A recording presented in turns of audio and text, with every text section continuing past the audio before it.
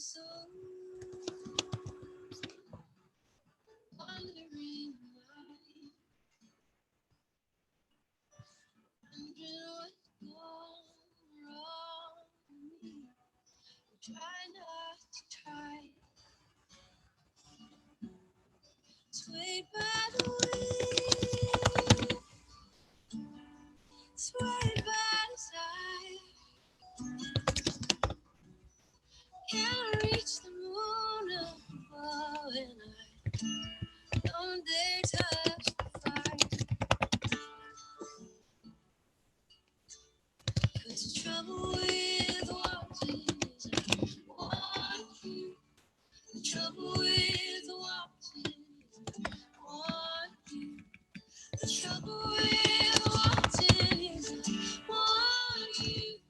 And I want you all the time.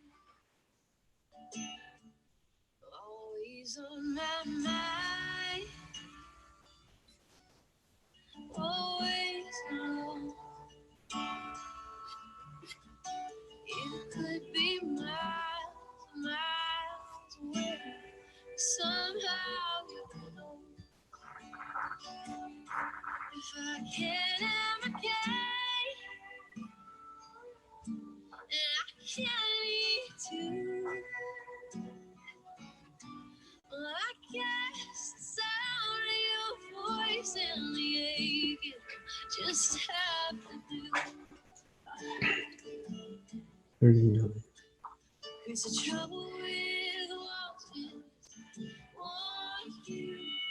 The trouble with wanting is want you. The trouble with wanting is want you. And I want you all the time.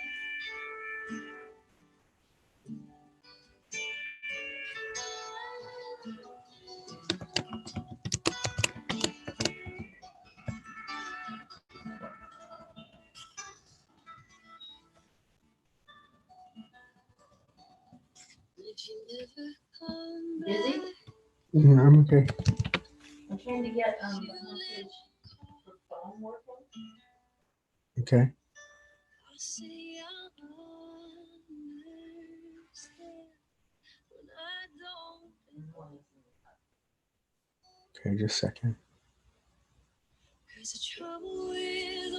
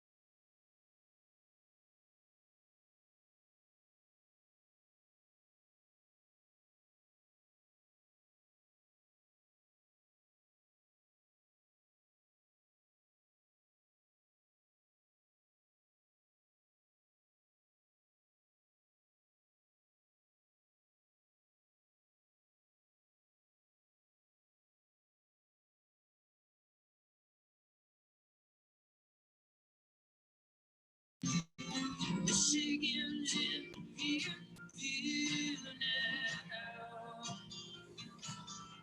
Keep your hands where I can see you.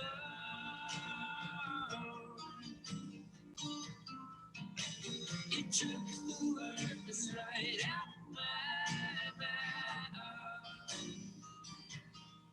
when you knew that I would need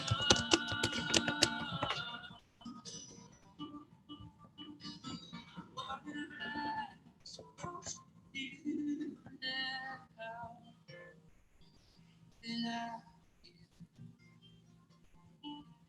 Without you.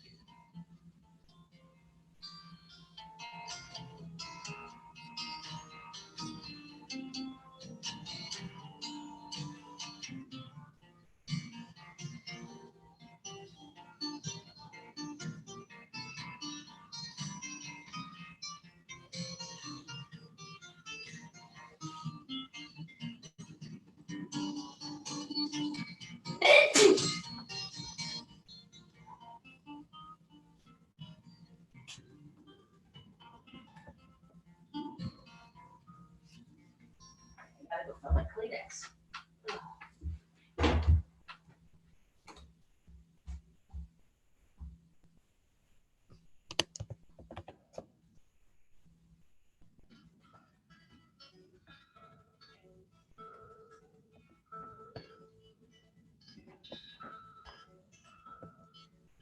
I will be your farmer, con, keep you where the days light your life just like the sun, steal your breath for days done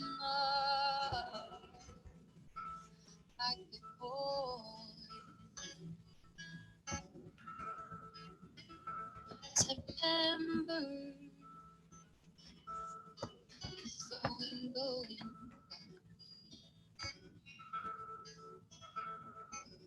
I will be your remedy, bring you up and help you see. Hold you close and set you free. Promise what I cannot keep. Very deep. It's a quiet sea. Winter comes and all the small creatures sing.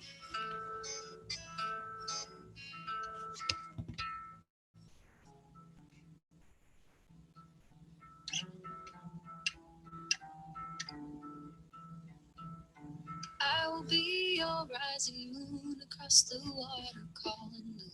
Here and there, but leaving soon. Lonely and pining for you, love.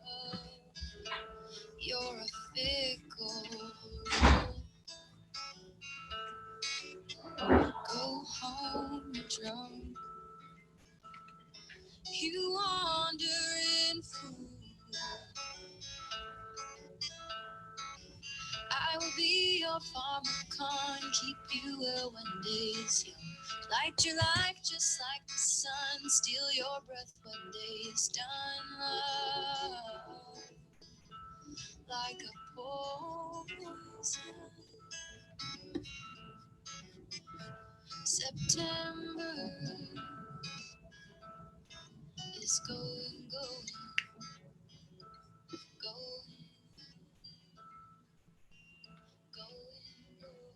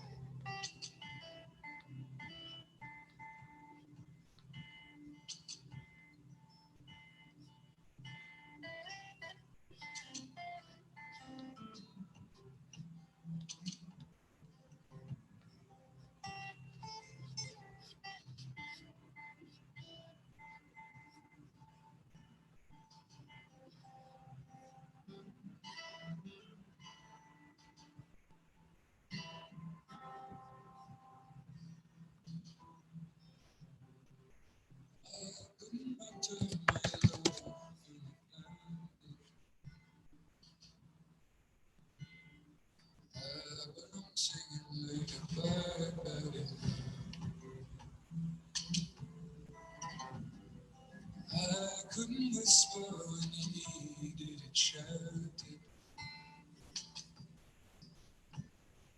But I'm singing like a bird now. Lights on the boat, never would form. Like a cry at the final breath that is drawn. Number one love when every boy is a shrike to your shine in glorious thorn.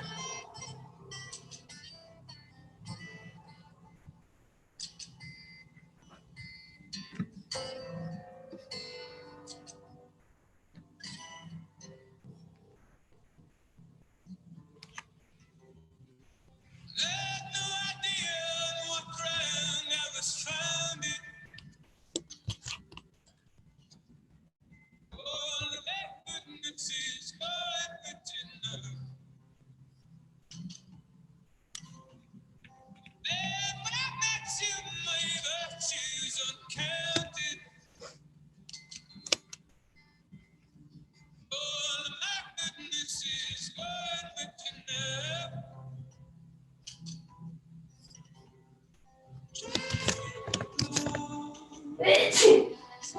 On your form,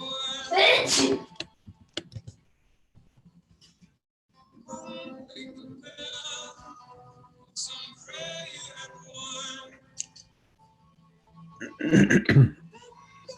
Love, every boy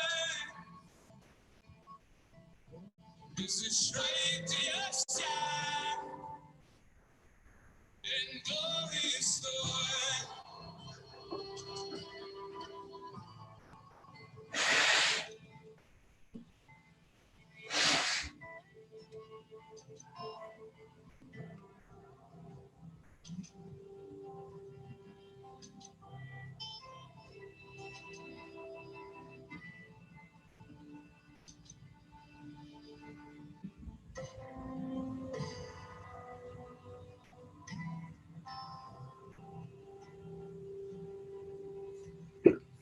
Fled to the city, so much discounted. When I'm flying like a bird to the night.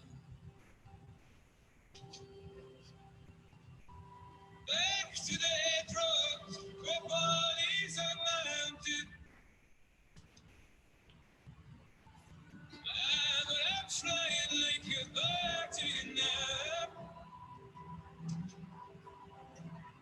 I was always born, let's transform. We are grounded and living in dark and scorn.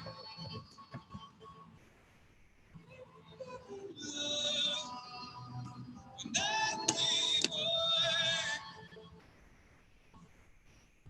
is a shrike to your shine in glorious thorn.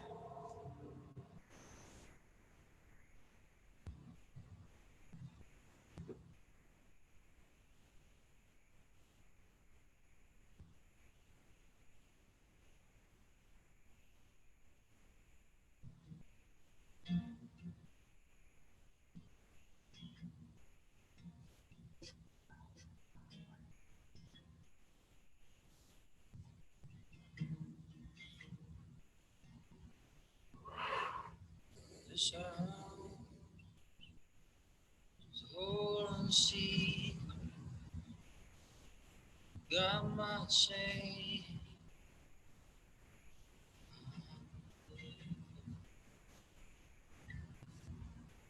in a coffee can throw my nerves just in case.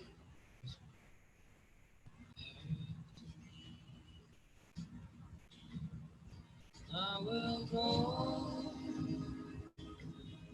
if you ask will stay every day.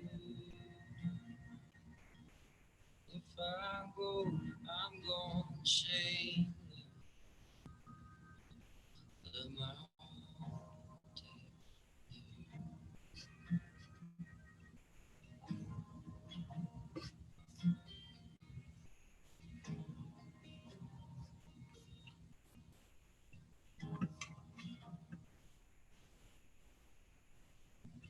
This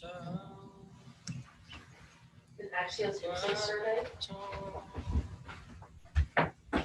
creeks I'm on.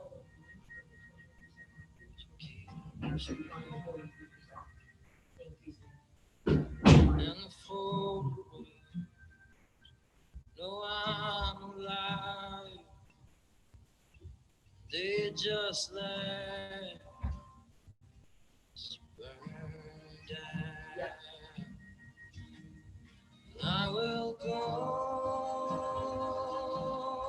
if you ask me to. I will stay every day. If I go, I'm gonna find the mind to take.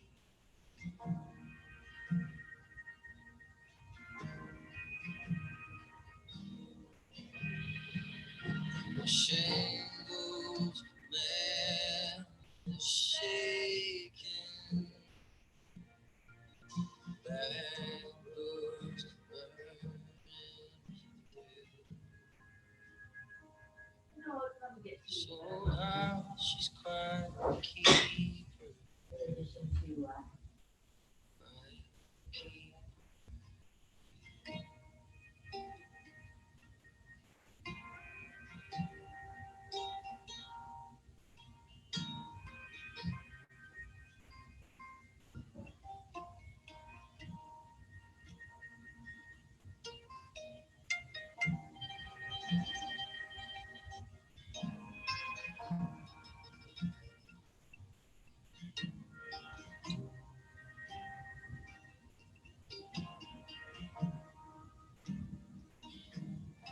I will go if you ask. I will stay every day. If I go, I'm going crazy. The mind don't take me. If I go, I'm going crazy. The mind don't take me.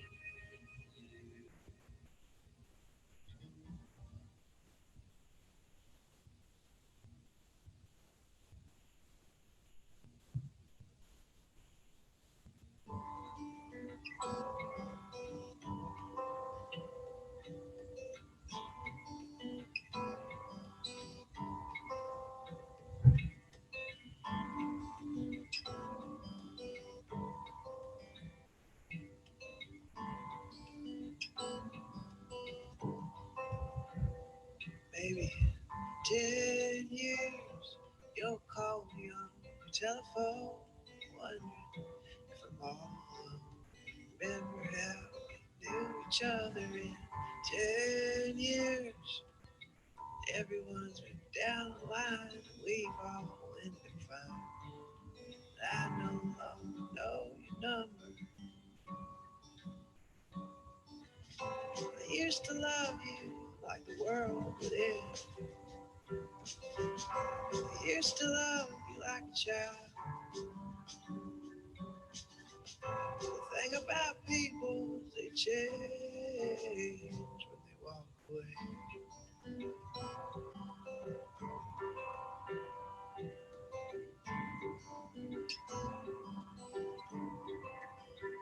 We used to talk real slow about things no one knows. I hate to be bring flowers, draft a glass at the final hour, and life froze. It's all so fast until it slows. We cry at night, car. Realize we let go. I used to love you like the world is. Used to love you like a child. The thing about people is they change when they walk away.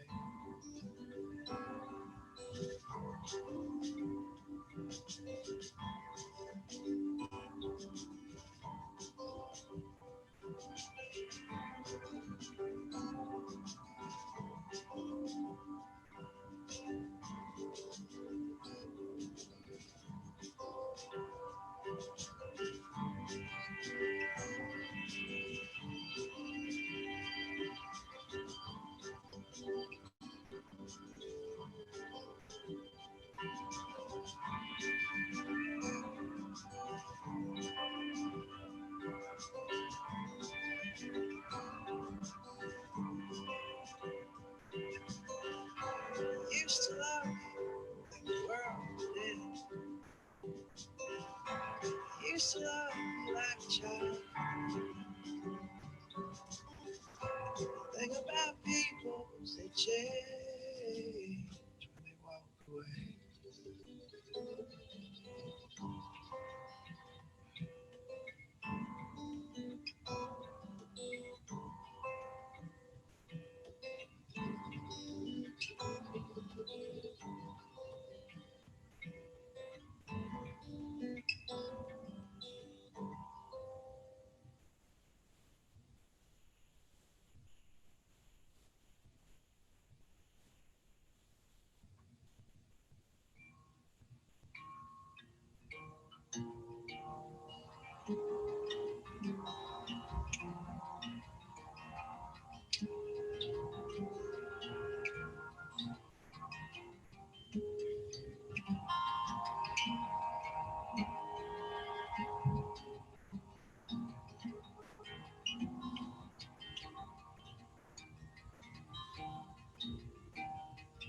Old friend, I think of you still sometimes.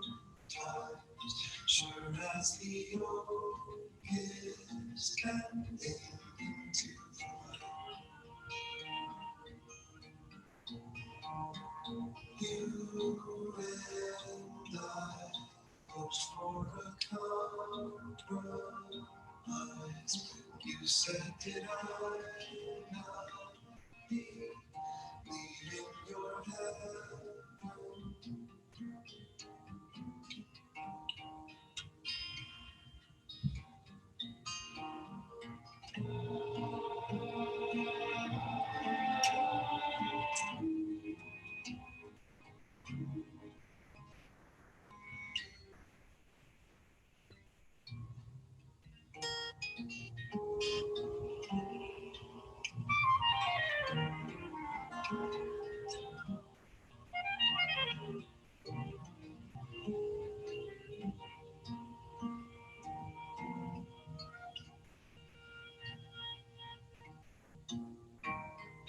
Old friend, I think of you still sometimes.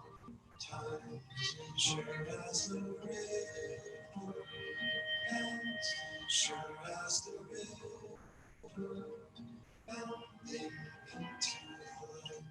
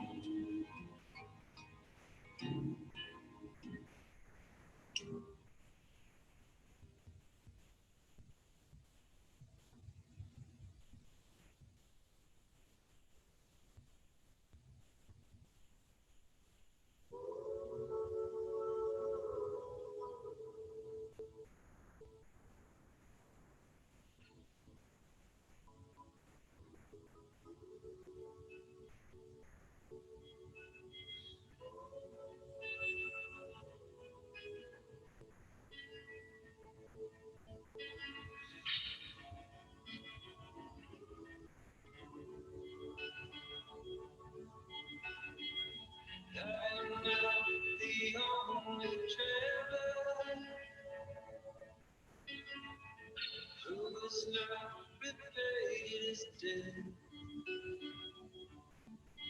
I've been searching for a trail to follow again. Take me back to the night we met.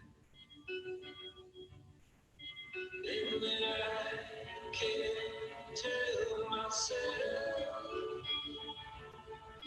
what the hell I'm supposed to do. And then I can't tell myself not to ride along with you. I had all that mostly coming down there. Took me back to the night we met. I don't know what I'm supposed to do. Going back close to you. Oh, take me back to the night we met. When the night was full of tears, and your eyes were filled with tears. When you had not touched me yet, oh, take me back to the night we met. I had all my sleeves coming down underneath. Take me back to the night we met. I don't know what I'm supposed to do. Haunted by the ghost of you. Take me back to the night we met.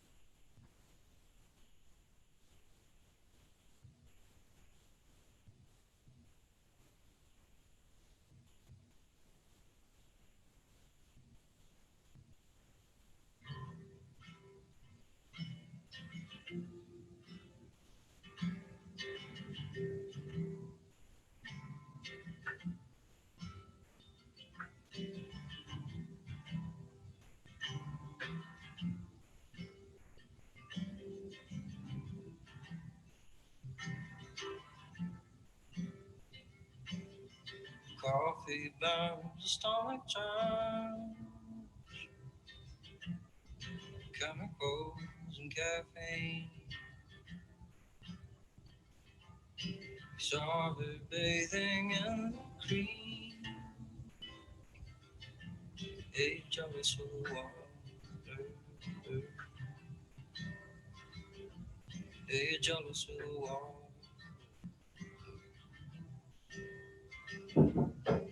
It's alright, I call it out.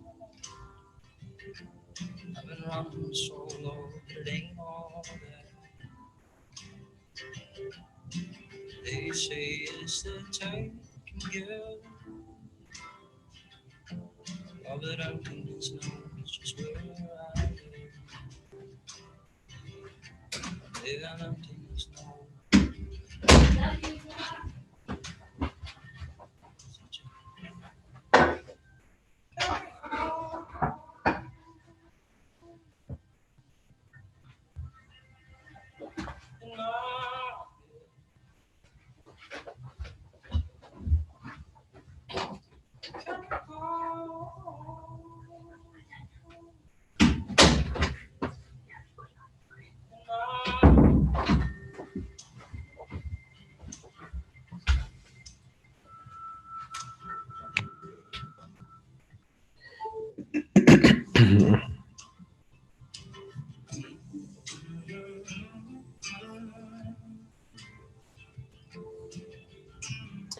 And Well, we're going to be starting here in a few minutes.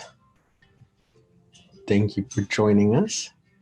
And it's going to be a very exciting day of learning and thinking and connecting and sharing. So we'll be back on in a couple more minutes.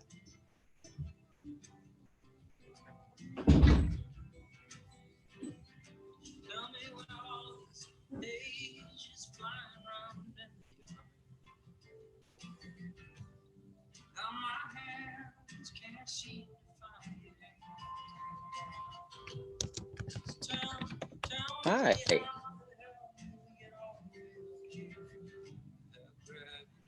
Hello, Nir. How are you? Good. We are streaming live on YouTube and Oh, great. getting ready to start here. All right, terrific.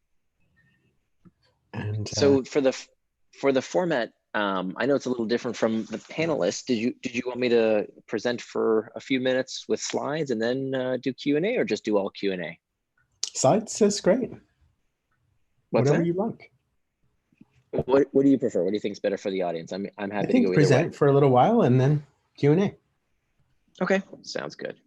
Cool. And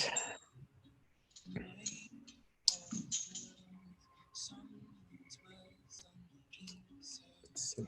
So I can stop sharing this countdown. And then you can start sharing slides whenever you'd like. Sure. Do you want to wait a few more minutes until it's Yeah, past? let's wait. We'll wait a few minutes to start, but if Okay. you want to go ahead and start the first slide, you're welcome to. That's what I was thinking. Sure. All right. Let's see here.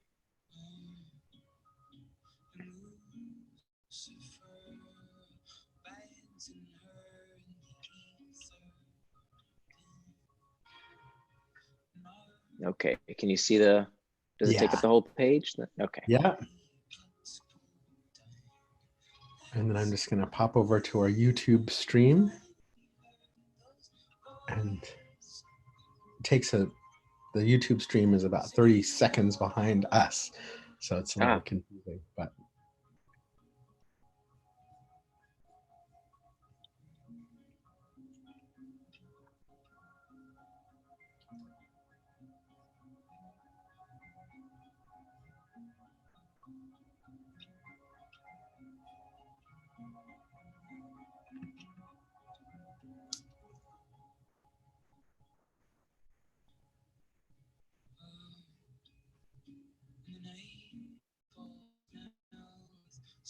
Okay, great. So we are live on YouTube, and we've got a bunch of people there, and those who are just tuning in, we're excited to see you. And we'll be starting in about 5 minutes. Give people a chance to tune in here. The problem with streaming live on YouTube is we can't chat really. So we have to say innocuous things. Forever. Yeah, exactly. But you're in Singapore now. Yes. Yeah. And where are you? Santa Cruz, California. Santa Cruz. How are things holding up over there? Weird, but fine, quiet. No toilet paper or flour in the stores, but plenty of vegetables and meat. But yeah, people are pretty stressed. Yeah, it's a crazy time. Great. But hopefully we'll get through it fast. Great. I see Paulina has joined us.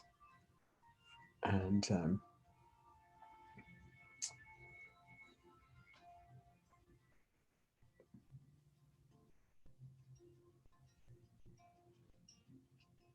hey, Paulina, welcome. I just promoted you to a panelist to say hello. We have a couple more minutes here, and then Nir is going to start. And then after Nir's talk, then we'll do our intro. Okay. You're muted, so.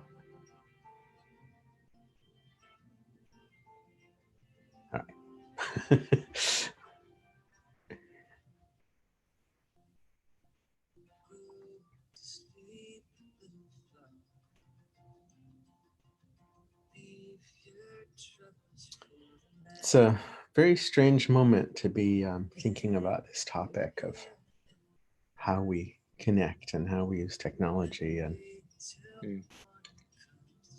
a lot of Yeah.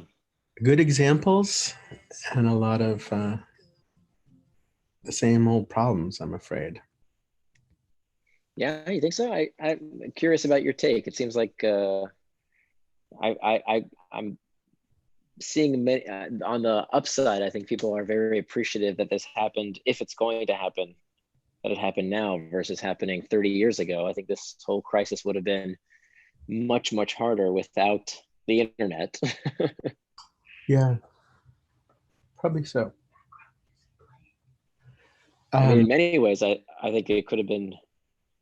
I think Twitter saved untold lives, right? I think by I think it's interesting. Well, there's lots to say here, but I think by what we're learning is that by having the crazies have access to something like Twitter, you also give dissenters like those brave doctors in China and the brave doctors here who are sounding the call, sounding the alarms when everybody says things are fine. Yeah. Once in a while, you need people who are outside of mainstream to say no, things aren't fine. Yeah, no, I think that's true. There's definitely an element of broadening the voice that's out there for good and for ill. Yeah. Yeah. I was thinking also about, emotional well-being, and there's the new Axios poll today found a pretty precipitous decline in emotional well-being. Yeah. And I'm always wondering, to what degree is emotional well-being helped and hurt by the way we use technology? And in some ways, right now we're right in the thick of that, right? Because we have everybody's on Zoom, everybody's connecting, but also everybody's really bored and distracted and trying to soothe themselves with their phones rather than, their interior voice. Right. Yeah. Well, it looks like it's half past. Should we kick it off? On that note, we should get started. Folks, I am really delighted to welcome you, and I'm so happy that Nir agreed to join us. As you've read on the EmotionAI website, Nir is one of the absolutely top experts in the world on how technology and humans are interacting. And I think Nir's own story of going from his first book to his second book and kind of what's motivated him in this, I'm sure we'll hear a little bit about that. But I think it mirrors the evolution for many of us and our societies of saying we need to rethink our relationship with technology. And we need to figure out how to turn this, like Pandora's box is not going to close. So we have to take ownership of how are we going to work with technology. And I think that the new book offers some incredibly powerful insights. And so I'll turn it over to Nir. And then after, he's going to talk for a while, and then we'll get some questions from you. Nir, welcome. Thank you so much. Great to be here, and welcome everyone. So let's kick it off with this discussion around distraction. I mean, we've all seen how distracted we can get. If we thought we were distracted before, the past few weeks, for those of us who are working from home, for those of us who have children now who are being homeschooled, the 850 million children worldwide are now suddenly homeschooled who weren't previously. And so this is generating a lot of distraction. And so I've been working for the past 5 years on this topic of distraction. And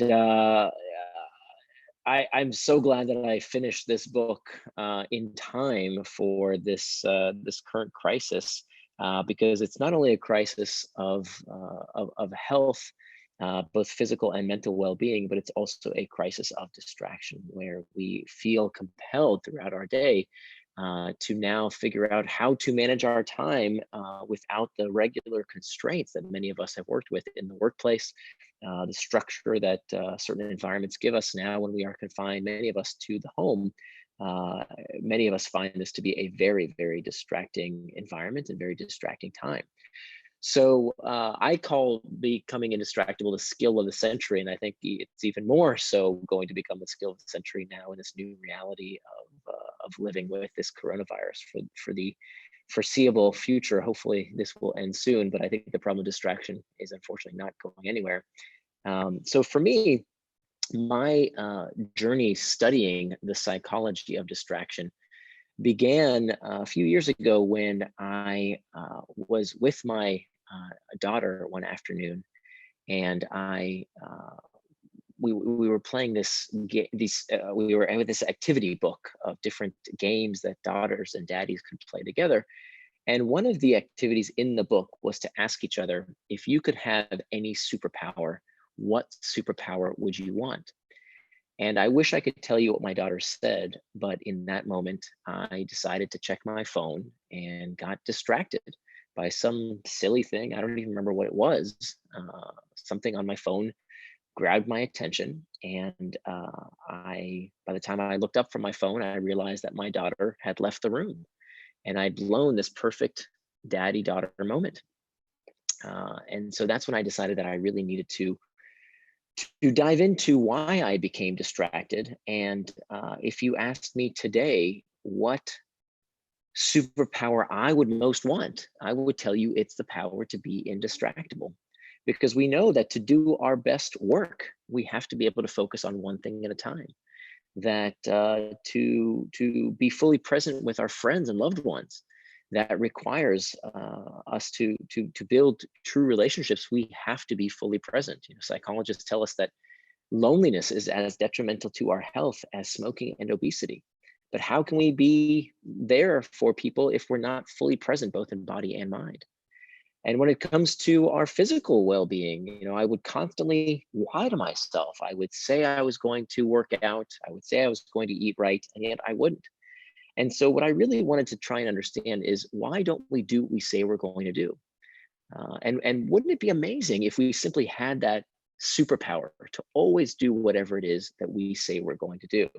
Now, I know today we tend to focus on the problem of technological distraction, but we should take solace in knowing that this is not a new problem. That in fact, Plato talked about this very same problem 2,500 years before the iPhone. Plato talked about the problem of akrasia, the tendency that we all have to do things against our better interest. That in fact, philosophers have talked about this problem forever, for all of recorded history. And it is clearly not a problem that is brought about by technology. That in fact, one distraction of one kind or another is part of the human condition. If we are going to understand this question of why do we act against our better judgment, why do we do things that we know we shouldn't do and don't do the things we know we should, we have to back up and ask some more fundamental questions. In order to understand really why do we get distracted, we have to start by understanding what is the opposite of distraction. Now, most people will tell you that the opposite of distraction is focus, but I actually don't think that's true. That in fact, the opposite of distraction is not focus. The opposite of distraction is traction. That if you look at the source of both words, traction and distraction, they actually both come from the same Latin root, trahare, which means to pull. And you'll also notice that they both end in the same 6 letters, A-C-T-I-O-N, that spells action. So traction is defined as any action that pulls you towards what you want to do, things that you are doing with intent. Now, the opposite of traction is distraction, any action that pulls you away from what you plan to do, anything that you are not doing with intent. And so this dichotomy is very important for 2 reasons. Number one, anything can be a distraction. How many of us have sat down at our desks and said, okay, I'm going to stop procrastinating. I'm going to focus on what I need to do. I'm going to not let anything take me off track. Here I go. I'm going to get to work. But first, let me just check that email real quick, right? Let me just check that Slack notification. Let me just do that one to do on my to-do list. And we allow ourselves to become distracted by these things. And these are the more pernicious forms of distraction because we allow distraction to trick us into prioritizing the urgent at the expense of the important. So anything can become a distraction, even the things that we think are work related. Let me just check that email. Let me just check that Slack channel. That's a work related task. That seems like something important to do throughout my day, right? I have to get it done anyway.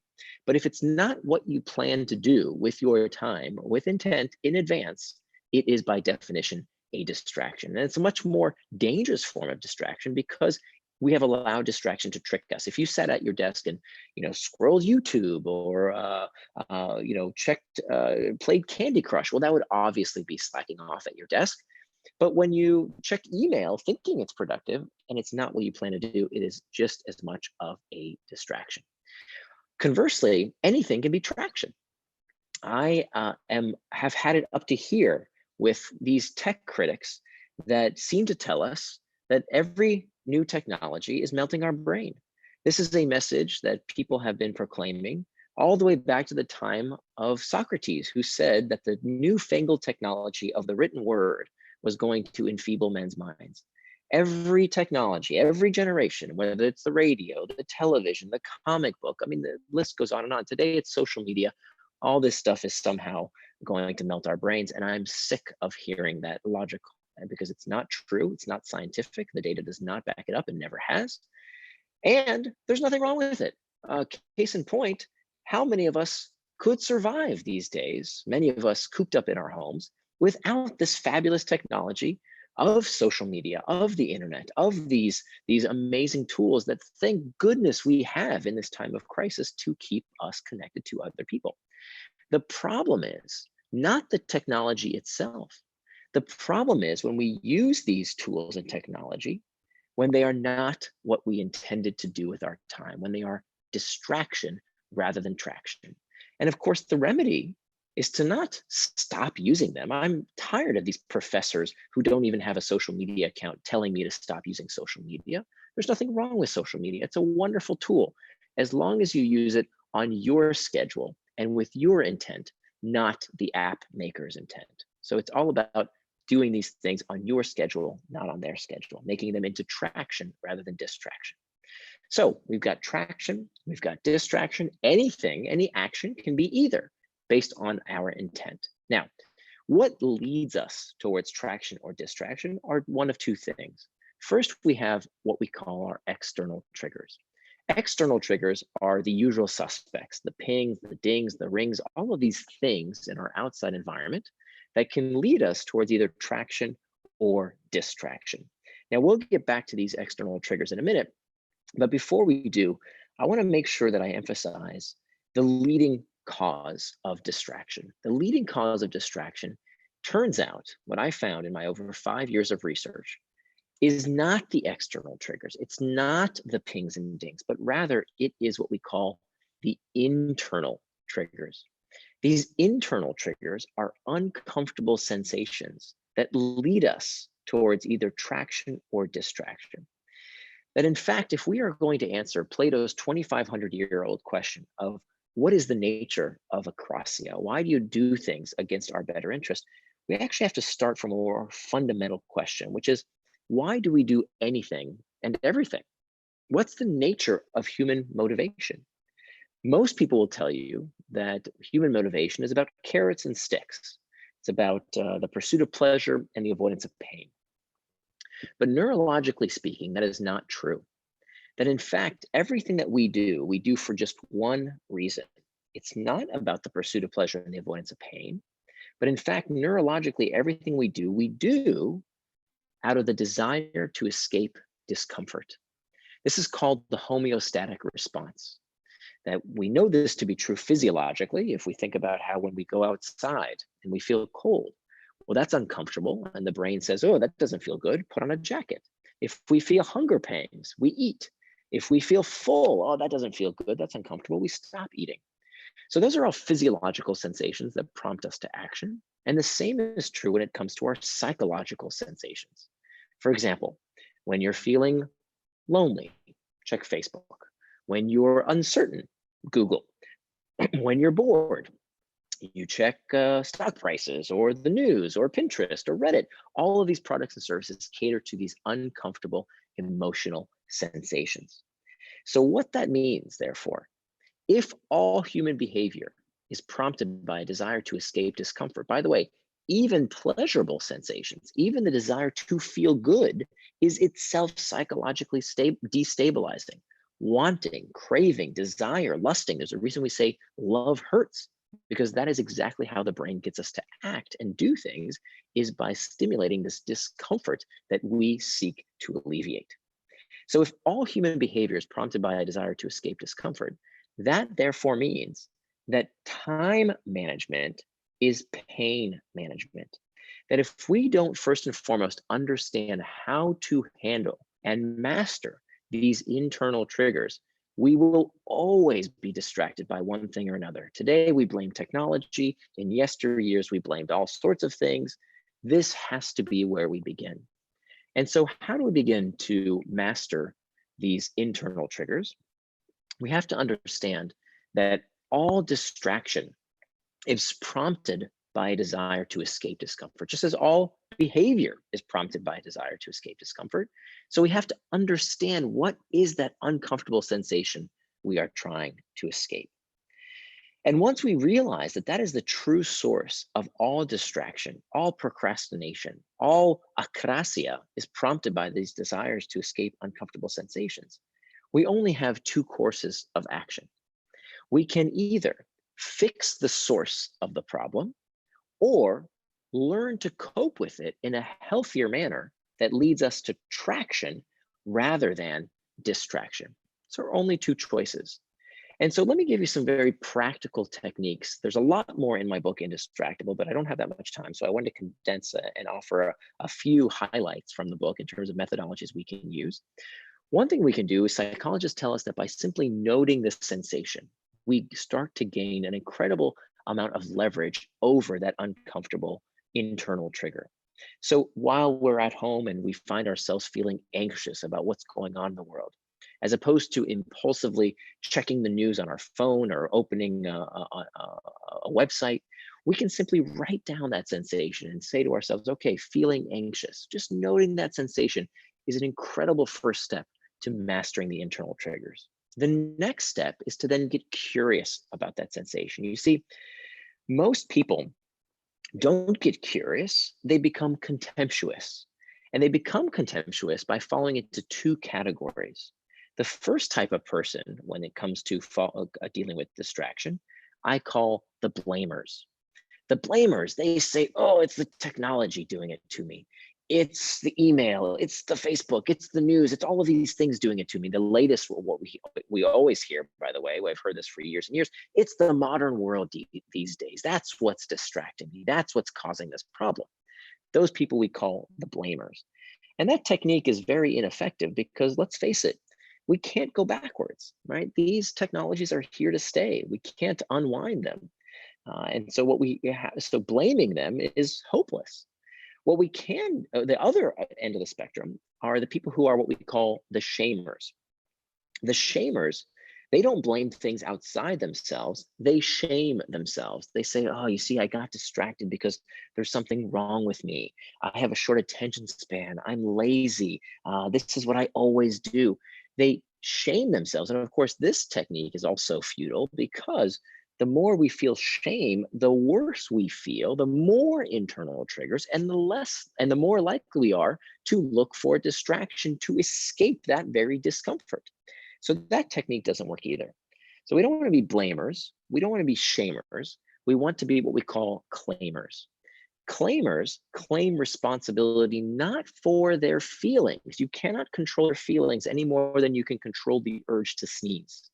What you can do is to decide how you will respond to those sensations, hence the word responsibility.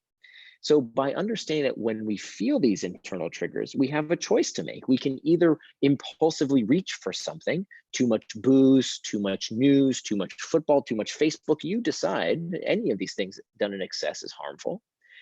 Or we can learn to master those internal triggers by helping them lead us towards healthful traction rather than distraction. Now, when we become curious about those sensations, when we claim responsibility for them, we can use a technique called surfing the urge. Surfing the urge acknowledges that these uncomfortable sensations, even though it doesn't feel like it in the moment, these sensations crest and then subside like a wave.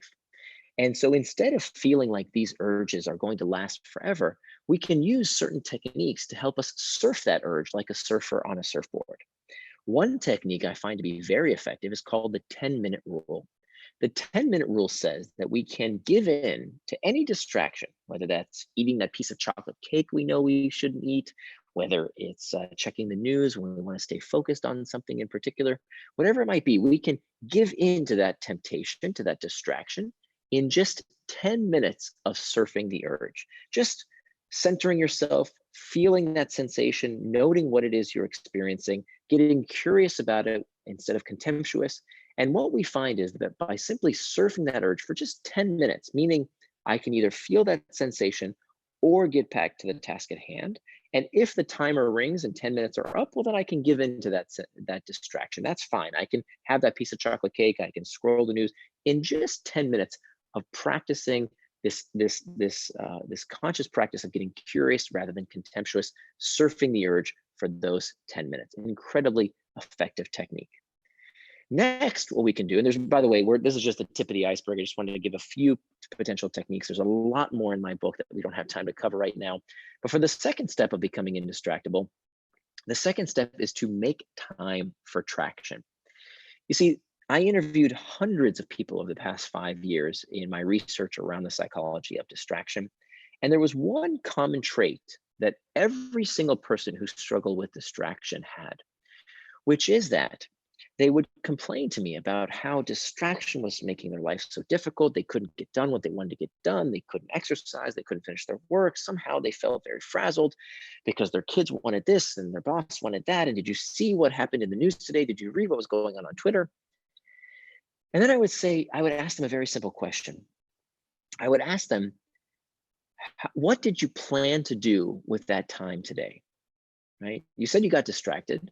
What did you plan to do with your time? And they said, look at my to-do list. Look at all these things I didn't get done because I got distracted. I said, no, that's not the question. I asked you, what did you plan to do with your time today? I want to see your calendar, not your to-do list, your calendar. And they would sheepishly, take out their phone and show me their calendar app. And 9 times out of 10, there was nothing on it, just maybe an appointment or two. But other than that, it was a bunch of white space. Well, here's the thing. We cannot call something a distraction unless you know what it distracted you from. This is common sense. If your calendar is empty, everything is a distraction because you can't tell me what you got distracted from. And so the only way to call something a distraction is to know what is traction for every minute of your day. Now, this is a technique that has been validated in thousands of studies. This is using a technique called making an implementation intention, which is just a fancy way of saying planning out what you're going to do and when you're going to do it. And psychologists tell us that this simple practice of scheduling your day is incredibly effective at increasing your likelihood of doing what it is you want to do with your time.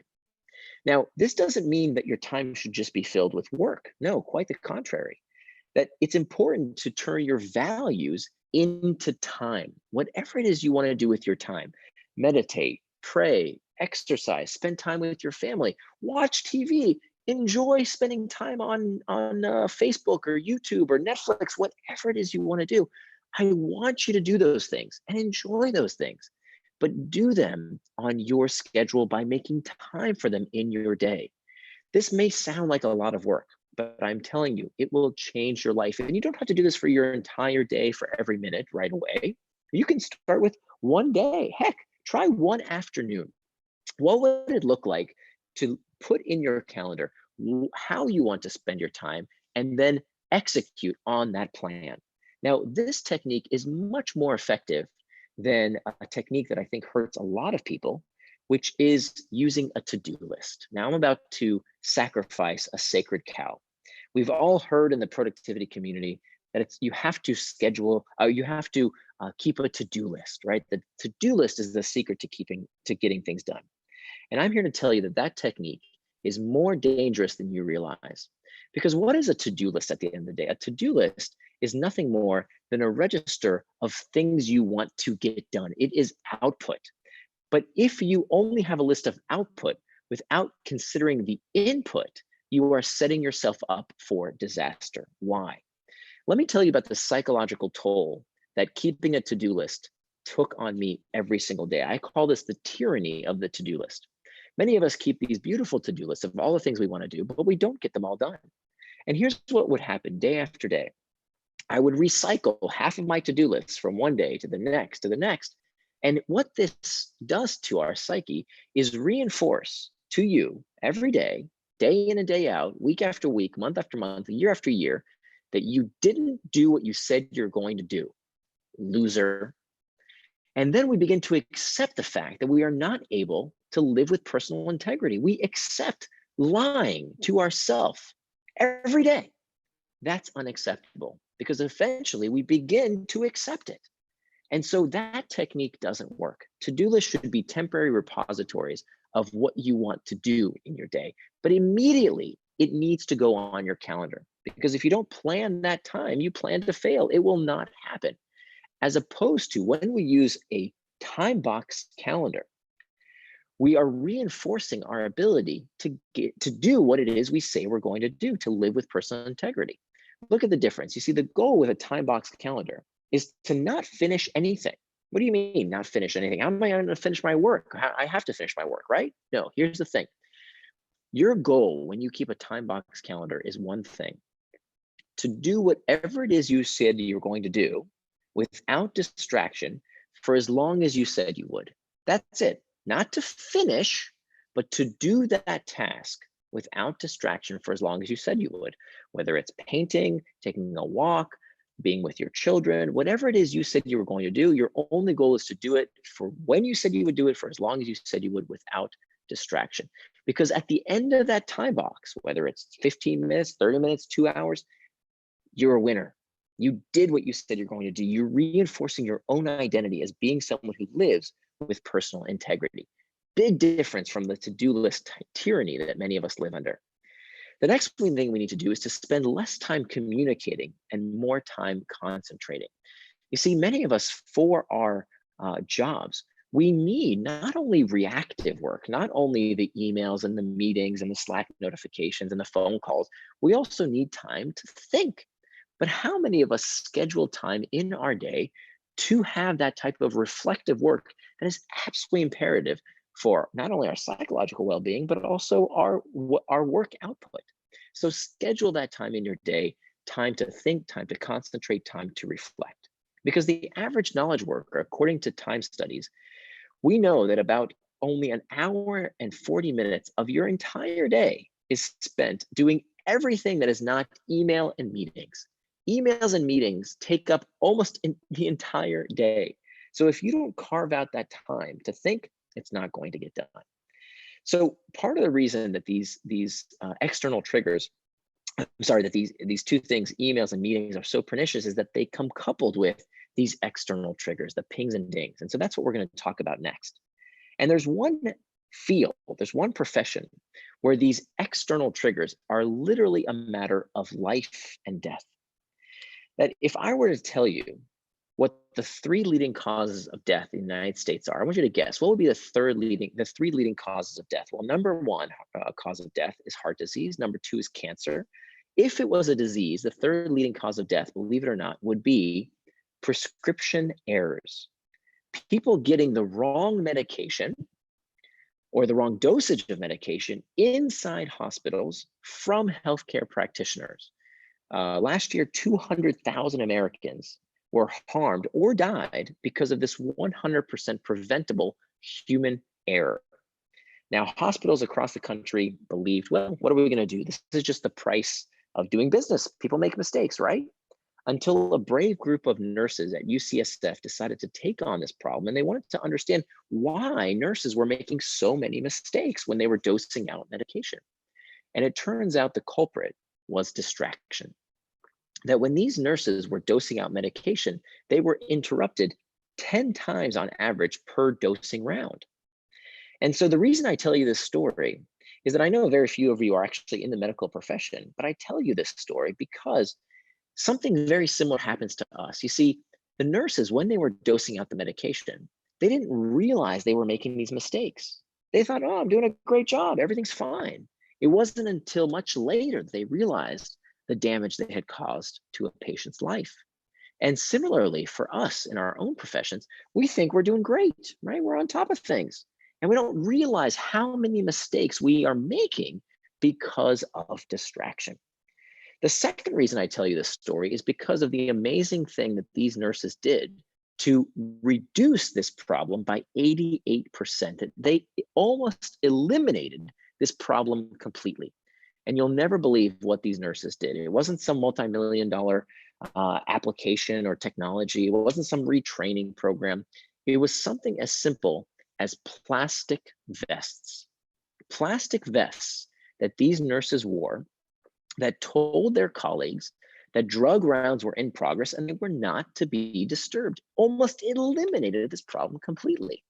So what can we learn from this? How can we implement something like this in your own life?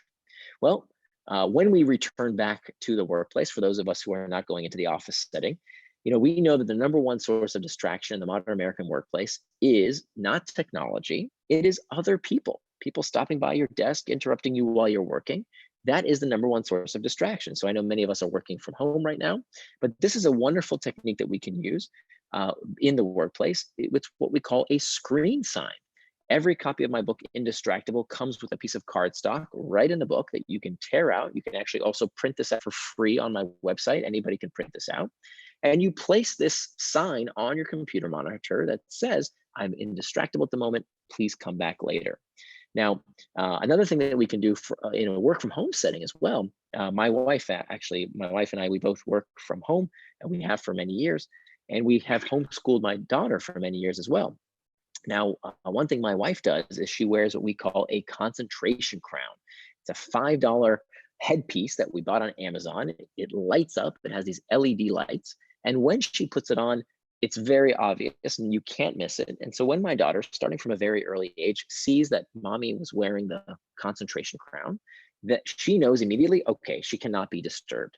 So this is a technique that many of us can use right now. If you have a funny hat or something you can put on you that is unmissable, you are going to stop that external trigger that might distract you, even if that's another person, in their tracks.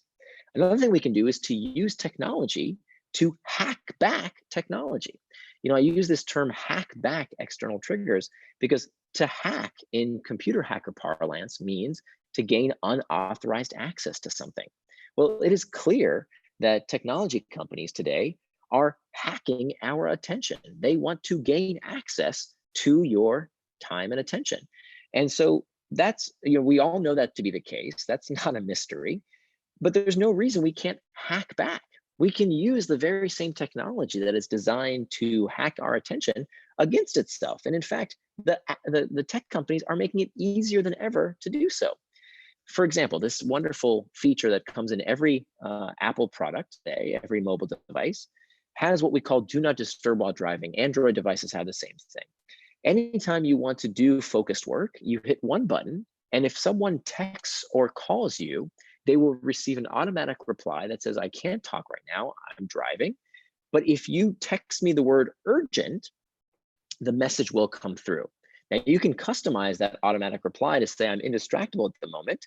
If this is urgent, text me with the word urgent and the message will come through. So if you need that focused work time and you're afraid of getting some urgent message, no problem. If it's really urgent, the person will get through. Now, I've used this technique for years. Nobody's ever texted me with the word urgent because most things people know can wait a few extra minutes. Now, let's have another example here. How many of you have desktops that look like this, right? All of these external triggers. You know, psychologists tell us that our productivity really is affected by all of this visual stimulus, whether it's on your physical desktop or your computer desktop. We don't have to live this way. We can take all those files and tuck them away somewhere. I put all those files that used to be on my desktop in one folder. That folder is very creatively named everything. And if I need one of those files, I search for it. It doesn't make sense to have it on my desktop where it can lead towards distraction. Same thing goes for our phones. We don't need all of these pings and dings and notifications. You know, 2/3 of people with a smartphone never change their notification settings. Can we honestly say that technology is so distracting, is so addictive, is hijacking our brains when we haven't even taken 5 minutes to change those notification settings? We don't need every news alert. We don't need to constantly be interrupted. We only need to allow the few apps that actually do deserve to capture our attention. We need to turn off all of those unnecessary external triggers. And the way we do that is by asking ourselves a very simple question. Is this trigger serving me, or am I serving it? If the external trigger is prompting you towards traction, it's wonderful, right? If it's an app that's reminding you to go work out, if it's an alarm to remind you that it's time for dinner or whatever it might be, that's serving you. But if it's interrupting you the way that my phone interrupted me while I was with my daughter and I planned to be with someone I love very much, that led me towards distraction. So we have to ask ourselves, is this trigger serving me or am I serving it? Adjust these notification settings. And when it comes to any kind of gathering of people, whether it's in a work meeting, whether it's with our friends or family, we need to leave these distracting devices outside of gatherings. They don't have a place there.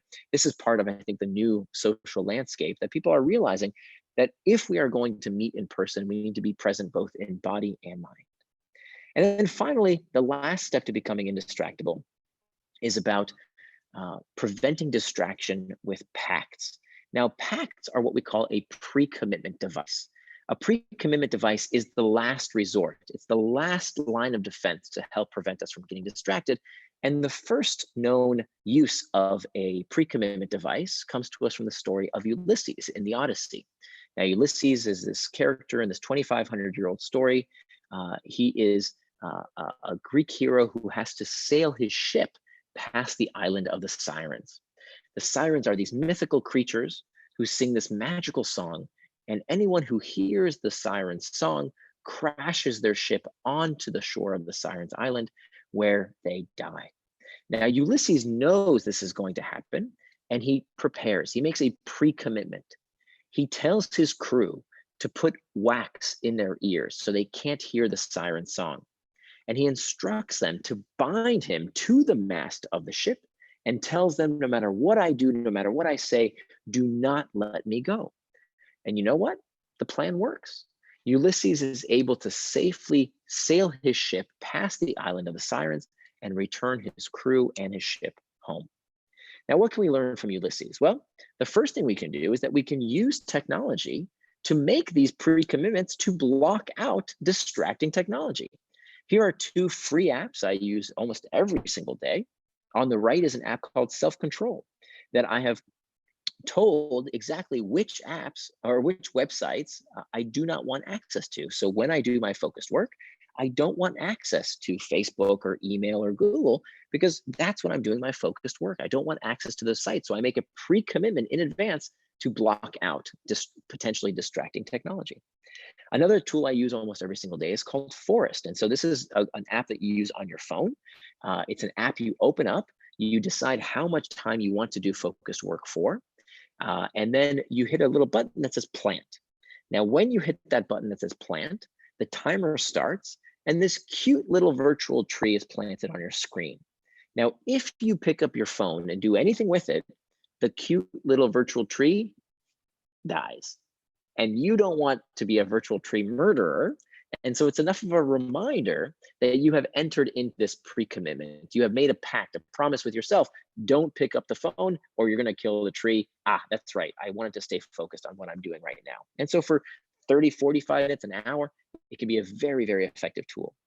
Another thing you can do is to find a friend to make distraction harder. So simply working next to somebody, whether you're at home and you've got a significant other at home, or maybe even your kids, to say, okay, we're going to work without distraction for the next 45 minutes. Let's keep each other accountable.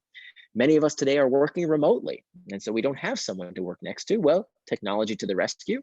You can go to the site called focusmate.com, where you can be matched with someone somewhere in the world. This is an example, a screenshot of a focus session I had recently with a medical school student in the Czech Republic. We both logged in. We said, okay, what are you working on? What are you working on? Go. And we both worked without distraction for that time period. Incredibly effective tool. I liked it so much, I actually invested in the company.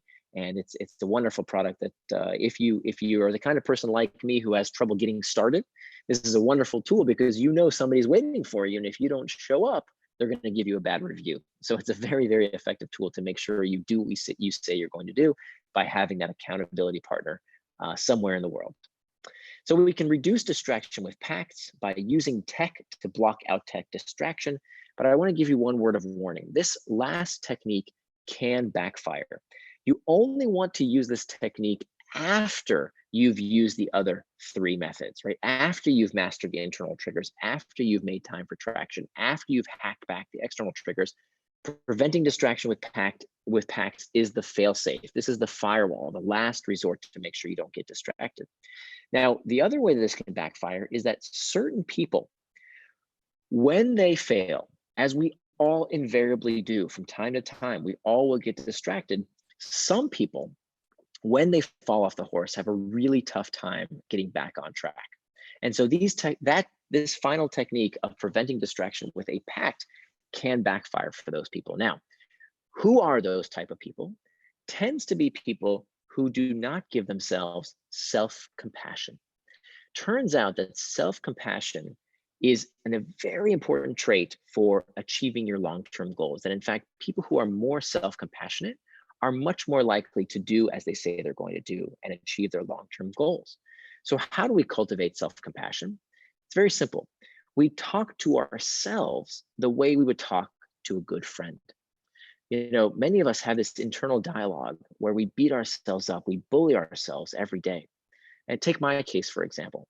If I were to tell you that I was embarrassed about what had happened between me and my daughter, that I'd gotten distracted when I planned to be fully present with her, would you tell me I'm a terrible father, that I'm a terrible human being? Not if you were my friend, you wouldn't. And yet that's the kind of stuff I would say to myself all the time. And it's not true, and it's not helpful. And here's what else isn't helpful. This idea that somehow technology is hijacking our brains, that the algorithms are making us do these things we don't want to do, that is rubbish. There's clearly so much we can do. We can master the internal triggers. We can make time for traction. We can hack back the external triggers, and we can prevent distraction with pacts. And so this is the message I want to leave with you today, is that we can do this. You know, we know that when we allow ourselves to believe this rubbish, that technology is addicting everyone, we become less likely to do something about the problem. This is called learned helplessness. So when we perpetuate this myth that we are powerless, it becomes true. But in fact, we all have the power to become indistractable. We can all make sure that we get the best out of these tools without letting them get the best of us. And with that, thank you very much. I'd love to take some questions, but before I do, I have a quick favor to ask, which is if you could be so kind as to go to this URL, opinion2.us, or if you have a mobile device, you can simply point it to that QR code. If you have an Apple device, I don't think it works with Android, but if you have an Apple device, you can simply open your camera, point it at that QR code, and it'll take you to a very brief survey. Again, you can just go to the URL if you are at your desktop, opinion2.us. Very short survey, just 5 questions. Would love to know what you thought of the presentation. I'm constantly reading your feedback and adjusting accordingly. And when you click submit on that survey, you will be given a link to my SlideShare page where you can have all the slides you just saw. And if I don't have time to answer your question today, please visit my website at nirandfar.com. There's a contact form there. There's also, I do weekly office hours if I can be helpful. And with that, I'd be happy to take some questions. Nir, thank you. This was a really fantastic way to start our day on this topic. I have lots of questions, and we got lots of questions in the chat. maybe one of the things we could start with is the question of, in the mess that we're in right now, and the level of uncertainty that is actually quite painful for many people. Mhm. How do we supercharge our indistractability? You know, what's the antidote to the coronavirus anxiety? Yeah, yeah. So the problem that most people have today is that they are stuck in this rumination cycle of being fearful, and that fear leads them to seek assurance and security in this very uncertain time, and they look for that with some kind of information, as if one day the New York Times homepage is going to say everything's fine. Like, that's not going to happen anytime soon. It will never happen. The New York Times is in the business of making sure that never happens, right? They constantly want to report that even when things were great before coronavirus, there was always something in the news that was stressing us out. And so the idea here is that we don't want to ruminate on what's happening. We want to follow a three-step process, which is we need to determine, decide, and do. Determine, decide, and do. So collecting information is important, especially right now when things are changing so quickly, when there's critical information that we might need to know that could help us actually save lives. It's important to stay informed, but don't just stop at that first step. You know, so many people, when we feel uncertain, when we feel fearful, we are trying to determine what's going on, that we never go to the next step of deciding, right? What we will change, what action should we take? Then after we decide, we have to actually do, we have to implement that change. So this is a very important thing, because if we don't, if we allow ourselves to just ruminate in stage one, we never take the actions that can actually help improve our lives and the lives of others. And the way we do this, the way we make sure that we stay, that we move on to the next phase, is to allow ourselves only the right amount of time for that first phase. Meaning, we should check the news. We should be aware of what's going on. And if you find that, you know, your best source is Twitter or whatever other source of information you find is most helpful to you, that's fine. But make sure you schedule that time. Don't allow yourself to reach for some kind of salve through the information gathering process to make yourself feel better. Okay, that's when it becomes a distraction. So if you say to yourself, look, first thing in the morning from 7:30 to 9, I'm going to spend that hour and a half catching up on the day's news, great. But don't do that every 15 minutes when you feel fearful and uncertain. That's when distraction gets the best of you. Well, maybe from there, one of the questions I'm quite interested in the 6 seconds model of emotional intelligence, we talk about 3 steps, and the first step is know yourself. And I'd like to focus in on this piece about emotions being kind of central to our work here. Mhm. So you talked about discomfort, and can you talk a little bit more about what is the role of tuning into and understanding our own emotions play in this process of kind of taking more ownership of our distractions? Yeah, absolutely. So I think there's a prevalent myth in the self-help community that feeling bad is bad. And that is, nothing could be further from the truth. That in fact, our species has evolved. It is an evolutionary adaptation to be in a constant state of discomfort. Happiness, you know, these books and gurus that tell us that we're supposed to be happy all the time. I mean, how many books have happy in the title these days? As if we're not happy all the time and contented, that something's wrong with us. I mean, think about it from an evolutionary basis. If there was ever a group of Homo sapiens who were happy and satisfied with their life all the time, our ancestors probably killed and ate them, right? That would not be a good evolutionary trait. You want dissatisfaction in a species. You want disquietude. That's what keeps us striving and hunting and inventing and creating and improving our lot in life. And so we need to embrace that discomfort and realize that it is there for a reason. It helps us get better. Now, some people utilize that discomfort to invent, to create, to improve towards traction. Others, if they do not have the skill set to become indistractable, they take that discomfort and they look for escape. They look for escape with too much booze, too much food, too much football, too much Facebook, whatever it is. They look for escape as quickly as possible from that discomfort, as opposed to channeling it towards traction rather than distraction.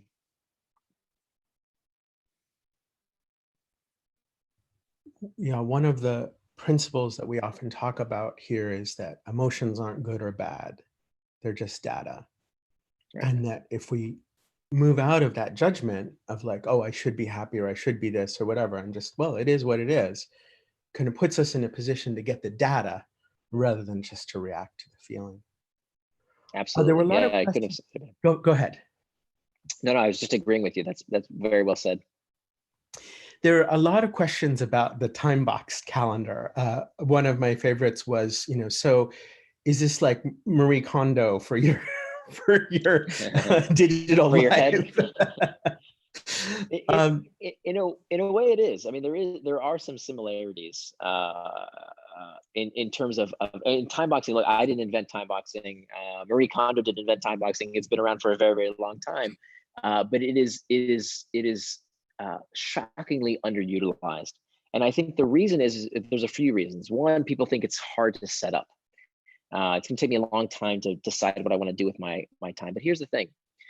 We think about how much time we spend on protecting our things, right? We have security alarms on our homes and on our cars, and we put our money inside safes, and we have storage vaults for our stuff. And yet, when it comes to our time, the one thing that, I don't care how rich you are, Bill Gates or Jeff Bezos or anyone, that is the one non-renewable resource, right? Time is limited. Everybody gets the same amount, and yet we give it away to anybody who wants it. I mean, think about even the way we talk about it, right? We pay attention, right? Attention has value. We pay attention to something, and yet many of us, by not scheduling our days, we're just giving it away, right? Just giving it away. Whoever wants it, have as much as you want.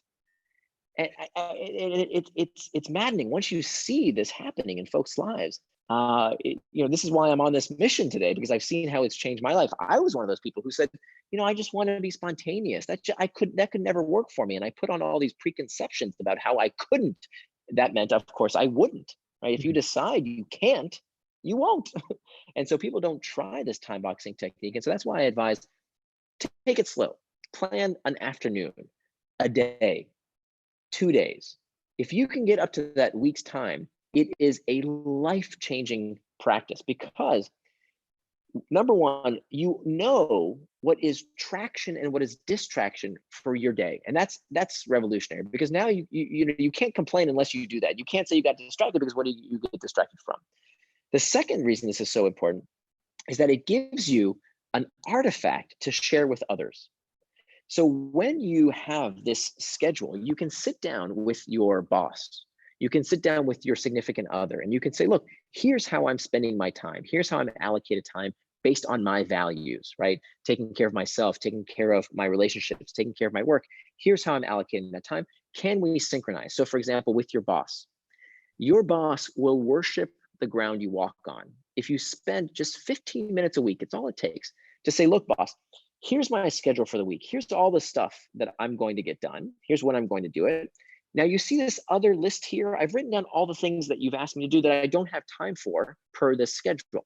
Now, help me rearrange. Is there anything that you think should go on that list? Help me figure out what to take out so I can get that task done. Why is this technique so important?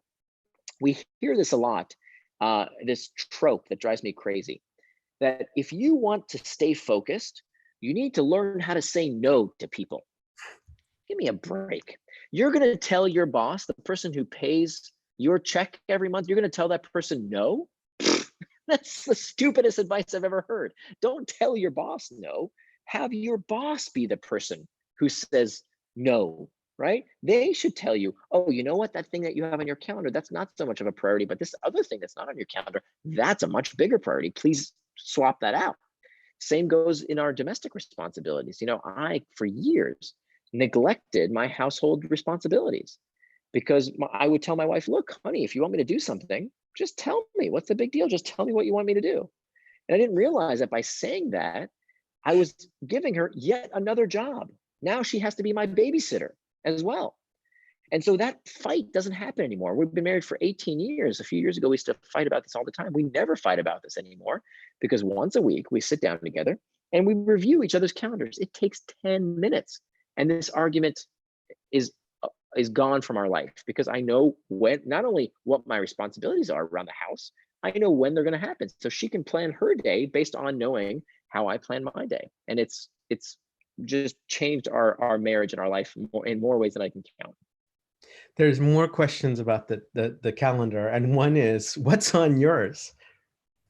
What's on mine? Oh, so it's pretty, I know it's on it most every day. It's, I wake up at 7:30. I make breakfast for my family every morning. That's one of my jobs for the day. Then I exercise for an hour. Then I write for 2 hours. Then I make lunch from 11:30 to 12:30. And then the rest of the day, 3 days a week, we homeschool my daughter. So 3 days of the week, I'm with my daughter. And then the other days I have reserved in the afternoons for meetings and phone calls and podcast interviews, things like that. One of the questions on the time box. And by the way, just real quick, the goal of this calendar is not set in stone. Okay. You're not saying, okay, I made it once and it's going to be like this for the rest of my life. No, you're reevaluating once a week. The idea here, you're not being a drill sergeant, you're being a scientist. So once a week you review that calendar and you say, okay, for the week ahead, how can I adjust my calendar to make sure I can live out my values? I can do what's important to me. So you know what? I didn't have enough time for that workout. Let me change that. Or I needed more time for email. Let me adjust accordingly, or whatever it might be. You're looking at it week after week and you're adjusting it so that you're more likely to do what it is you said you're going to do. Well, you just answered one of the other important questions, was about how do we make sure we're getting the right stuff on there? And Nir, we're running out of time, and I know it's late for you. So maybe we could end by you sharing, what's the piece of this that you're personally working on? Where is your growing edge and challenge for yourself in terms of taking this ownership in your own life? Well, look, you know, becoming so indistractable. The word indistractable is a made-up word. I made it up. It didn't exist. And the beauty of making up a word is that you can define it any way you want.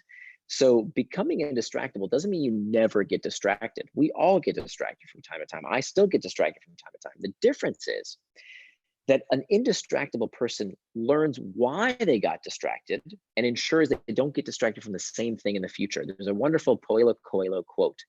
He said, a mistake repeated more than once is a decision. So an indistractable person decides to be indistractable. If you keep getting distracted by the same garbage again and again and again, you are deciding to be distracted. Whereas an indistractable person says, okay, there's only 3 reasons for any distraction: internal trigger, external trigger, or planning problem. There's only 3 potential reasons. So what was that reason? What was that cause? And how do I make sure it doesn't happen again in the future? So I also have to be aware of this. I mean, particularly in the past few weeks where, you know, our life got turned upside down. We had to relocate. A lot of things changed. So I had to readjust my schedule. I had to, you know, there were new distractions that didn't exist before. There were crises. Now, crisis is when something has to be done right now, or there are extreme consequences. That happens very, very rarely. But there are times of crisis where you need to stop what you're doing and do something else. But of course, the crisis can't keep happening again and again. It only happens if it's a rare occurrence. And everything else is something that we can learn from. So I'm learning every day from when I do get distracted. Okay, what was it, an internal trigger? Is it a thing I can learn a technique to adjust and deal with those uncomfortable emotional states in the future in a better way? Is it an external trigger, meaning there was something in my outside environment that I can make sure next time doesn't take me off track? Or was it a planning problem? I should have allocated more or less time for a task in the future. Thank you, Nir. I think especially in this moment you know, we're all really grappling with these triggers. Yeah. So I'm glad that you're safe in Singapore, and look forward to talking to you again soon. And thank you so much for joining us. My pleasure. Thank you so much. Take care. Have a great day. Bye. Well, folks, we are going to now do a little bit of a chat about the rest of the conference and share some of our plans for today. And I'm going to bring on some other people who have helped plan this event. And there we go. And looks like we don't have everybody quite yet, but those of you who I just promoted to panelists, oh, there we go, there's Corey. Okay, promote to panelist. Great. So Corey, if you are able to turn on your camera, and Mark, if you're able to turn on your camera. Hey, do you hear me? Yay. Hey, Corey. Hey. I wasn't sure if I should have been here sooner, so I just watched as a guest, and now I'm here. Perfect. Perfect.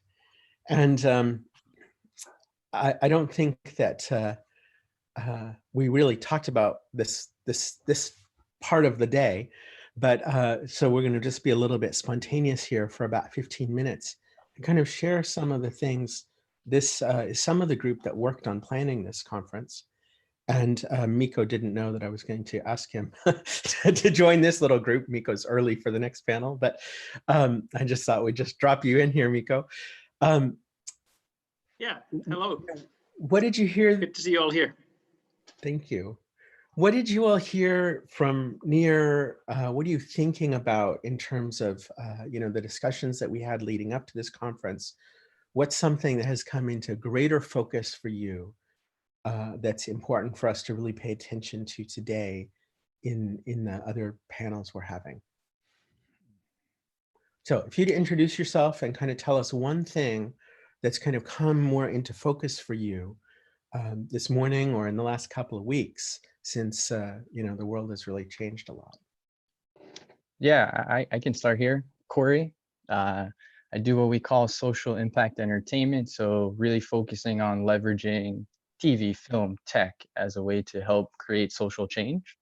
And so for me, what's really showing up or important from what Nir was speaking about is this idea of the strategies that we can implement, whether it is online or offline, to respond to what shows up. Because no matter what, no matter like if you're sitting in a meditation and a new thought comes up, or you're sitting at work and you have an urge to pick up your phone, we're always going to have that feeling of distraction. So what's really showing up for me, and I'm curious to see throughout the different talks on taming AI or even education, is like, what strategies can we put in place or have in our back pocket to shift when something arises that distracts us?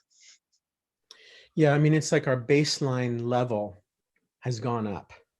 We're kind of all on that ship with Ulysses right now, right? And it's those triggers that make us uncomfortable when we're at a heightened threat arousal level. Our amygdalas are more activated. We're perceiving more things as dangerous and therefore needing our attention, even if they don't. Miko, you have a thought?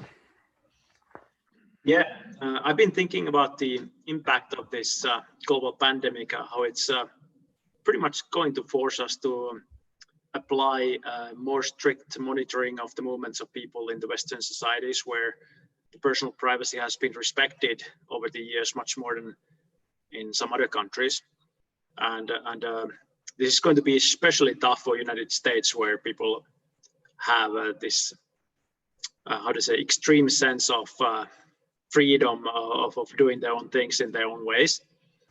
In Europe, there's a little bit more as a broader contract that you know, we are all also part of the society and we all contribute back to the common good, you know, in that sense. So I think there's a little bit less of opposition to these measures of reducing personal freedoms. But this pandemic is not going to be over after this lockdown.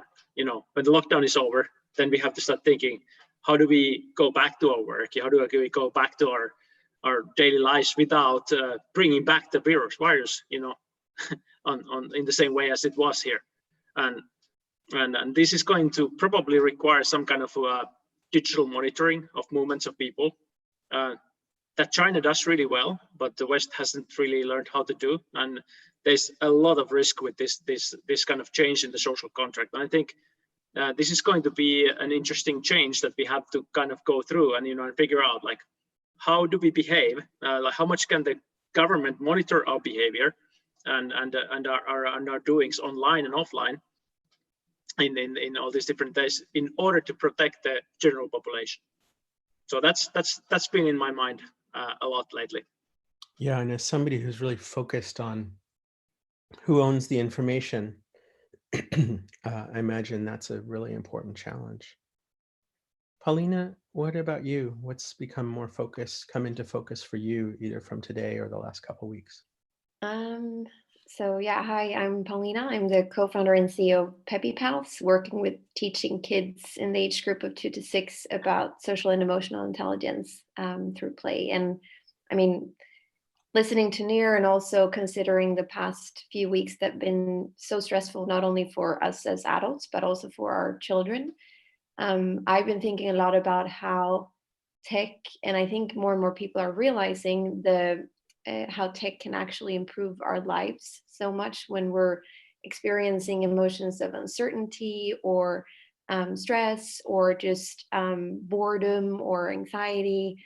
There are so many qualitative tools that we can use and that we're now forced in a way to explore because we're all sitting at home and there's no other option. And I think that, or I hope that it will lead to more empathy and also understanding of how these tools can actually improve the lives of our children. And that's something that I would love to talk about more today. Thanks, Paulina. I mentioned this at the beginning with Nir. The Axios Wellbeing Index just came out, something they publish every few weeks. And I think it's just in North America, but I think this is what I'm hearing all over the world. Well-being has plummeted. And that means, you know, like that sounds very like, oh, you know, well-being data, you know, decreased 20%. But what it means is that people are really suffering. People are struggling, people are in pain.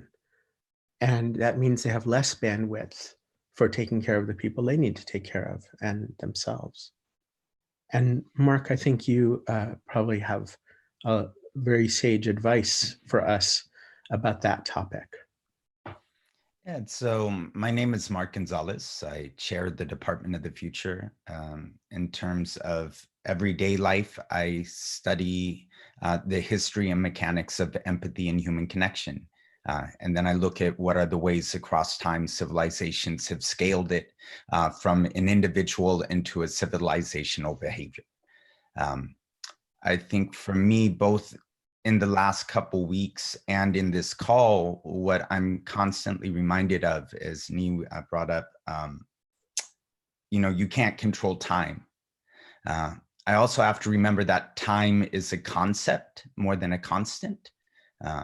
Different civilizations and cultures view time in very different ways, both the time of this lifetime and the time after this lifetime, whatever that looks like and whatever you believe. And I'm reminded how much human beings can both face any challenge as well as fall under any challenge. And I think the determinant factor in whether we face or fall often has to do with how we respond to the loss of control, and also what happens when we're faced with mortality, which both of these questions kind of connect to time and power. You know, is my time limited? Oh God, what do I do? Okay, I've got to get more in control of my power so I can get more time. And not to tell people what to do. I mean, it is dependent upon your worldview. But to really know that sometimes it's maybe not about trying to control tighter time or better controlling time or better controlling power over time. It's actually about recalibrating our understanding of time, power, and control, and what begins to emerge in that space that allows us to better connect with others, but through that important step of I have to connect with self before I can connect with others. Well, that that reminds me of something that we're going to launch today, which is a connection challenge. And we were talking yesterday about this term social distancing is, we're all hearing social distancing a lot. But actually, for virus protection, we don't need social distancing. We need physical distancing. And so the challenge that we're going to launch today is the 10-day connection challenge. And I don't know if Sean or somebody else can paste it into the chat on YouTube. But basically, what we're asking people to do is every day for 10 days to reach out to somebody far away, reach out to somebody you haven't connected with, and just share some feelings. And what are a couple of your feelings right now? And then come back and post and share what was that experience like for you, and nominate somebody else for the challenge. And when hearing you, Mark, I hadn't thought of this, but maybe the first person I want to take that challenge with is myself. And like, I am somebody who's spent 20 some years now studying emotions and paying attention to emotions. And I've been asking myself and others in this last couple of weeks about feelings a lot. But I think the truth is I'm really keeping a tight lid on some of those things. And if we go into what, we just talked about with Nir, of saying like, they're not negative, right? It's just about connecting with this voice that's inside. Thoughts, feelings? Yeah, two things for me. One is I heard a really beautiful phrase that is like responding to social distancing, and it is this coming from We the World. They're trying to start a movement of physical distancing, social connecting, to show that exactly what you just said, Josh, that it's not the issue of the social connection, it's the physical that we need to take. So let's use this time to socially connect. And then speaking to like digging inside, I've been having some deep conversations with community about like love and how we can share with others, especially in a time of isolation. And what's been showing up for me is that like love is within one's own heart. And so when you can cultivate it for self, you can cultivate it for anybody, and it becomes a sharing of that emotion. Same thing with other emotions that come inside of us, whether we label them or not. It's a choice whether we sit with that feeling. And so for me, I've just been working on being more mindful of what emotion shows up, and is it how I am truly feeling in this moment, or is it just because of some distraction that took over and like a misperception that I don't actually have to feel this stress or this negativity. I can shift and feel a state of equilibrium per se. So yeah, that's my take. Very, very powerful, Corey. Thank you. Others thought? Well, first of all, I love the initiative, and I will do that with my group of people as well. I think it's, I agree with you, Corey, with the fact that, it's not social distancing that we're doing. It's actually finding other ways to connect with each other, and empathy, kindness, all of those emotions that we're experiencing, we're not limiting those. They're probably increasing in many ways, because we realize, well, I miss my colleague, or I miss my friend, or someone that I used to, take for granted. I now realize I need to show appreciation too. And some people are not used to this, and I think they need tools, or they need the conversations to happen in order to show that. And it's also a wonderful feeling of actually showing that to someone else. So I hope this can bring a lot more empathy to the world in many ways, and that social distancing is not what's happening right now. It's actually social connection that's happening. Well, I think Mark just talked about, power and how we feel. I don't know. I feel very powerless. I feel deeply powerless. And in this, as the CEO of a global organization, I'm used to getting stuff done. I'm used to like driving the bus and, and this sense of like, there's this huge thing that's completely beyond my control and that I have no idea what's going to happen next. And I think that, that puts us into a very interesting state to make this choice of connecting. And maybe it is a form of power. Mark, you had something to add. Yeah, it may be a beneficial, but the framework we always use is to remind people that power has both form and frequency, because we often think about power as something to obtain or something outside of us.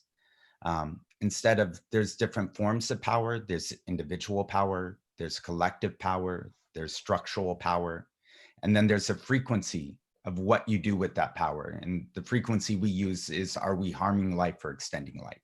But you can use different frequencies. But if you map it like that, it's an easy way to, instead of say, I'm out of control at this moment, to say, okay, there's multiple powers in play at every moment. What are the powers that are out of control of my hand? And I think it's an undeniable reality, at least those of us who live in the US, that, part of the fear or the worry about lack of power is that we have such a poorly designed safety net. And we're either concerned about ourselves or others. And we can ramp up all the individual power we want, but we can't in a moment redesign a safety net. Although we see interesting interventions being offered.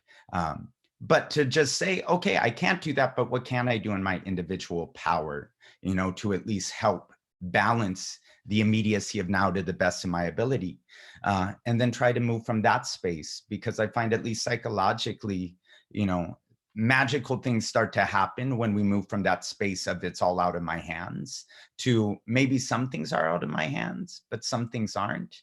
And what can I do to both gain confidence and momentum, and to grow from that space? Well, I'm glad Bjorn just joined us, because this really connects with something Bjorn and I were just talking about yesterday, about what happens during this time is an opportunity for us to really shift the way we think about our relationships. And there are also some risks. Bjorn, would you just share a one-sentence introduction and then add your thought there? Yeah, so my name is Bjorn, and I work with the ways in which technology affects our communities and how we can build technology that is helpful and conducive to having healthier and happier communities, more peaceful communities, and how sometimes we don't do that, and what we can learn to make it better. And I look forward to speaking more about that in our panel later on about taming the algorithm. But yeah, as we've been speaking a bit about, Joshua and I, over the past few days, is really about how in this time when we are all basically grounded, we're all sent home, we can take that time to reconnect with ourselves, and spend more time trying to figure out who we are and what we want. Really take some time to think deeply about some of the bigger questions in life, and adjust accordingly. But we can also spend that time connecting with our immediate surroundings, with our families, and with our environment. I'm fortunate enough to live in the middle of the forest in Sweden, and very happy to be able to spend some time here. A lot of the time I spend way too much time in airports, traveling around the world. And right now I have the great opportunity to connect with myself and my landscape, and really appreciating that. Miko, let's come back to you for a second on the moon. What's one thing that you want to learn today or explore today in these conversations? Yeah, thanks. I actually didn't introduce myself on the last question. So Mikko Lasarla, I'm I call myself an expert in algorithmic influence, an entrepreneur in AI space. I'm building an open data platform for health data, which is quite relevant for the crisis today. Didn't know about this crisis coming up when I started doing this, so it's kind of landed in the right in the middle of it. When it comes to the expectations in these times, I'm very interested in seeing how a time of crisis changes people's perspectives towards more community-driven, more the common good type of thinking. Because usually what happens is that after a time of crisis, people are more caring to each other, and they more look at the best of the collective instead of their own personal benefit. And when the times are really, really good, the more individualistic behavior comes up. So I'm interested in seeing the societal shift in thinking towards these kind of processes of common good, and how we can contribute together to a better future. And as we all know that, we now have the health crisis, but the next thing we have to deal with is the economic outfall of this. And, there's going to be a lot of emotions to deal with that one. I'm also really curious about, what we're going to choose as the next, as who we're going to be next, individually and as societies. Bjorn was telling me that unfortunately, after Bjorn didn't mention this, but he studies counterterrorism and extremism. And unfortunately, after events like this, there's often a surge in polarization and othering. and that's one of the reasons why we're doing this connection challenge, is to say, like, after this crisis is over and we're into the next crisis and the next crisis, who do we want to be in the world, individually and collectively? And I hope that this feeling of this, I don't know, is this the first time all these nations of the world have had this shared challenge that we're seeing so viscerally? Bjorn? Yeah, so I think like one of the opportunities we have right now, because the world is so united in many ways in its response to the health crisis, is to kind of maintain that momentum and work together coming out of it as well, which is quite significantly different from what we've seen after other recessions, say both 2008 and previous recessions and financial crisis. Unfortunately, we've seen that the backlash has been radicalization and polarization. It's been tearing communities apart, and it's been tearing people apart. But right now, we are kind of seeing that a lot of people are united in their kind of efforts for the public good, for public health. We're self-isolating, we're choosing ourselves. Not all of us mandated or enforced by governments to stay at home, but for the better of our neighbors and our elderly population, etc., we are choosing to stay at home. And I think that's significant, that we are caring for each other in a different way because of the medical elements of this crisis as well. But of course, like, we're going to have to deal with the financial fallout of that as well, as Mikko pointed out.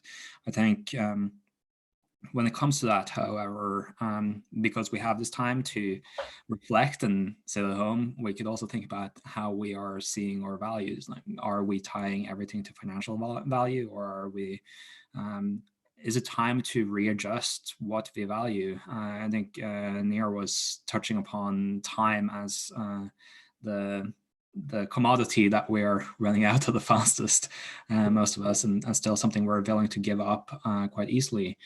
And speaking of that, we are running out of time for this part of the discussion. Yeah. Sorry to interrupt you, Bjorn. To wrap it up, though, we can be careful coming out of it with, like, whether we want to, like, focus on the financial elements, or whether we want to reclaim some time and refocus our energy and do other things with that time that we might not spend working so hard for money, but rather working on ourselves and our own consciousness. Thank you. One final comment from Paulina or Mark, Corey, Mikko, anything you want to end with? Well, I can say something quickly. So what I've seen, I mean, of course, this is going to be different in different countries, but I'm super pleased to see the amount of collective support to the society that I see in my home country, Finland.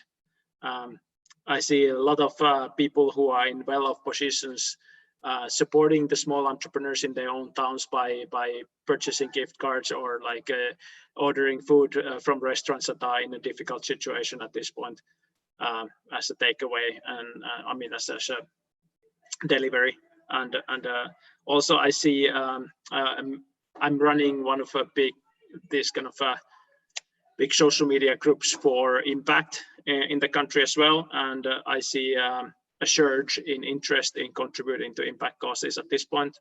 People probably have more free time because their business has gone down, but they want to use their time to common good, and it's a very, very happy time to see this level of contribution from everybody to solve this crisis. Wonderful. So some of the themes we'll be talking about today, I think it's an incredibly rich topic. It was a rich topic a couple months ago, and I think it's become in some ways a richer topic today. And there's a lot for us to grapple with in this space. And at the end of the day, what I hope is that we have some clarity of what to prioritize and what to focus on. And at the end of the day, Mark and Bjorn and Paulina, I don't know who of us will still be on at the end of the day, but Corey, I know is, and Mark, and we're going to talk about what are some of the key things we're taking away. But Mark, last quick comment before we go on to our yoga. Yes, I just wanted to encourage people, because a lot of the conversation has been about the fear of time and fear of loss of economy, and to also just remember that there are real health vulnerabilities, especially for elders, for those with autoimmune diseases, with the asthmatic, and also to when we're talking about polarization, we've already had the social distancing and isolation of generations, so our elders are already excluded. So just to have that also in the frontal lobe of your mind and your thought process, or if it's not, to try to place it a little bit more, which is, okay, we have our own fears, and then there's also other fears that people are carrying. And it's never a competition. It's only a competition if we look at it from a zero-sum game. But to really try to step into a better place and bigger place, and to say, okay, how can we all live a little bit longer and a little bit better? And how do I make sure that I'm not taking 40 rolls of toilet paper? You know, maybe I can get 4. And it's a very basic form of technology to pay attention to. You know, there's the bidet, these little things, you know, it's like, okay, like, let me actually hold in a little bit and think about, like, hey, we're social creatures. You know, and I understand panic and other things are coming up, but it's like, hey, the best way forward is together. All right, well, we're going to take a little break, and we have Maria Jackson to do some virtual yoga with us on our break. And in 5 minutes, we're going to be starting our panel on taming the algorithm.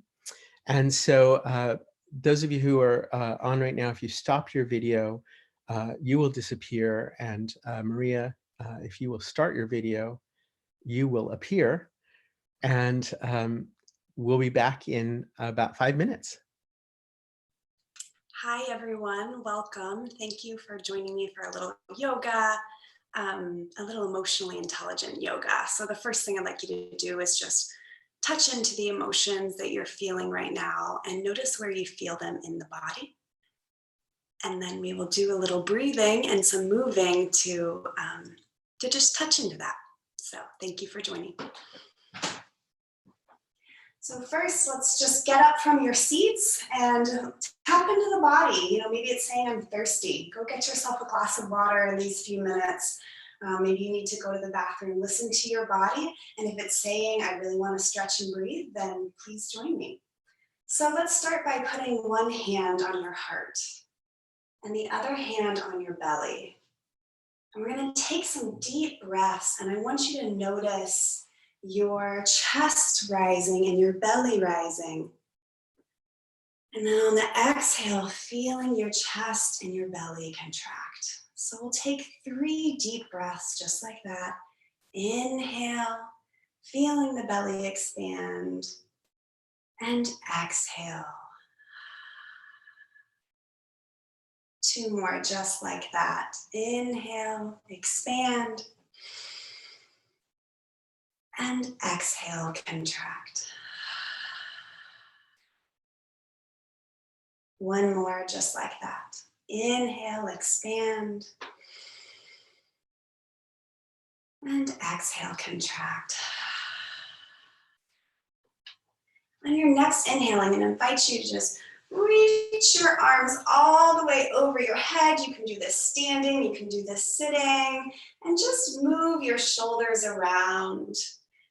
Just waking up, maybe you've been sitting for a little while. And then we're going to inhale all the way up and exhale to one side, stretching over. Inhale to come to the center and exhale to the other side. Inhale all the way up. Let your fingertips reach together, letting your palms touch, and bring your hands in front of your heart. And just take one more big breath together before we go into the next session. So inhale and exhale. All right, let's get ready for the next session. Thank you, Maria. My first virtual yoga class. I know a lot of people have been doing that in the last few days, but we're going to have a little virtual yoga class between each of our sessions. So Maria will be back in an hour. And actually, Maria's going to be back right now because you're actually the host of this next session. That's right, I'm back right now. Back as host and to introduce the session. So I'm going to turn off my camera and I will be back a little bit late. I'll be back on screen in a little while and look forward to listening to this awesome panel. This is going to be a fantastic conversation. So again, thank you for joining us. We'll get started here in just 1 minute. And this is the Taming the Algorithm panel. So we'll get started in just a minute. You can go ahead and find your chat function on YouTube if you haven't already, if you're just joining us. And you can go ahead and say hello, maybe say where you're joining us from, and we'll get started in just a moment.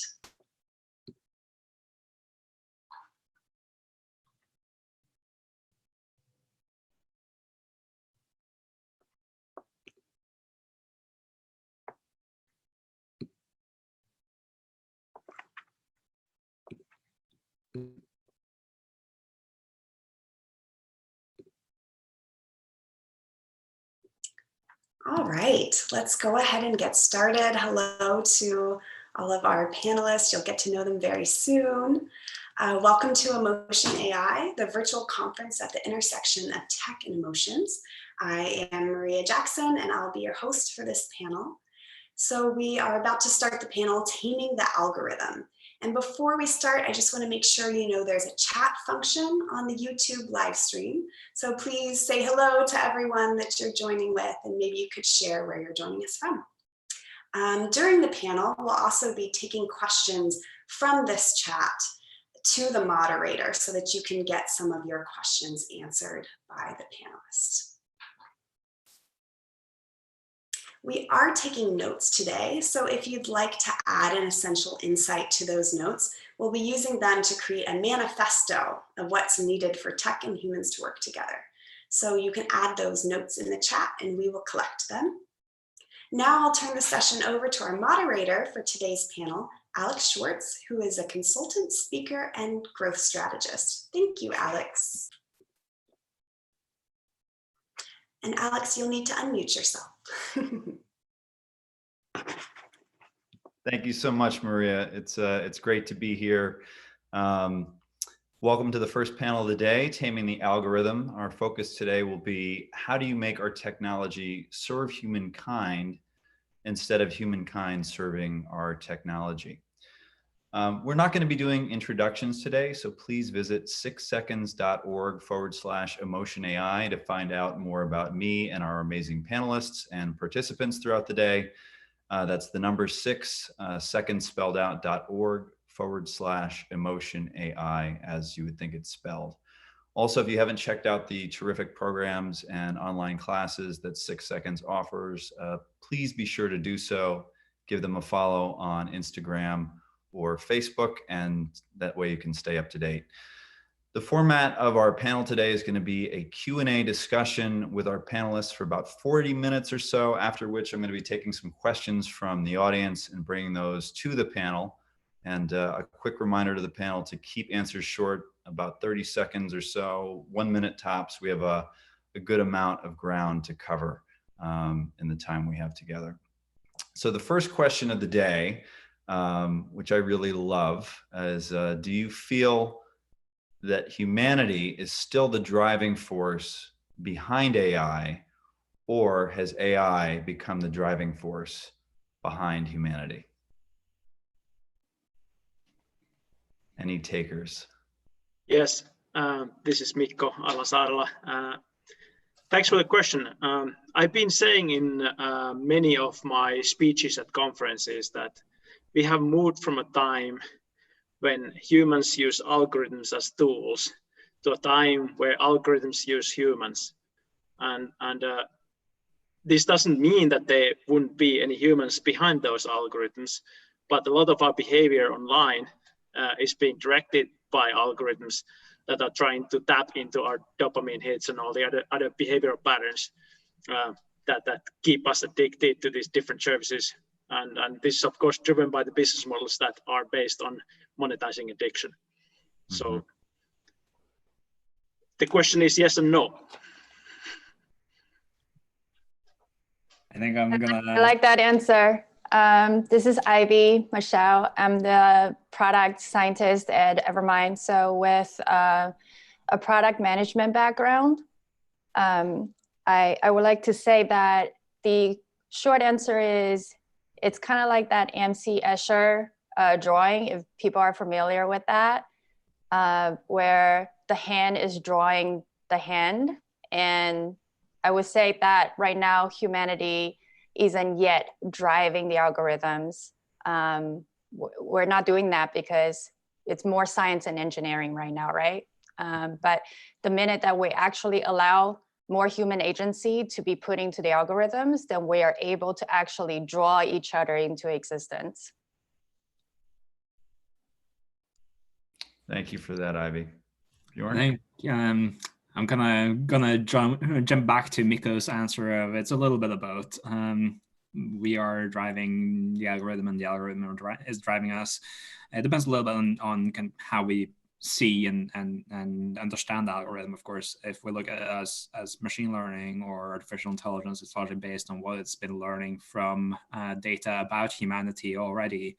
That is data that has been collected and written down for, in some cases, centuries, especially if we look to, for instance, legal data. And so it also contains the biases and the wrongdoings of humanity as well, which of course is risky because it's not foolproof. It's not necessarily so that humanity is always the best, or that machines or engineering is purely always the best. So I think the way forward is to understand that they are interconnected, that we are driving the algorithm, that we are driven by the algorithm, and to try to find a balanced path forward in which we are conscious of the consequences as well of what is leading what. Mm-hmm. This is Jerry Lynn Hogg, and I'm a media psychologist at Fielding Graduate University. So I'm always looking how media and technology influence the way we behave, act, connect, make meaning of our lives. I want to say I still think humanity is driving AI. I think it always will. You know, I'm an explorer. I'm seeking information. And I might also be seeking connection via the tools of the internet or through technology. But that doesn't necessarily mean that they're guiding me. Yes, there are times when I want things pushed to me. Think about when television was the only option for viewing at home. And there were times when I just wanted to sit down and let it push to me, and I can set it that way, but I don't feel controlled by it. And I think we need to look at that human behavior. And I was really curious, Mikko, when you talked about the dopamine hits, do you feel like you personally are getting dopamine hits while you're moving through? Yeah, so my answer is based on not only on my own research on these topics, but also a lot of different experiments I've done as an entrepreneur. So as an entrepreneur, I've been applying emotionally intelligent algorithms on different to shape human behavior. And in my own experiments, I see that it's extremely easy to drive people to all kinds of behavioral patterns. Have you trained people then how to navigate that? And so one of the ideas is to be able to have the kind of training to be aware of those so that you're in control of whether you want to seek a dopamine hit type of environment or not. I'm just curious, have you done research there? Yeah, so the whole game industry, and I've been part of it all as well back in the day, is based on creating addiction loops. And it changed in 2011. That was the banner year on the model change. So before that, you had this buying a content type of model on the game side. So you went into the store or app store and bought a game, you paid money for it, and that's it. And then you played the game and then you ended.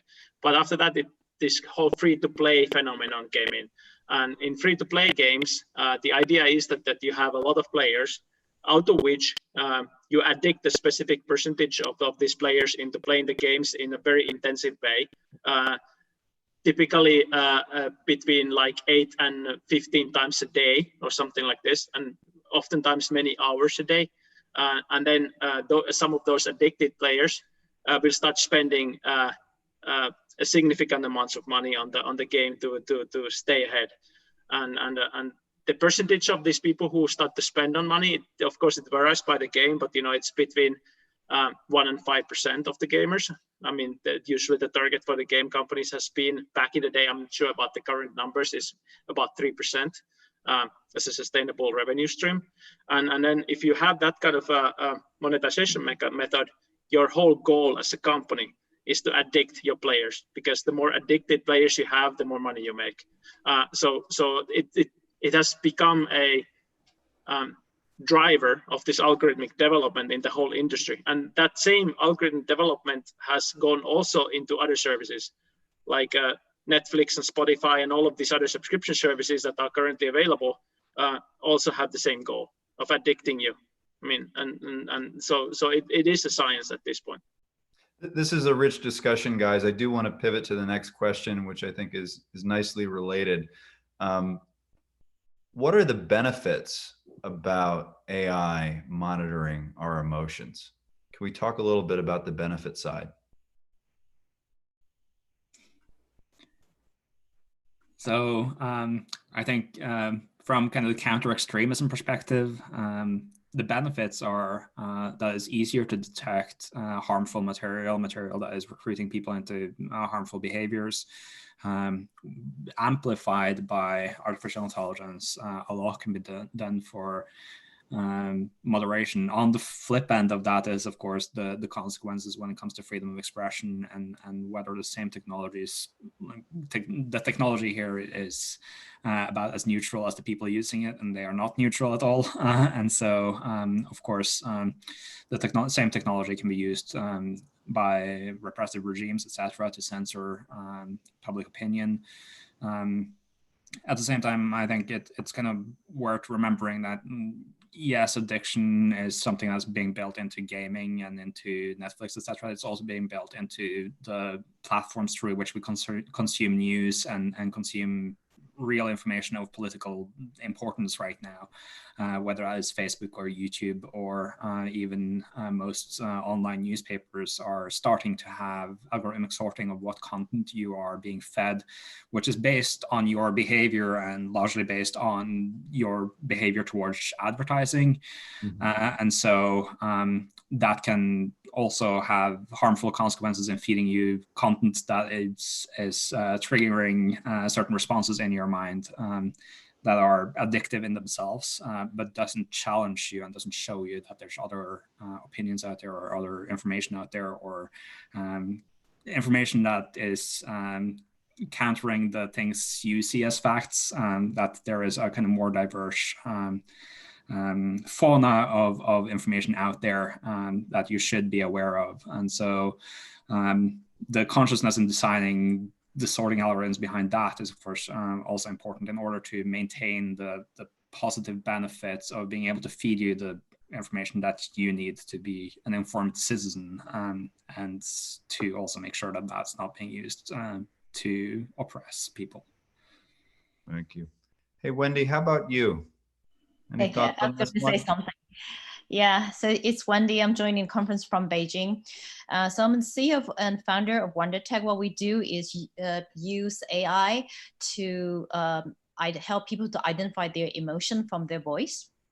So there are two ways we can use AI in a possible way. First, help people to understand how they feel. And what we do is like we have an AI com. First, we help you understand your emotion state and match you with the right content to help you to reduce your stress or help you sleep better, and or to help you to connect with your emotion more. And the second thing we are also building is help to use voice diagnosis to predict mental health and mental disorder, including depression, anxiety, and ADHD. So that's what AI can do in a positive way. And for example, in China, we only have 270K psychiatrists. And we also have around 18% of people are clinically ill and mentally ill. And we don't have enough doctors. So what we're trying to do is help people to understand their mental disorder earlier from just understanding emotion, because I believe we all have that capability to adjust our emotion state. So that's what we can do is diagnose early and have early intervention to kind of activate our natural potential and capability to adjust and to choose how we want to feel and how to create different kind of atmosphere and environment in our family and home. Thank you. That's great. Hi, my name is Mucha. I hope you can hear me clearly. I'm an EQ practitioner, dialing in from Nairobi in Kenya.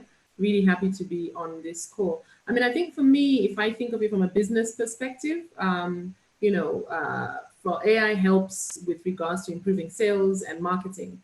When we look at, customer relationship management systems that really help to gather data across communication channels, like email, phone, social, and even interacting with customers who actually call in to the organization.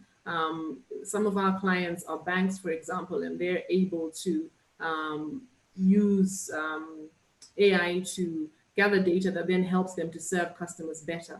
So I think if I'm looking at the benefit, then that's also something that's really positive for small businesses who may not have in the past had the kind of financing to be able to invest in gathering that kind of data, but they're able to do that and able to glean data with regards to their customers and making sure that they're able to serve their customers better. So I think from that perspective, it is something that can bring a positive impact when you're running a small business. That's great. This is Jerry Lynn. I'd just like to add on, it's Wendy, is that right, who's in Beijing? Yes. Okay. What Wendy was saying, and she was talking about mental well-being, which I completely agree with, one of the strengths of AI, but I would expand that all the way into all kinds of healthcare that's out there. And then obviously, because there's just overwhelming amount of resources that if we can get this artificial intelligence, we might be able to diagnose and cure things that weren't curable before or earlier. I think the big issue, and a lot of us are probably concerned about that, is the ethics behind it and the policies, so that while we can gather the information that is so helpful, that we also can protect people for it being used for nefarious reasons. So I'm actually on the IEEE policy review board for immersive technology and artificial intelligence. So this is an area of real need, and I think we need all of our heads put together to be able to see where to go from there, but definitely a strength-based approach to it. Thanks, Jerry Lynn. That's actually a great pivot to the next question. I want to ask you guys, what are you seeing, or in what ways are you seeing the algorithms helping us and harming us in the wake of the coronavirus? Well, I'll just jump in real quickly. I think this is going to go to Miko's point earlier, is the messaging can really ramp up anxiety or it can calm it down. It can help change, make behavioral influential change, or in positive ways or negative ways. So I'll let others chime in.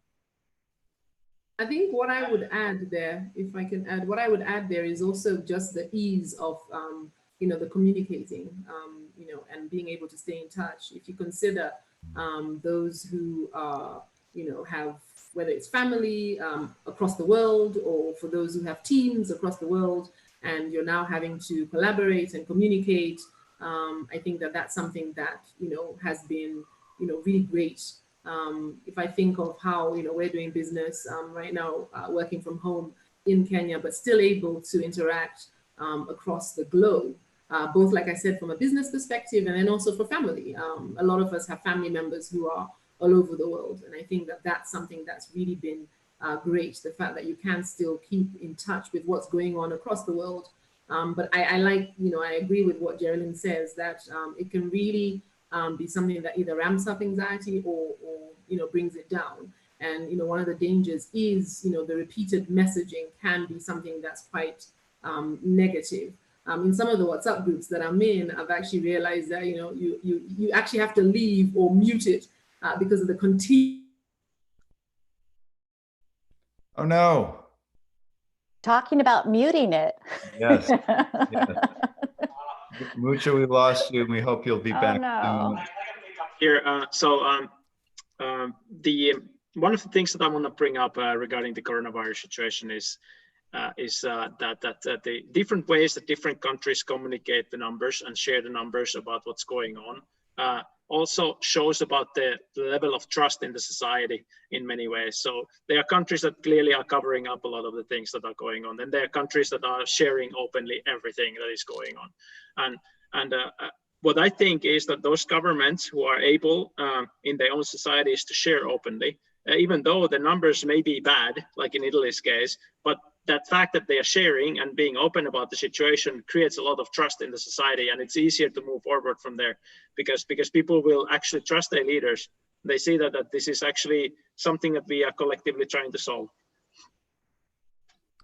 I like what Miko was saying there, and also just echoing what the panelists are saying, right? I feel like right now, for the majority of our algorithms in play today, we're doing a lot of narrow intelligence, where we're tackling a lot of things that's more routinized and more transactional. However, as we talk about sort of how do you make that intelligence broader, right? Which is now coming to the more emotional side and the human side of things, is if we're moving from transactions and profits to something that is broader and deeper, then what we're really talking about is making our algorithms higher stakes, and our machine learning being able to tackle things that's not just revenue shifting, but it's more life-changing. And then that gets into, emotions is just sort of the tip of the iceberg, right? Because a lot of times when we say that our voice doesn't lie or our facial expressions don't lie, emotions is just sort of the tip that gets into our psychology, our behaviors, and our beliefs and our values. So how do we get algorithms to start digging deeper? And that's when I feel like it can really help humanity and our social connection.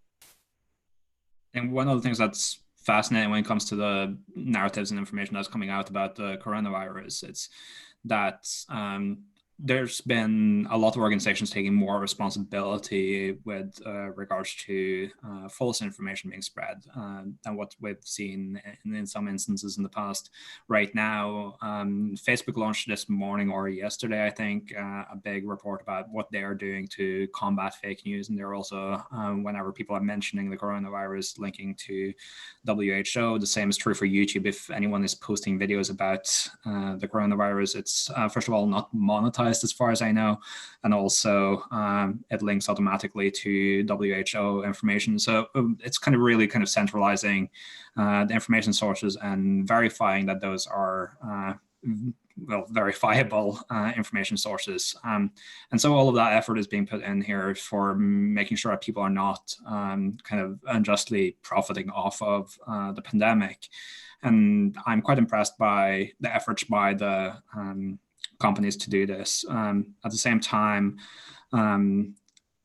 that needs to happen in a way where it doesn't, again, become a form of censorship where people are not able to speak openly about things because of the way in which the sorting and the algorithms, etc., are dealing with information. And that's not just in the coronavirus case, but also in with regards to the precedent that sets for future forms of information where there are various sources of information. And here we have WHO, which is a very reliable source of information, but at the same time, the same tech can be used for other things in the future, right? It's also been really interesting to see kind of the literacy when it comes to understanding data and understanding the numbers growing. People not necessarily realizing that the numbers of people affected by coronavirus or people who have been reported to have it are a direct result of how many people have been tested in countries. So some places people haven't been tested at all, and so that affects the stats. So that's one factor, but at the same time also seeing how data and how the same algorithms really in machine learning are being used by the WHO and other organizations trying to map the trajectories of the spread of the virus and how medical data is being used to amp up hospitals and medical capacity, etc., is really interesting. And Miko is collecting medical data, so maybe I should throw the ball on to you to say something about that.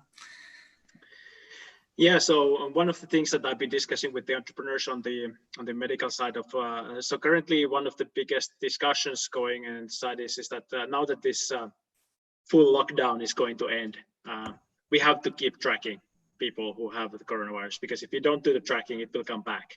And, you know, and we are not done with this pandemic with one lockdown. And this tracking phase, there's this, like when it comes to emotional intelligence, people don't want to be tracked. That's like in the Western societies, people don't have this feeling that, hey, I don't want to be tracked by the government for the purposes of if I have a virus of where I'm going and what I'm doing. However, people are conscious about their own risk of catching the virus. So by enabling the whole tracking of your movements in the device, in exchange for you to be warned that you may have an increased risk of getting the virus, is a good motivation for these people to install that app and and use it. And then once you get this done, at the same time, if you then report that you are now having symptoms of the virus, your historical movements can be traced down, and you can look at all these like close contacts in the past few days, and then quarantine those people who you may have in close contact with. So you have to sell it in a different way than you're actually using it for. But at the same time, this mental reason why you are installing the app has to be that it's protecting you. It's not that you are tracked so that they can protect the others. That's great. So we just got a really terrific question from the audience that I think dovetails in nicely.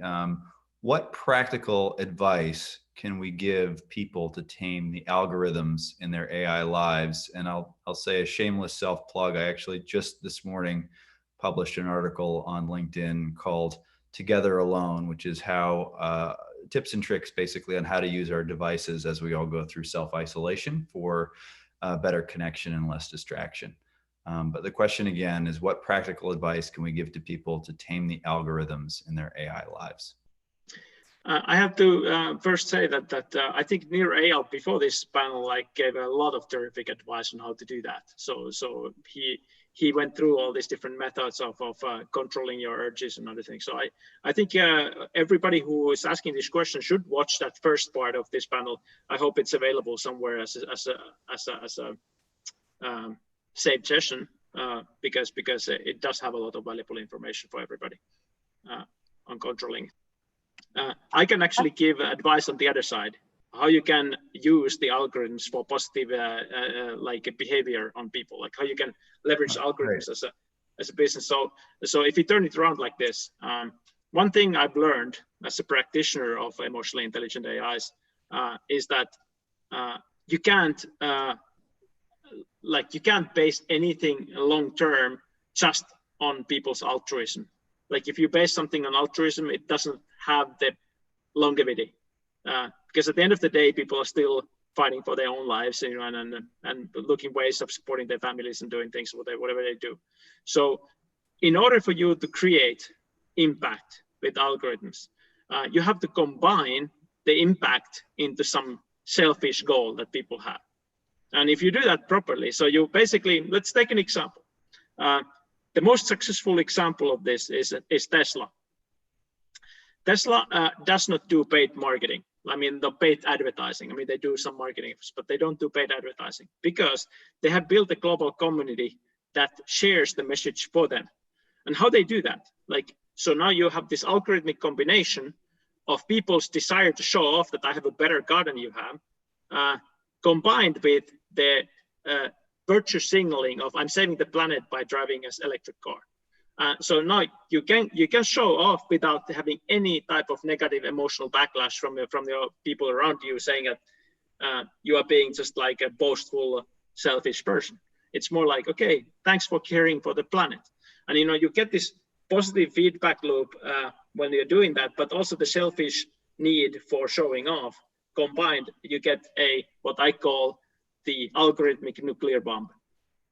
Because if you look at the results that Tesla has gained from this model on algorithmic level, it's absolutely amazing. It's very, very powerful. I would like to just jump in and say that awareness is the #1 thing. So just to take a minute to pause and think about it as you're going to use something, and try to put the right tools in place. But you might not be able to do all of it all at one time, and there might be all different kinds of ways that it's coming in more subtly, like Miko was talking about, and that overwhelm of, if you think that you have to have this perfect way and have to do all these things to prevent it, then you might just give up. You might just say, okay, whatever, I can't do anything about it anyway. And then, so having awareness about it, trying to put some tools in place, but not getting overwhelmed by it. Let's face it. I know all of you have probably seen the videos where they talk about accepting something to install an app, and people aren't aware of all the different things that they're giving away in the fine print. But you have to accept the app if you're going to use it. So am I going to use it? What am I giving up? I think awareness and conversation about it is a great place to go, and that's not going to stop it all from happening, but that would be a good first step. I would jump in and maybe add to that and say that I think it's about being intentional, about intentionality, and I think that's really important. I think a lot of times we operate on autopilot, not really being very intentional, and so when you're on autopilot, you're more likely to be controlled by whether it's an app or your gadget or whatever it is. If it's a pop-up, for example, that comes, and you know, the speaker earlier was talking about having times where you're focusing. So whether it's a pop-up that comes during focus. So I think the key is about being intentional. And, you know, I like what you said, Jerry Lynn, about self-awareness. You know, if you look at the 6 seconds model of emotional intelligence, you know, the key part is about knowing yourself and understanding what your potential triggers are. What are some of the things that would, you know, cause you to be distracted? And a lot of that is about being intentional, about deciding that you want to, you know, intentionally, keep using the same word, but being intentional about the choices that you make. And I think that's really important. And then I think it's also about being clear of the why, because a lot of times the why is what drives behavior. So if I'm thinking about, you know, spending time with my family, for example, over the dinner table, and I make the decision to put away phones and gadgets, when I remind myself of the reason why, it helps me to actually choose that behavior because I'm very clear about why I'm doing it. So I think the reason why, and the more we can amplify the reason why, the more it starts to help us to, you know, make those choices that we ultimately want to make. I love that, Mucha, and Jerry Lynn as well. And the one thing I would add that sort of connects those ideas of, you know, self-awareness and intention is the importance of values. I think if you really know your values, that kind of, you can set your intentions rather, you know, from there, and really think about, you know, how do you curate your social media feeds? You know, who are you going to follow? What are the apps on your phone that are just there to distract you, as opposed what are the ones that are there to enrich you and help with your personal growth? We've got some great additional questions on social media, but I do want to pivot back to the AI side, the more core AI side for a moment, as it were. I want to ask you guys, what should be the mission of AI if you could make that decision for the top leaders in China or Silicon Valley? So whether it's Google, Amazon, Tencent, Baidu, IBM, Facebook, et cetera, what do you think their mission should be? And the operative word is should, right? Should, yes. The operative word is should, exactly. It's a tough one. It's a tricky question. I think it comes back to the kind of eternal question here of what the commodity is, and largely like in the eyes of these companies and some governments. People are the commodity. Like, we are the ones who are being quantified. We are the ones who are being in some sort of way both sold to and sold to advertisers, etc. And so I think shifting the values of that is important for those who are the leaders behind AI systems, as well as behind the policies behind it. And so really asking what the value should be going forward, whether it should be the commodification of people, or whether it should be trying to create societies and communities that are more sustainable, that are healthier, happier, in which people are thriving, in which people are learning, and which people are learning that the world is full of complexities, and that we really live in a world where diverse backgrounds, diverse ideas is something that gives us strength and something that makes us able to learn. And so really encourage the people behind or the leaders behind the algorithms to take into consideration or consider more deeply what the long-term effects are beyond just capital profit right now. How do we build a world in which we are more sustainable as companies, as governments, and as people, to not last just the next 10 years, but also last the next century. So yeah. Thank you. I love that. You guys probably know that not long ago, Reed Hastings, CEO of Netflix, was asked, who is your biggest competitor? And his answer was sleep, which is definitely the wrong answer in my view. That's just terrifying. It is. Anybody else want to jump in on this one? I think that, and as Jerilyn said, should, in a nutshell, is really a just and healthy, sustainable world. I think a world that's fairer, a world where there's more equality and equity. I mean, looking at things as an African living on the African continent, I think that there's an opportunity for so much good to be done. And actually, I don't think that the good it's not necessarily profit or good. I think that it's possible to actually find a way to do both. I think that for me, when we look at some of the serious inequalities we have across the globe, when we look at the fact that there are millions around the world who are, extremely disadvantaged, I think for me, it's really just trying to figure out how can we have a fairer world where everyone has the opportunity to live the life that they would like to live. So no free handouts, but just opportunity to be able to live the life that I'd like to live, to work hard, to build a business, to send my children to school, to have decent meals. And the reality is that's something that a lot of people on the African continent are still aspiring to. So I think for me, I would say, a fairer, just and sustainable world where everyone has the opportunity to live the life that they would like to live and to thrive. That's great. So I'll say something. I feel like the most underutilized resources in the world is actually human resources, human capital. And AI has been helping us to connect a lot externally And I think it's time that AI help us to connect something internally and to tap on this. I feel like the most important thing for AI to help human being is to help us find our purpose in everyone. And purpose might sound really big to grand for a lot of people, but before purpose, maybe at least we can understand more about our value, what we think is important. Even before that, I think emotion is a great start, because that's a good feedback system, help us to understand what's important and what really works and what we value. And even that simple thing for a lot of people, at least in China, is lottery, because people don't have time to feel how they feel. And it's very confusing for people to connect inside, because there's so much to handle outside. Yeah, that would be my answer, to help people to find the purpose, starting with emotion. So we got about 10 minutes left, guys. There's another question from the audience here that I really quite like.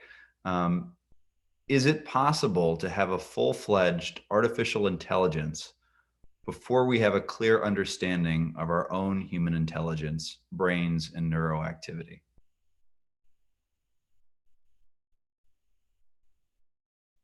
That is probably the answer to ask on a AI panel. Well, I think we're all kind of coalescing to how intelligent can the ultimate artificial intelligence be, right? And right now we're all trying to kind of try to stay on the humanistic sides of how do we bring, like what Wendy was just saying, emotions back online. Right now, algorithms are probably not trying to help us with that yet.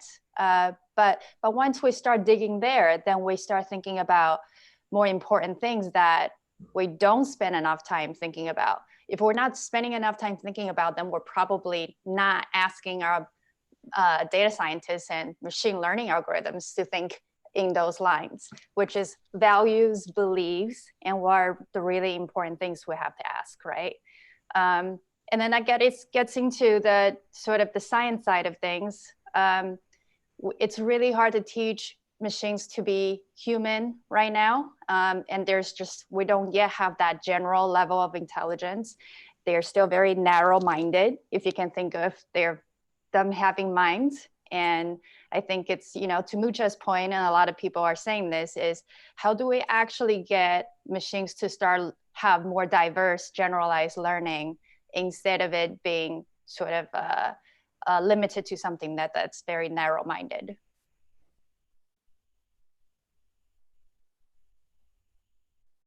Yeah, I think the narrow-mindedness is part of the problem with kind of a general artificial intelligence right now. We're kind of like talking about approaching the singularity in which all intelligence is basically encapsulated by some artificial intelligence. But unlike what Ray Kurzweil was arguing, we might be pretty far from that still. And I think part of that also is kind of good. We have to acknowledge that right now there's many different artificial intelligences. It's not just a unified one, and that leads to some sort of diversity also in the neural nets. We have neurodiversity among humans, and we should appreciate the neurodiversity among the artificial intelligences as well.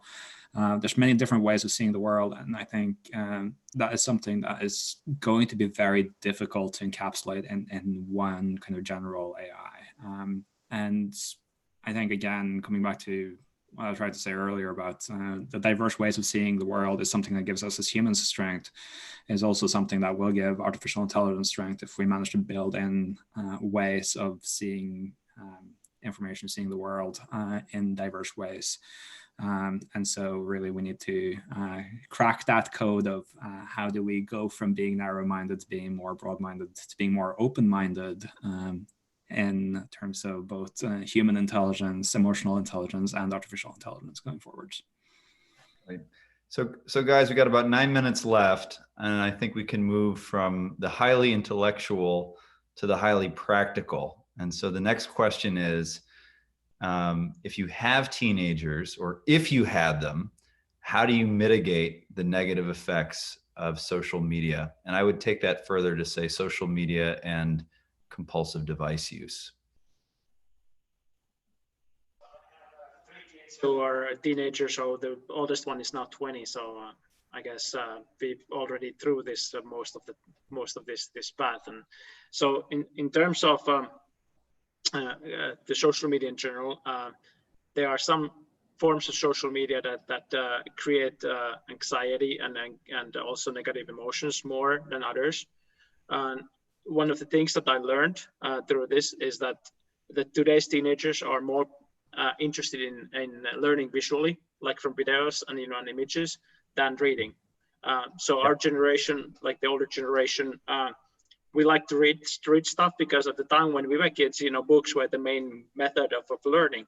But in today's world, when internet is everywhere, like it's all visual, and that's one of the things that I realized is that, first of all, I don't want to push my methods of learning into the next generation. Yeah, they can learn visually, but the thing is, it's important that they are part of the creative process of creating these things, like shooting videos, and then creating these different pieces that they are doing rather than just consuming. Because the compulsive actions of scrolling through the Instagram feed or like the whatever other things that they are doing is not good. I mean, it's generally bad.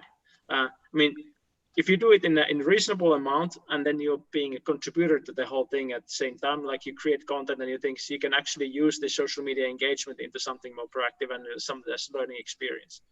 So that's the important part of creating this balance between these two things. I love that. And I was just going to add that, there's a lot of data that it shows there's demonstrably shorter attention spans amongst the generation that's coming up now. So giving them, more snackable learning, more snackable content. I mean, everything needs to be digestible in a way that I think for most of the folks in this panel is not, familiar to how we were educated. I like to use the car analogy.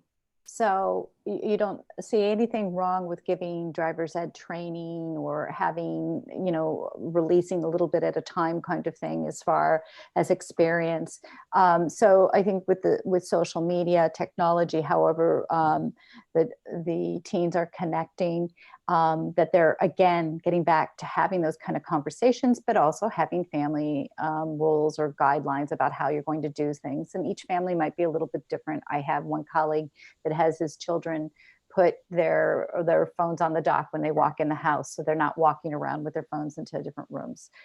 Not saying that has to be the one, but I think the family needs to have conversations around it, and it is perfectly acceptable to have certain levels of latitude. I do think it's a mistake, though, to take it away altogether, because then you're going to come up against all other kinds of pressures, both externally and internally. It is the way that they're connecting and communicating with their peers. And so I think that we need to feel confident in parenting and setting different guidelines and rules within our house and discussing those and have ramifications when they're not followed, but then also to let them experience that world, because it would also be wrong to not give anybody some driver's training and then put them on the wheel and say, drive 200 miles. So the same thing is stages and have discussions around it. So I'm closer to being a teenager than to having one, I think. And one of the things that I learned myself being a teenager is that it's pretty impossible to tell them to do something. So setting down rules might not necessarily be the best way, but having them think actively about how they are spending their time and whether that time is valuable or not, whether the connections they're making using social media are valuable or not, and what the value in those are. I think one of the things I did recently was, first of all, delete Facebook from my phone, which meant that I spent a lot less time on it. I still go on my desktop, but I spend less time there than on my phone. Also, who I followed was really weird on Instagram and Twitter, etc. So I went from following a lot of institutions, a lot of organizations and news media to cutting that out and following people instead, and focusing on following people who weren't trying to sell me something, but rather people I wanted to have meaningful connections with, and looking at kind of not necessarily just the amount of time being spent, but also the quality of that time, the quality of the connections that are made through social media, etc. Have conversations with kids about that. Have conversations about the meaningfulness of time and the connections that are being made and the ways in which those connections are being made. And see the value of those connections when they are valuable, but also teach them to filter out the less valuable time and the less valuable connections, and be a bit more picky about how they are spending their valuable time online. Alex, if I can just add to that, I'd say that, I mean, my children aren't yet teenagers. Well, I have one who's almost a teenager. But one of the things that I've learned is about modeling the kind of behavior that you would like. I think it's very easy for parents to set rules about how you shouldn't be on social media, you should have this much screen time, and yet they themselves spend inordinate times of amounts of time on their phones or on their screens. So I think that as a family, if, you know, in line with what Jerilyn has said, if you have, you know, certain guidelines that you have put across that as a family, these are the kind of times or whatever it is that your guidelines are, I think it's really important as a parent to then model that behavior as well. Because what I've learned in my few years of parenting is that children do what they see more than what they hear.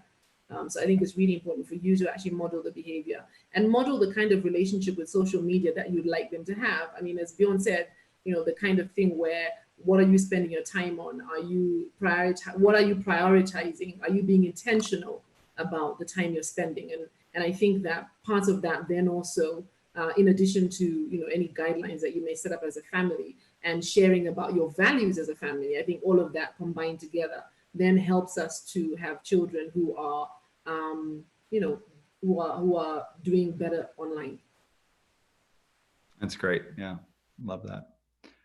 So guys, we're at the 1 minute mark. I was going to ask for any quick final takeaways, but I'm not sure we have time for that. So I just want to thank you all so much for your time and attention and thoughtful answers and engagement in this panel. I think this was really enriching, and I hope the audience following along found it the same. Thank you all so much.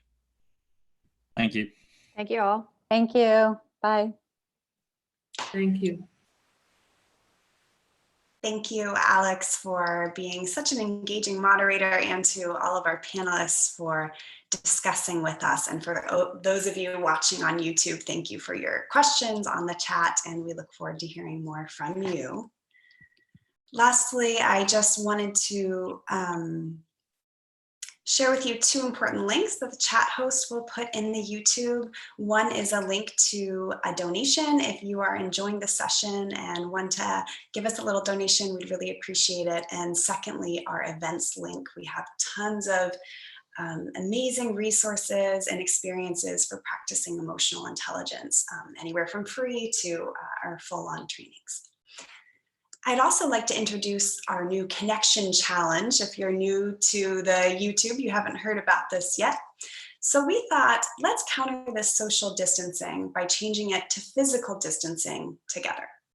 So let's use this time to strengthen connections. And as we know, carrying emotions are also contagious.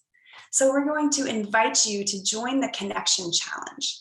For 10 days, every day, connect with someone far away and share some of your feelings and ask them about theirs. Then post on social media how it felt to connect, and in your post, nominate someone else to join the connection challenge. So you'll find more details about that in the chat. We're going to take a short break. I'll lead a few minutes of virtual yoga before our next session on the quantified self, which will start in 9 minutes.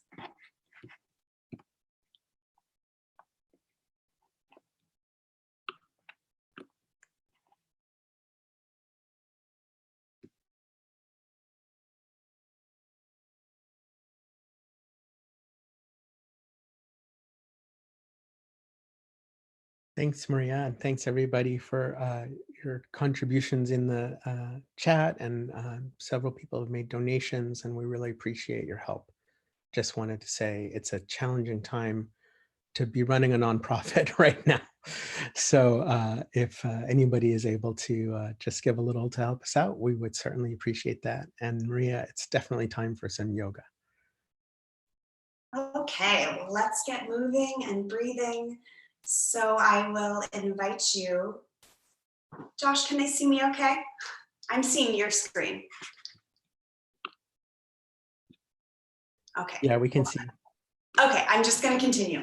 All right, so I'm going to invite everyone to stand up if you were sitting down. And first, just stretch your arms wide and just tap into your body and listen to what it's saying on how it wants you to move. So maybe that's lifting your arms above your head, or bringing them outside, out wide, maybe twisting side to side. And then let's put one hand on the chest, one hand on the stomach, and take 3 deep breaths. Inhale, expanding the chest, expanding the belly. And exhale, letting it all out. Inhale, expanding. And exhale, letting it go. Last one. Inhale, feeling the chest and the belly fully expand.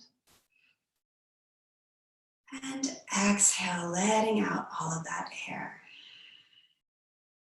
And let's begin by just moving our head from side to side, bringing the ear towards the shoulders, just going back and forth. We can use our breath here by inhaling the head up and exhaling the ear towards the shoulder. This is great for those of us who are sitting at a computer a lot. Inhale the head up. Exhale to the other side. Let's do that a few more times on each side. Inhaling up. Exhaling to the side.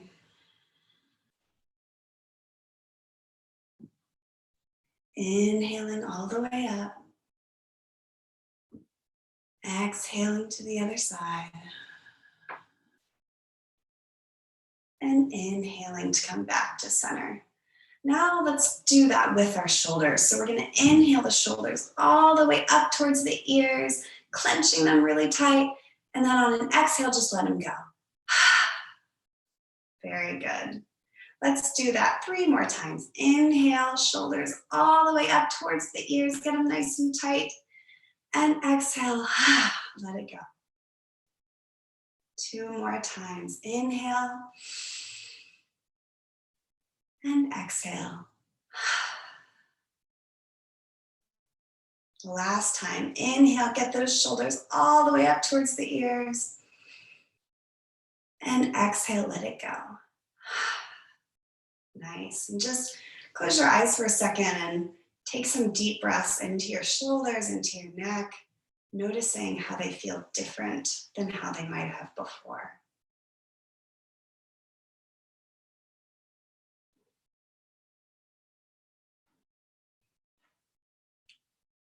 And then gently opening the eyes, coming back to the space. Let's do, I don't know if Joni Petty is still on, but let's do one of her favorite things. Let's do some squats.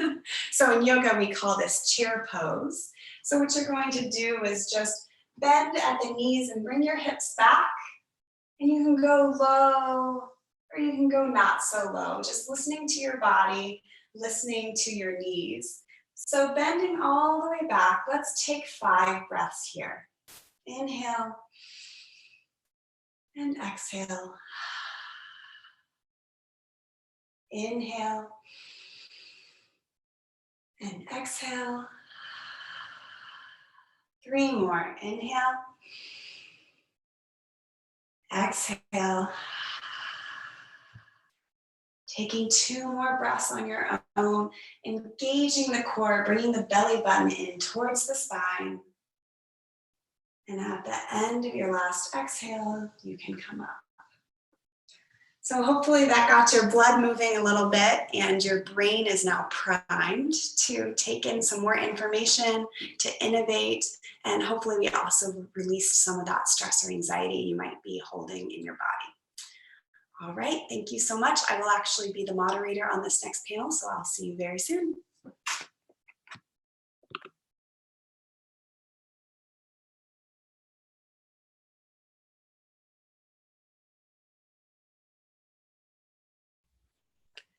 Hey folks, we have about 3 minutes until our next panel starts. So I just thought I would take a moment and say hello, and glad to see you here on YouTube. And just a reminder, you can share this with anybody. And we're glad to have lots of people joining us and involved.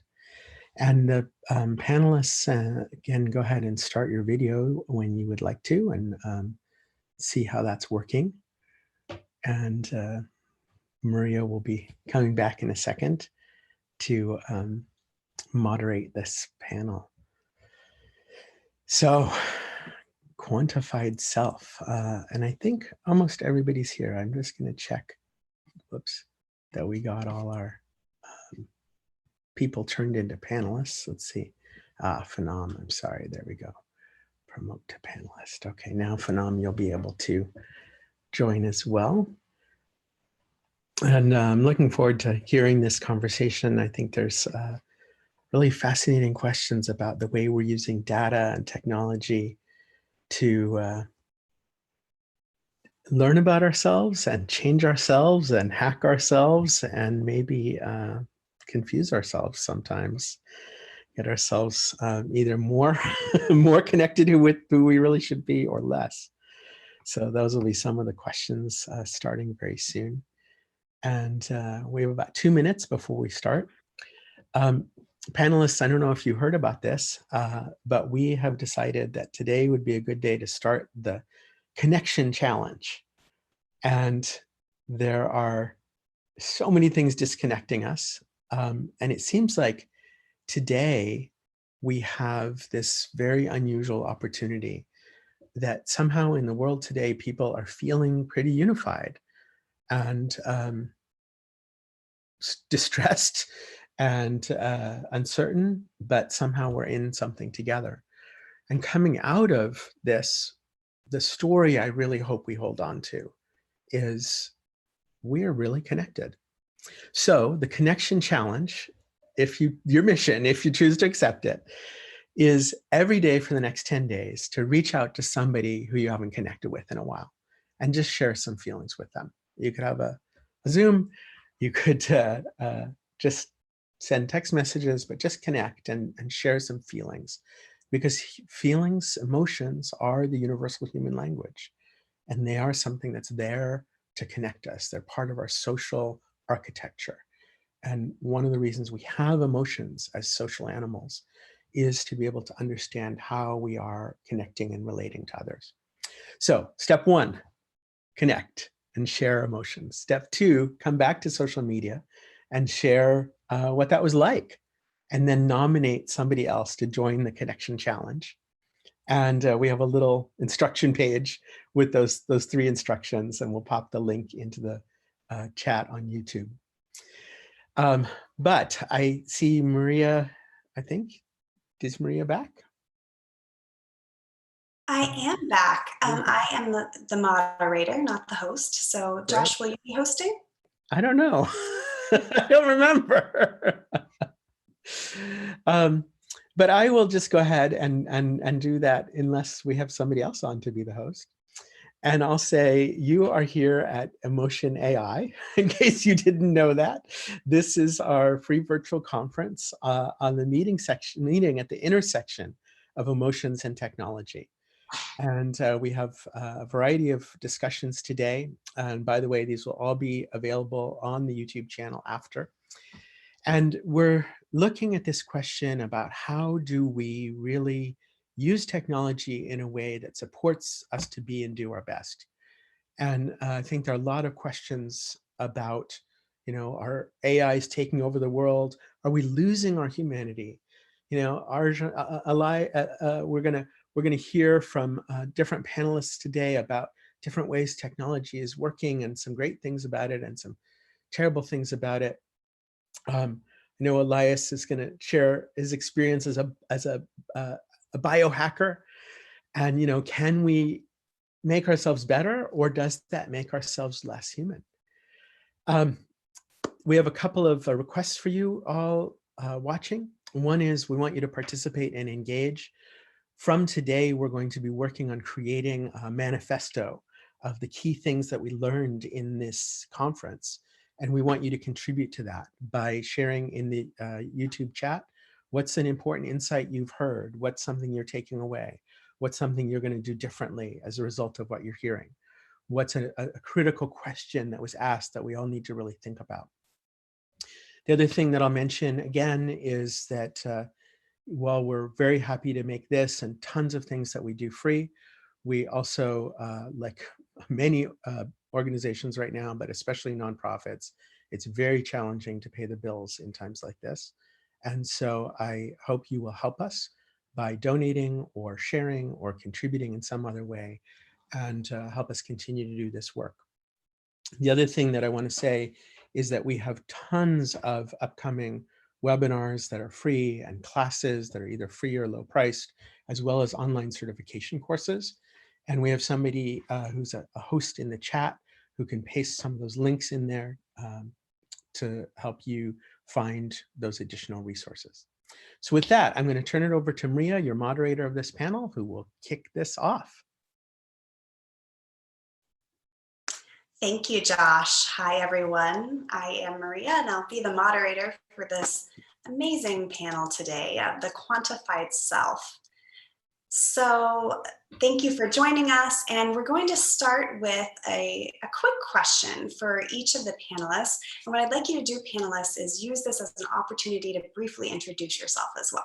So give your name, perhaps what your job title is or what your passion is, and then you can give a short answer to this, and we'll give a chance for each panelist to answer this particular question.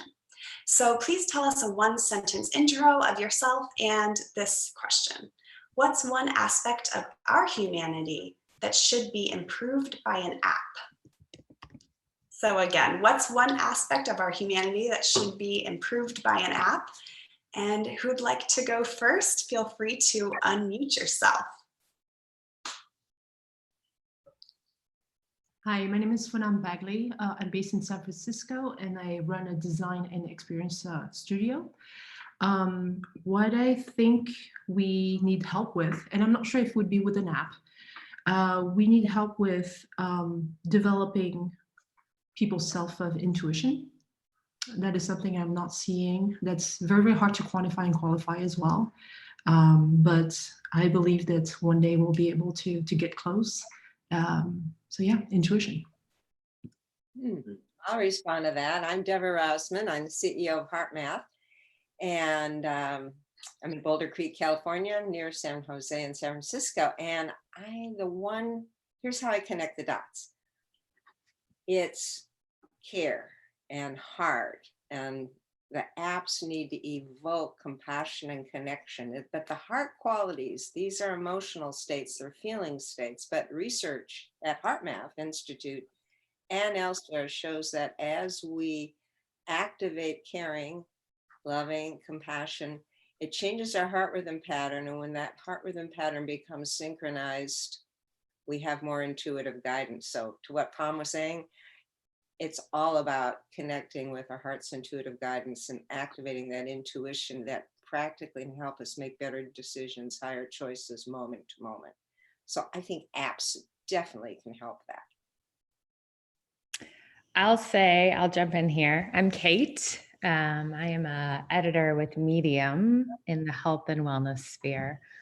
And I'm a storyteller, I suppose, by nature, and a highlighter of stories as an editor. To me, the answer is easy. And again, I echo the sentiment that is it appable? TBD. I feel like invoking and stoking the fires and igniting curiosity is absolutely what we need more of to feel most human. We do a lot of sort of having and possessing and feeling like we need to know and worrying. I feel like these are very common and well-heeled patterns in us as we behave online. How do we just open to not knowing and being curious? Thank you, Kate. And Elias, I think you are on mute. Okay, hello everyone. My name is Elias Erjan. I'm the Senior Vice President of BioStrap, and I'm the Executive Director of the Biohackers Collective. So I guess the core thing, and I'm based in Los Angeles, California. And I do believe that as we get more and more into this technological age, that technology could be our friend. There is an app, so to speak, that you can use to manage the human nervous system and having a better understanding of stress. I know Deborah would understand, for example, metric of heart rate variability and how you could use that to sort of understand yourself, understand your own resilience and your own capacity to sort of face stress as stress has become such a daily part of our living. So I do think that understanding and that consciousness of being aware of where you are and what's going on in your neurophysiology can help you manage your own humanity to a certain degree. Thank you so much. And that is a great segue into this next question, which I wanted to clarify from the start. What exactly is quantified self? What exactly is biohacking? So Elias, you might have something to say, but also others. How would you answer that question if someone asked you, what the heck is that?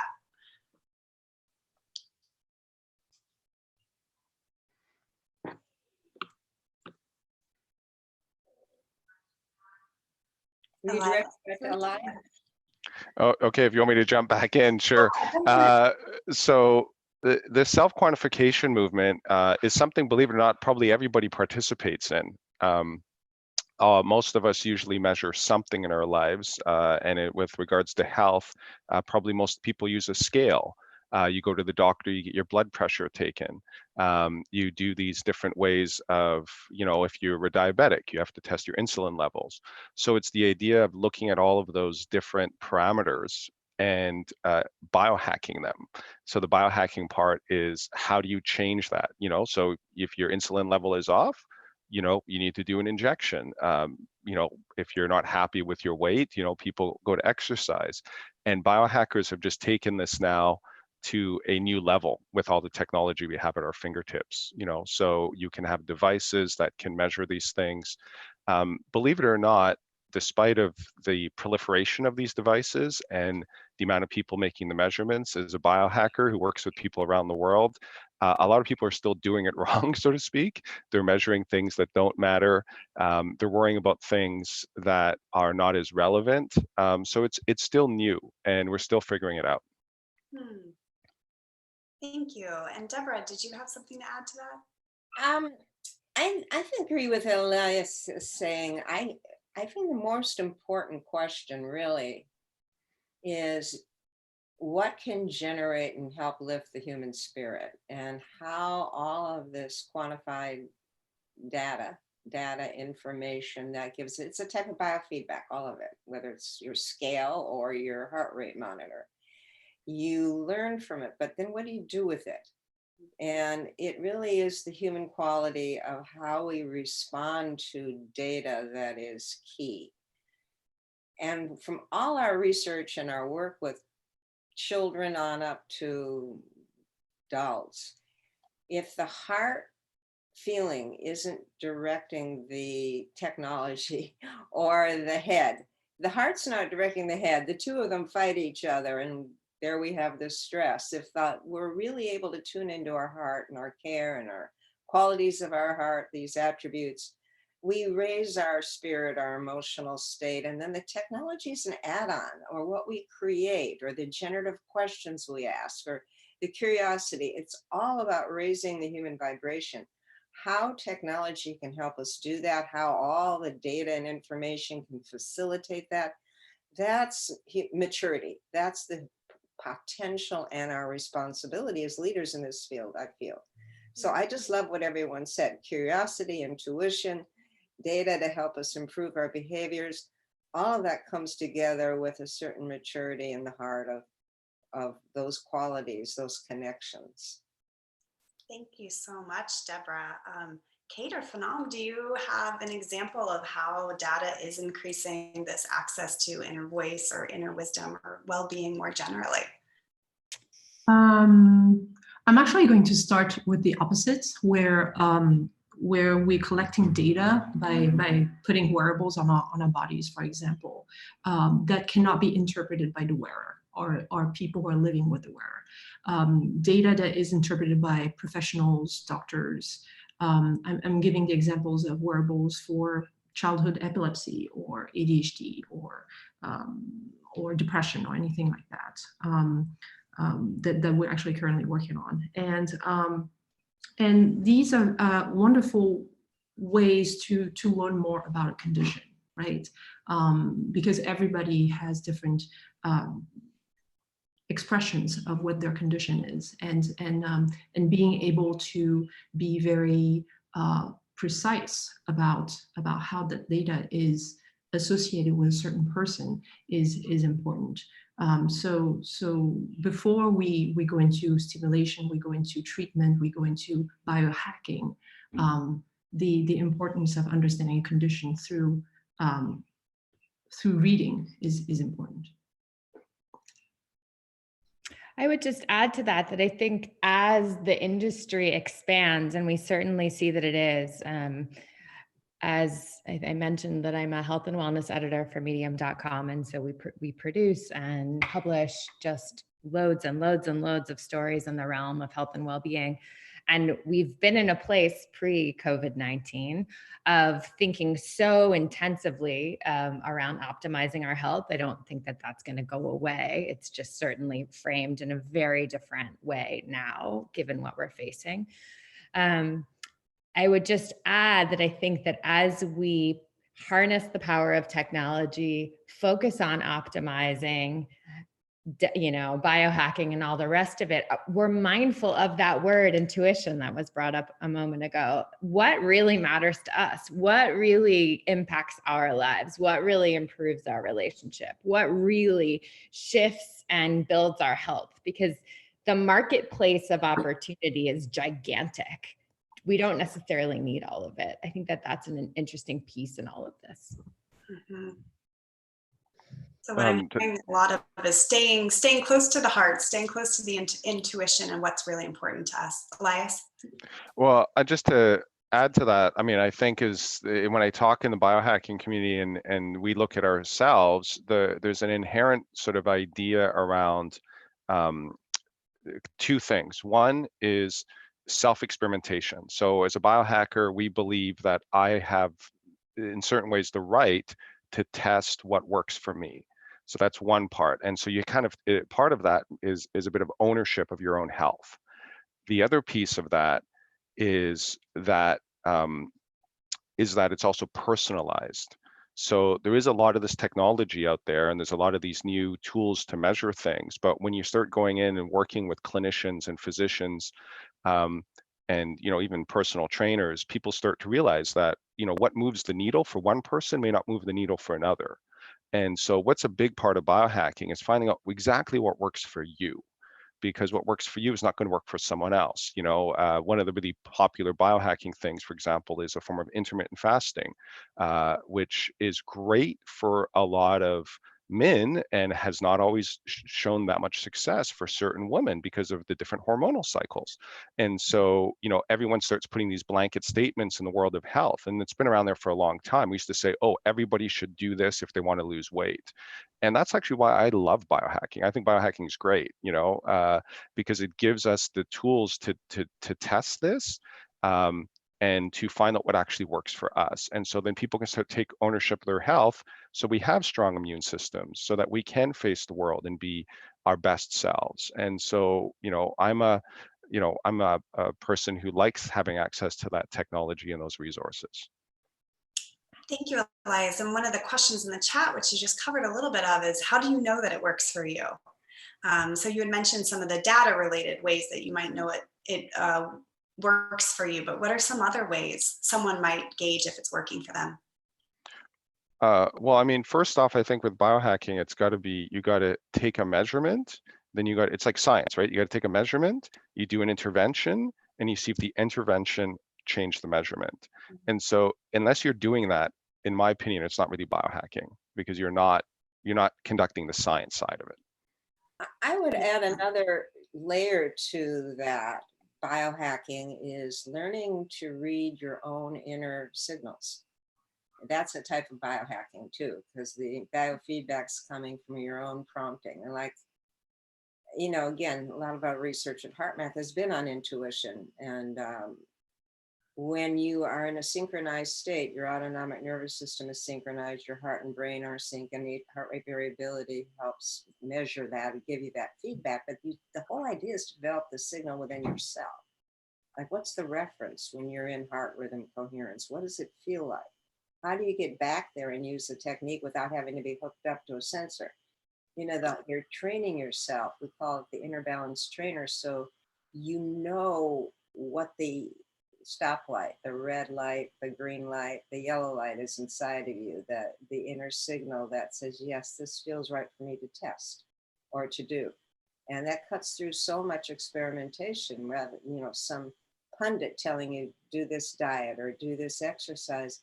There's an intuitive flow that we can learn to tap into, where our own higher self, if you will, our own heart's guidance, whatever you call it, that intuition can guide us to better choices. And then it's still be your own self-scientist, because none of us are masters at that yet, or very few of us. And you want to follow your heart's signal, step into it, test it, and then do see if it makes you feel better, healthier, if it works. We have an inner biofeedback response mechanism that we all can be trained into. And it's not just kinesiology or some other type of muscle testing. It's really coming from our own higher self, if you will. But there are signals. And again, our goal or vision or mission at HeartMath is to try to define the apps and the technology that help people get in touch with that in themselves, so they can unfold that and become their best self. But there's others who are sensing that too. And I think it's so wonderful. One of the gifts of this coronavirus time is the number of people all over the world who are having to go deeper inside. They're socially isolated. They're, you know, all of the things we've been sheltering in place, you know, the distractions aren't there. So what do I do with myself? And really connect more with what's prompting them and reevaluate some of the aspects of their life. And again, if they can connect with that heart and get some smooth heart rhythms, they can get intuitive downloads that can help. Again, it's the heart and the math is what we say. The heart is connecting and the math is testing. So you become your own inner biohacker. So Kate, I saw you. Oh, sorry, go ahead, Fanon. And then Kate. Yeah, I had, so Deborah and Elias, I totally relate to what you're saying, and I see it work in good ways. I've always seen it work in bad ways, where people were relying too much on what data was telling them on, oh, the machine is telling me that I'm feeling good, therefore I must feel good and everything else should be wrong. And people go very, very deep in that. They trust data, they trust the machine. And that's why I brought up intuition so early in this conversation. I feel like a lot of people who are relying too much on this are actually losing their own sense of intuition. Some intuition, as Deborah was saying, can be helped with the machine or the math, but there are certain you know, very sensitive and very, very, very small aspects of humanity that I believe are taken away from abusing these machines and these apps.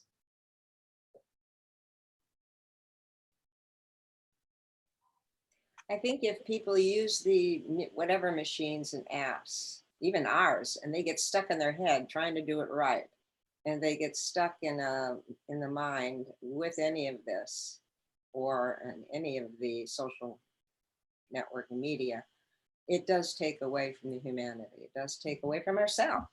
Again, intuition is what we're talking about is, what I think we're all talking about is the human potential, the humanity, the connection, the heart is what we call all that. The feeling, you know, when all is said and done, that's where we're connected. And everybody wants understanding. They want to feel, connect with their own heart and understand others' hearts. And I think that's where humanity is going. So if we look from that reference, then whatever machines or apps we develop eventually will be for the purpose of helping all of us become better human beings. But right now, people and children, everyone, they can get so addicted to all the mental stimulation, to all the, you know, the head stuff that takes us far away from our heart connection. So I agree with you, you know, that it really is about connecting with some inner, call it intuition, it's those inner sense of being our best self.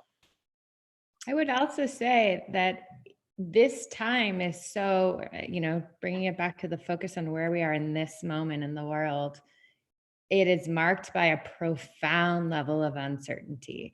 And uncertainty is a very hard thing to feel and to navigate. And it's something that the most enlightened teachers talk about, you know, through practices of meditation through many, many, many, many, many years, and practices of self-reflection, practices of patience, attention, presence in the moment, all of it. I mean, all the things that matter so much in learning how to notice yourself. Uncertainty is one of the hardest ones to navigate. And so that's where we are. And so it makes sense also that we may find and see or feel ourselves a bigger appetite for those things that can feel certain. And I think data is one of those things, information that feels more packaged, because I don't mean packaged in the sense of that it's sold to you. I mean packaged in the sense that you can kind of wrap your hands around it. It's more known. So that makes sense at a time like we're in now. And the other thing I'll say is that if touching into the heart center is still a new practice, and not maybe a pathway that's been established for someone, beginning to tune in to that again at a time like this may evoke a great deal of discomfort that is in the heart center. And that's okay and part of the journey, but that's also just a very real element, I think, of living and paying attention to one's well-being right now. I'm curious to ask you all, what are some practical ways that you tap into that intuition or this sort of turning inward?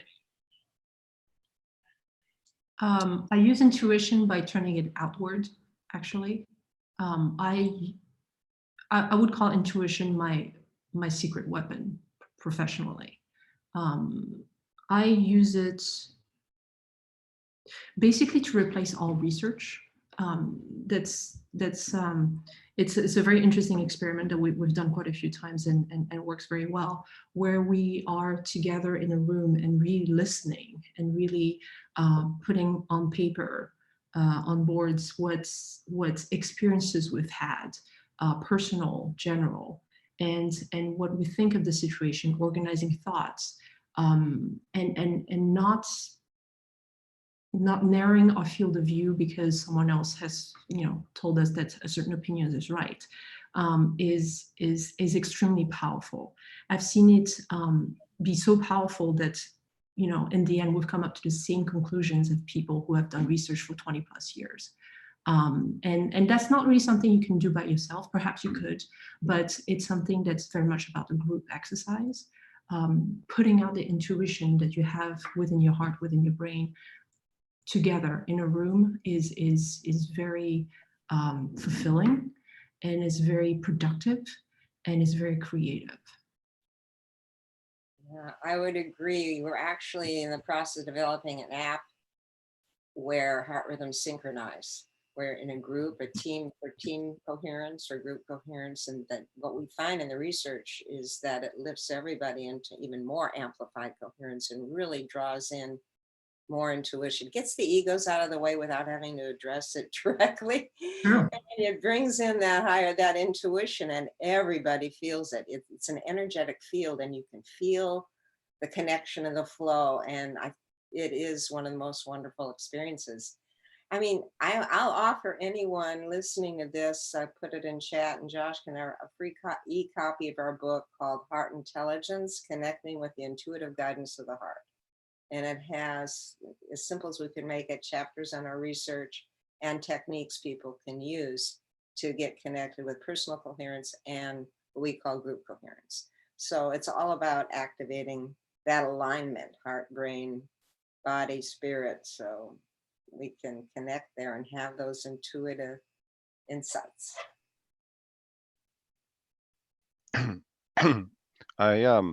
I think I'm in some ways I'm a bit of a hard scientist in some senses, but I definitely know as a biohacker, one of the things a lot of us are interested in is the idea of flow, which I think both of the last people just sort of spoke to. And it's interesting, how do you find flow? Again, it becomes a bit of a personalization experience. But if you look at a lot of what people express as flow is the, is that moment where everything else disappears and you're just completely in that moment and you're in that experience. And I agree with Phenom, is it's amazing to get into that space with other people. And I find even myself, I get more energized by being physically in the room with people, because it's like, that's my personality. If I was in the room with all of you, I think there'd be a different feeling to this whole conversation, because we would be together and there's that intangible dynamic of being in each other's presence as opposed to the video screen. And also too, one of the ways to, I also believe that a lot of athletes, talk about that flow state. So it sometimes does come with repetition and discipline that you can find that in yourself.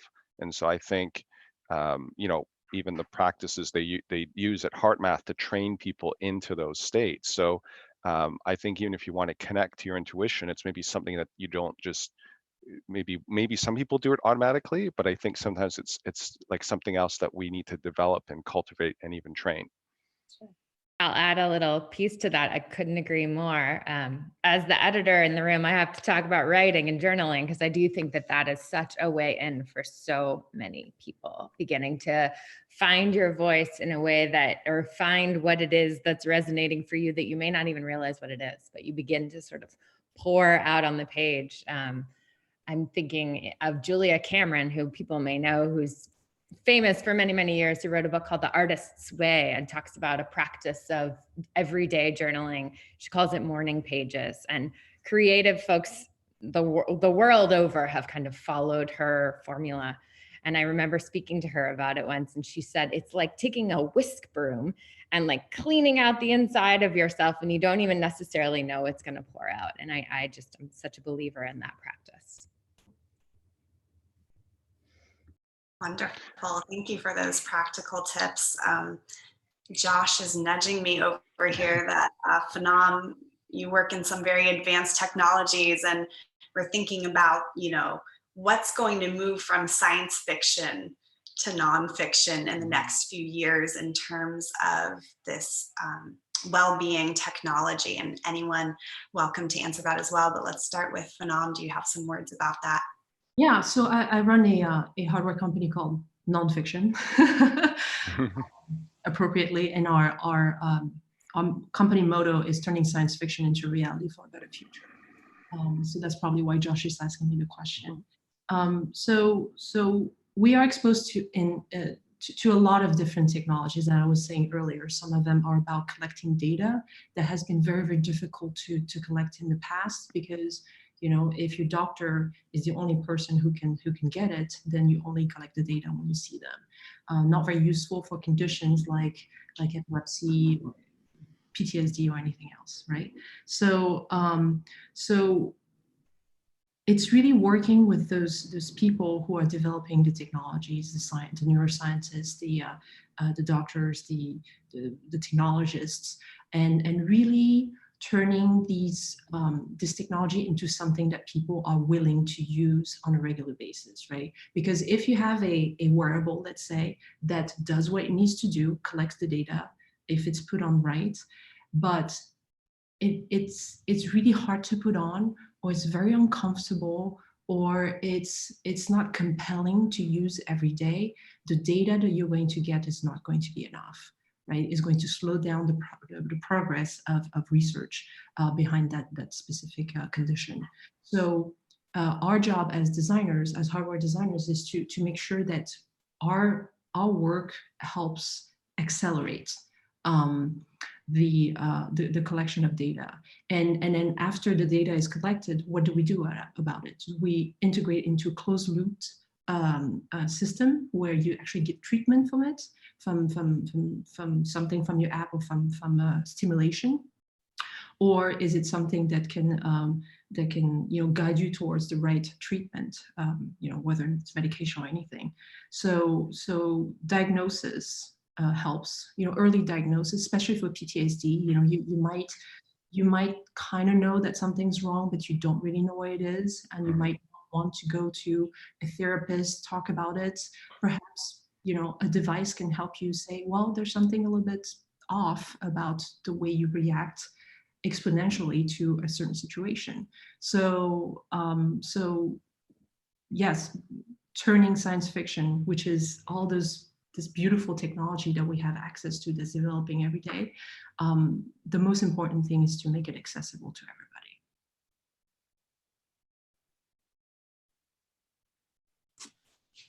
I mean, I'm happy to talk about this one as well, because it's something I'm very fortunate because of what I do, that I actually get access to a lot of new technology that people are testing. And so I get the chance to sort of try it out at sometimes the early stages. And what I'm noticing is a bit of a shift from data collection to being able to influence physiology and what we're doing. So for example, if you have pain and you maybe have a problem with chronic pain, even though you've measured that, well, what do? How do you manage your chronic pain? Well, now there's devices that people are putting, whether it's like smart garments or other items of clothing or even wearables that could actually do like PEMF therapy and sort of reduce your pain. They can actually even influence your nervous system so that you're less sensitive to the pain. So there's a lot of things that are coming, that are actually coming out. If you went to even CES, you would have seen a lot of these influencing physiological elements, even neurological, to even like reduce your stress levels in real time, so that if you're actually having a moment where you are, your HRV drops, you're kind of anxious, you're maybe yelling at someone, the wearable actually starts to try to create a signal to influence your nervous system to calm you down. That's actually available right now. And so a lot of people don't realize that those devices are already around us, and a lot of we're still relatively early in the testing. I know some of the scientists behind them, and they've done a lot of the validation. These things work, and there's going to just be more and more of that coming around. Yeah, I agree. I think we're going to see a technology boom. I mean, we already are, but even amplified. That's going to help us learn so much more about what's going on inside us, as well as, like you said, influence us. Ultimately, though, we have to become self-regulated. We have to become self-empowered ourselves. All of these devices are wonderful add-ons, but until we learn uncertainty is a form of fear, until we learn how to transform fear within ourselves and really learn how to regulate our responses to life, we won't have achieved our higher potential, and it's all, to me, everything is moving towards that, whether it's the coronavirus requiring people to go deeper in their heart for the answers because there's nowhere else to go, even if it's a little painful, unfolding and awakening. And technology can serve this so well if we are the masters of it rather than being the masters of us.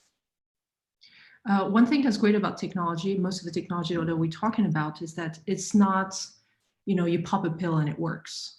Right. It's not you use it once and it works. You have to use it again and again. You have to train your mind, train your body, train your spirit to actually align with it.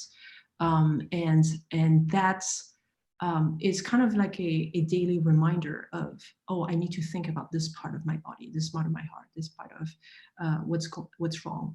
And that's kind of like prepping the scene for the technology to work better. If you are conscious about it, right? It's not like you unconsciously put on a wearable or a stimulation or an EEG product on your body without thought, right? You think about getting better, you think about how you're getting better, how fast, how your physiology, how everything else is helping with it. So in that sense, it's a lot more powerful than a lot of medication, right? Because of all the side effects, because of, it may or may not work, because you're trusting, pharmaceuticals or your doctor in the fact that it's going to work. Whereas with the technologies we have access to today, you can actually feel it, hopefully. One really interesting question that just came up from the chat. How do these technologies teach us to become more curious about ourselves instead of looking for answers outside of ourselves? Well, if you are looking at any form of biofeedback, whether it's heart rate variability and watching the pattern change as your thoughts change and your feelings change, you're going, wow, look at that. I mean, the big wow is like, I can shift that. I can shift how I feel and shift my heart rhythms. I can shift my heart rhythms and it's going to change my mood. That's amazing right there for people, that they really have that ability. That's one way, but you can see it less amplified, less obvious with other forms of biofeedback, galvanic skin response, neural feedback. It's what we found in researching all those forms of biofeedback, that the heart rate variability pattern over time feedback was the most interactive with people's states, where they could quickly shift and see the change. But I think that's amazing that people can see, and then they look inside of it. It's a trainer. How do I train myself then to be in more coherent states, to be in more synchronized states, to be more flow states? That's the potential.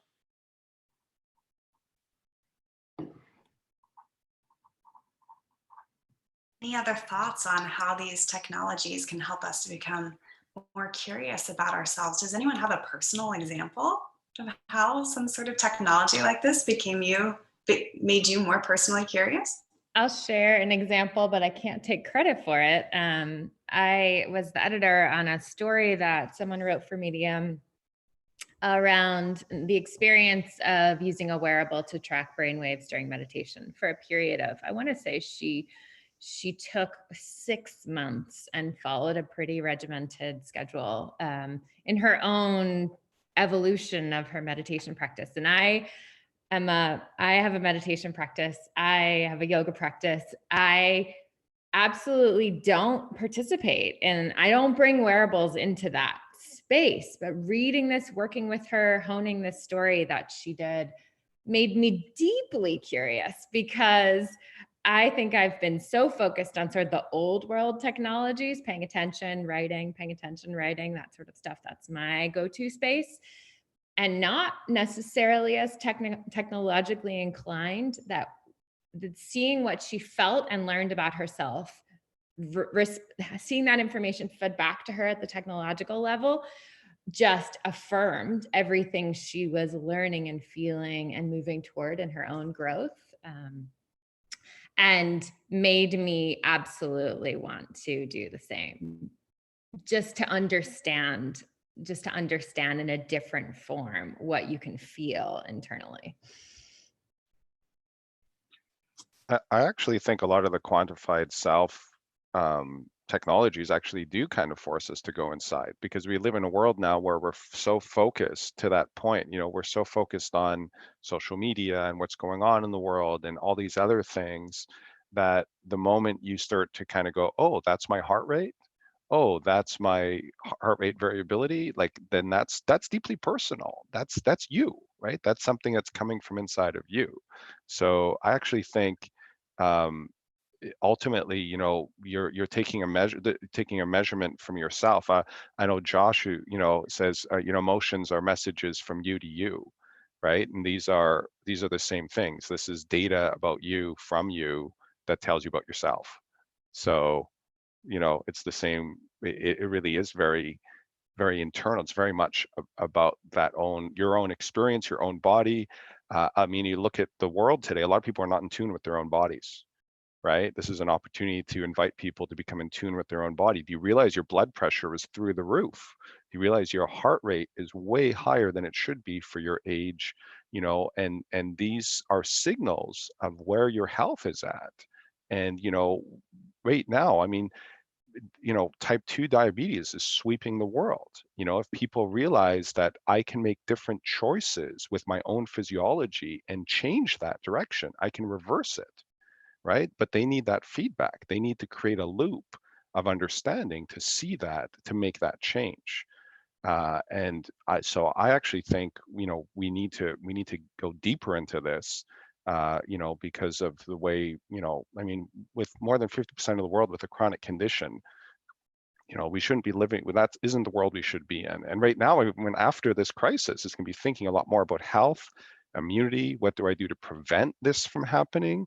So that's why I think this conversation is very topical. You know, this exact conversation we're having today is very topical with what's going on in the world. Absolutely. I think we can certainly say everyone is focused on their health right now. Yeah. So, Right. And thank you for that. Go ahead, Deborah. No, I'm sorry. I think what you were saying, Alessa, is important. It's going to take health professionals, you know, who people go to their doctors and they get medicated.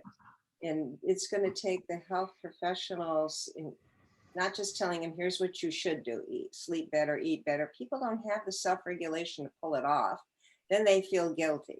The apps can really help. Technology can really help if the health professional knows how to help people change habits, utilize it step by step. And I would say 20% of people who come to our website for HeartMath's technology are referred by a health professional. And more of the health professionals are needing and using things for their own self-care because they're unhealthy, they're depressed, they're stressed out. So we need to educate them as well as the masses of people. Absolutely. Thank you, Deborah. Just wanted to check in. We have about 6 minutes left in this session, and I wanted to invite the audience to contribute. So to wrap up, I have a couple of questions for all of us here, and panelists, I'll come to you in a second. But the audience, I hope you'll share the answer to these questions in the chat. So the first thing I'd like to ask you, the audience, is what did we miss? You know, if you're familiar with any great resources or experts or important work related to this discussion, please share your recommendations in the chat so we can share that knowledge with each other. And then secondly, for the audience, what is your key takeaway from this conversation and what will you do as a result?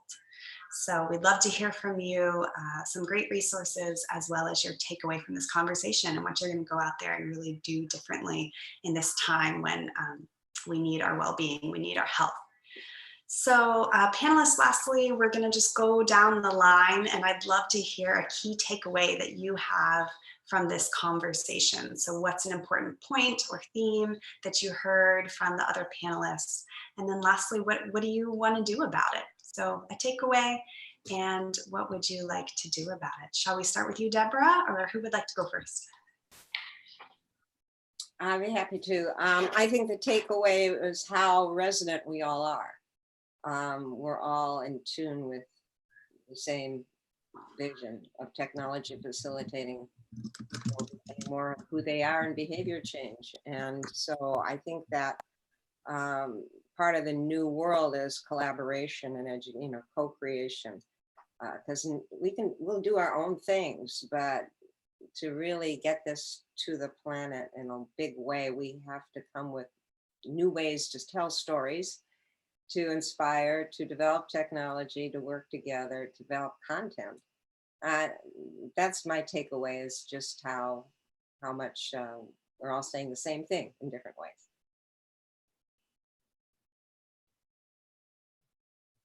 I would say that my takeaway has to do with just how I think we're all sort of saying we're at this really unique moment and how we see technology playing a role in self-understanding.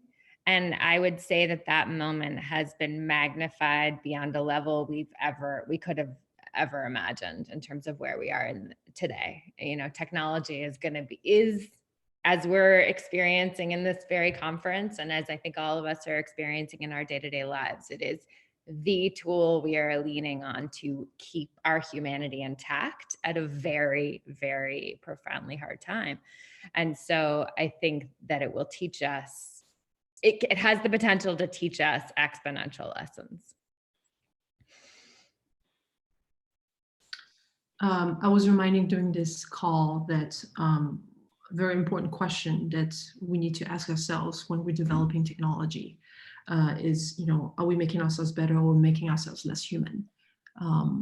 That has been something that's been floating, but it's nice to have it so concise and so easy to ask everybody involved, right? Because when you're in a startup and developing something new that's never been done before, you tend to be so focused and you tend to lose the focus of why are we doing this? Why are we developing these new things? Is it helping? Is it not helping? Is it helping some? Is it not helping enough? Or is it helping too much, perhaps? And bring it back to, you know, what everybody's mentioning, humanity is the reason why we're developing technology in the end.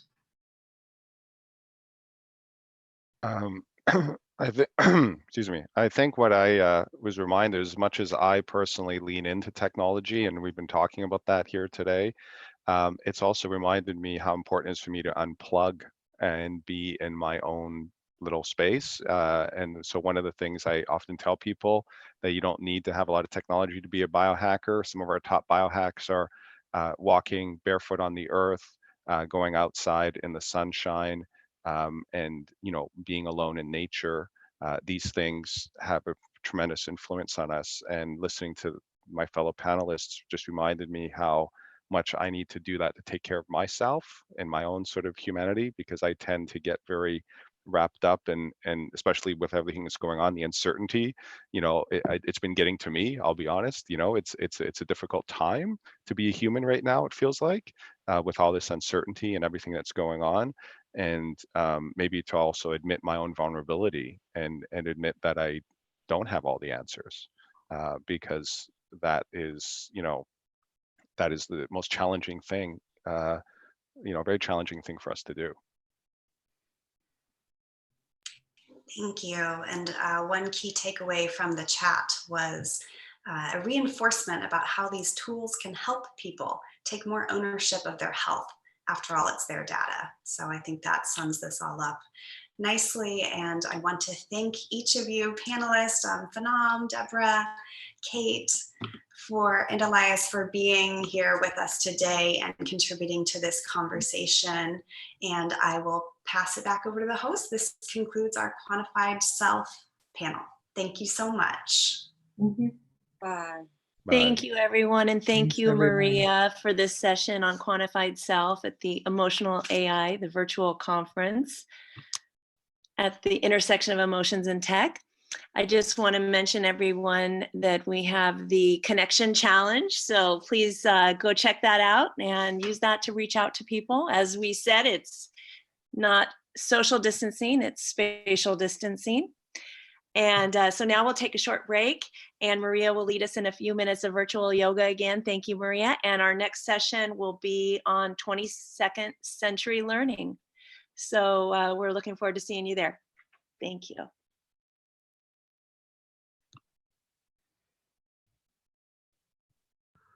And while Maria is getting ready for yoga, I just wanted to take a moment and come in and say thank you for joining and thank you for being here.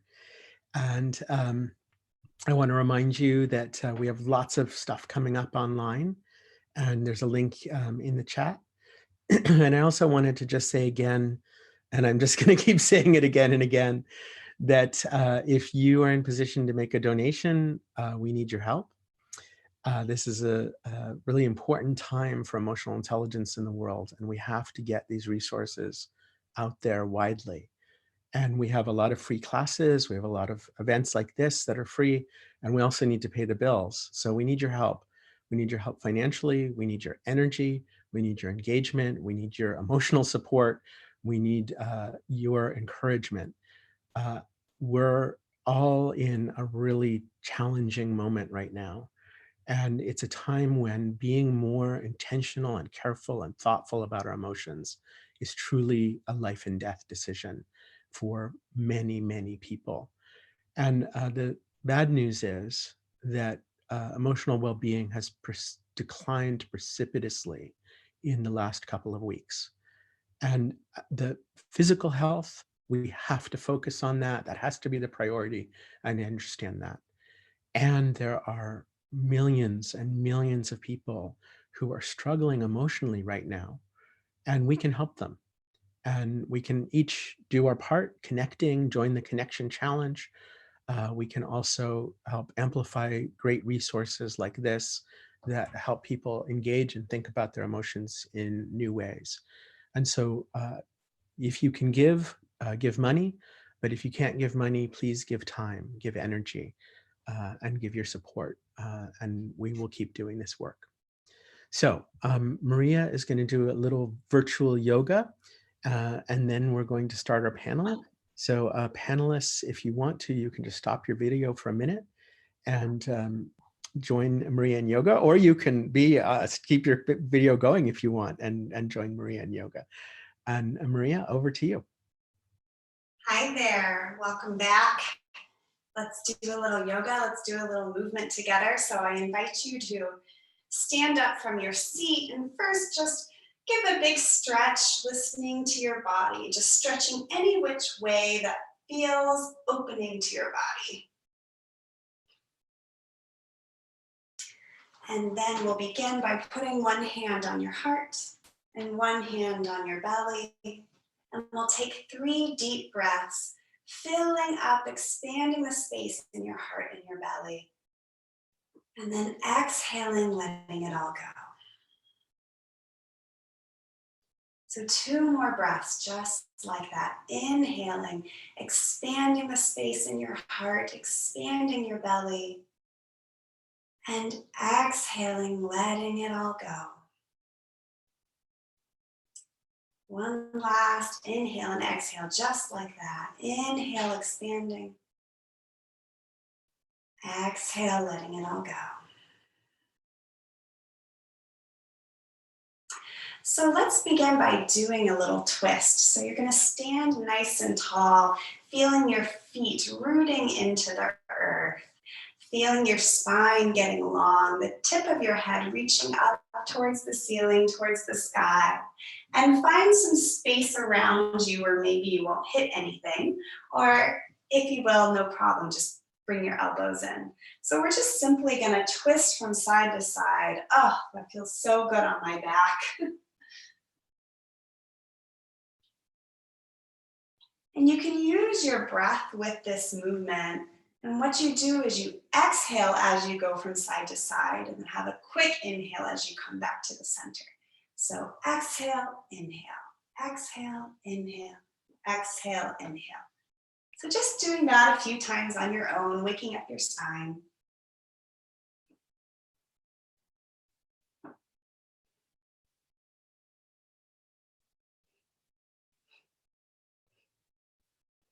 And then slowly coming back to the center. Again, feeling your feet root into the earth. And now let's stretch our hands. So I'm going to invite you to interlace your hands and just push them away from you. And you can tilt your head side to side, feeling that stretch in your hands, up your arms, to your shoulders and neck.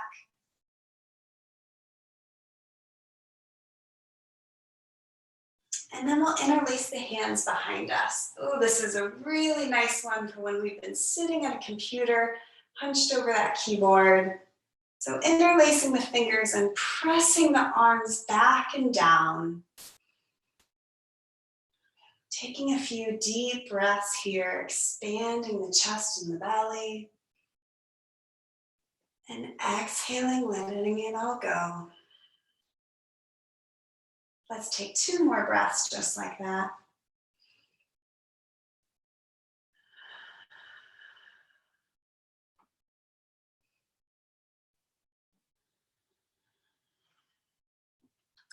Let's release that, and let's do another nice one for that back body that often gets hunched while we're sitting at the keyboard. So you're gonna put your arms in goalpost arms just like this, and you're gonna squeeze your shoulder blades together. So tightening up the top of your back and then just letting it go. And again, we can use our breath here. We can inhale as we tighten the shoulder blades and exhale as we let it go. Inhale, bring the shoulder blades back. Exhale, release. 2 more times all together.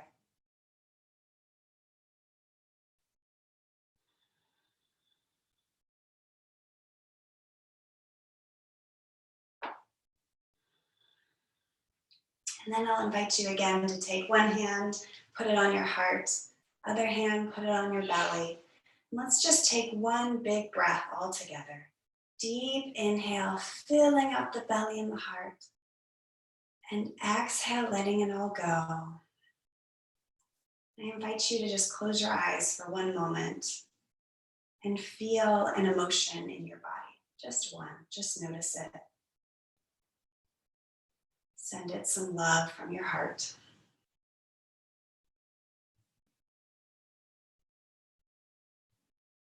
And then you can gently open your eyes, drop your hands, and come back to your computer screen. We will get started with the next session in just a moment. Thank you. Thank you so much, Maria. These are wonderful breaks. So I just want to thank you all again for attending. It's just so much fun to see everyone from around the world.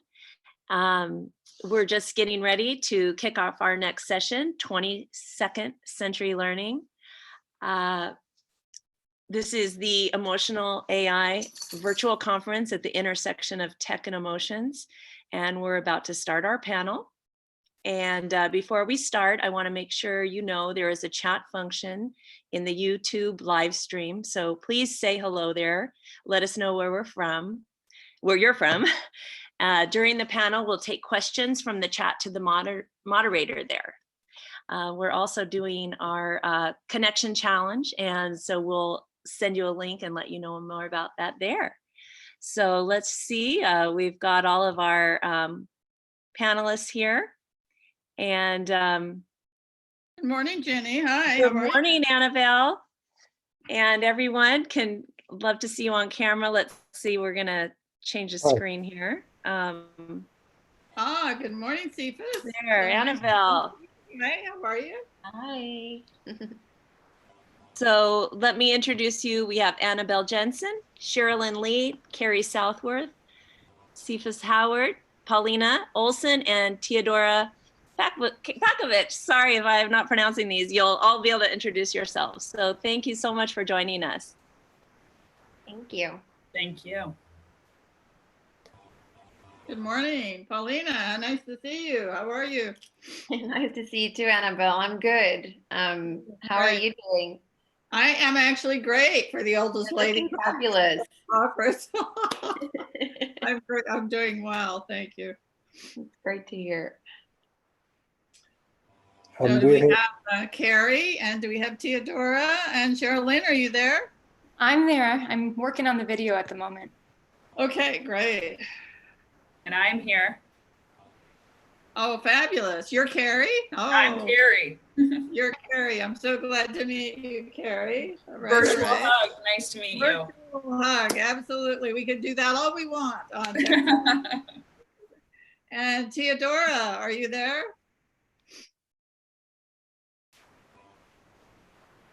Hi guys, I am. I'm having a little bit of trouble hearing everybody. Teodora, I see you, and you look just like you did on your TED Talk, Teodora. Well, no ponytail this morning, but you're looking great. How are you? And Anne McCormick, do we have Anne? Hey, is my video on? I can't see. I can't see you, Anne. I don't think your video's on. Okay, I'm working on it. Can you hear me? We can hear you. We'd like to see you. We would love to see you. Yep. I see. Okay, great. Well, Anne, and here it is. There you are. Hooray, hooray. Hi, Anne. We're old friends. Hello. How are you? So good to see you. You too. Folks, I am happy to welcome all of you. Actually, Cheryl Lynn and I, we are partners. We're Batman and Robin. I don't know which is which, but we are. And we are delighted to have you join us on this panel today. I have been looking at all of you. I've been looking at your blogs and your websites and your TED Talks and your products. And so it's been great fun to see. Thank you very, very, very much. We're going to jump right in, and we are going to begin with a question. The question is, are kids different today? And what I'd like you to do, and I want each one of you to answer this particular question, is to answer that question and introduce yourself. So if I were going to be doing it, I would say, I'm Annabelle Jensen. I'm president and co-founder of 6 Seconds. And here's what I think about whether or not kids are different today. Has everybody got it? All right. Anne, how about you starting us off? Hi, I'm Anne McCormick. I create children's learning apps. My most recent product is a series called Reader Bee, and it's in the App Store on Apple. And I think children are vastly different today, not in their deepest hearts in connection with the universe, but in their opportunities. When I think how often I Google something to find out about things or use supportive technology, I couldn't do that as a little 4-year-old. I didn't have television yet. I lived on a farm pretty much by myself with nature, farm kittens, horses to ride, barns to climb in, but no connection like we have now. And I think specifically of school being closed at Synapse School, which Annabelle and I are both associated with, we're on the board. The kindergartners saw each other on Zoom and they were jumping up and down with excitement because they love each other so much.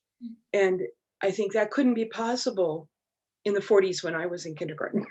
Yes, so true. My father would look at things today and say, we're living in a magical world, so let's take advantage of it. Cephas, would you introduce yourself and tell us how children are different today? Hi, my name's Cephas Howard. Am my video going? Yes. I can't see if I'm on screen. Okay. I'm the Chief Play Officer at the Play Institute. Formerly, I was at Lego, where I was the Director for Innovation and Digital Play, covering all sorts of new technologies from social platforms to VR, AR, and how we kind of intersect. And now I'm doing lots of things, helping other people do similar things, combining virtual and digital, and doing some books and working out how to kind of playfully educate kids and others in the sort of simplest, playful way. So books and other things are rolling out now. For me, I have 3 boys. Yeah. So young, they're sort of just had their birthdays at 9 and 11. And they're very much, I think that your question is how they're different. I think they are in some ways very different and in other ways exactly the same.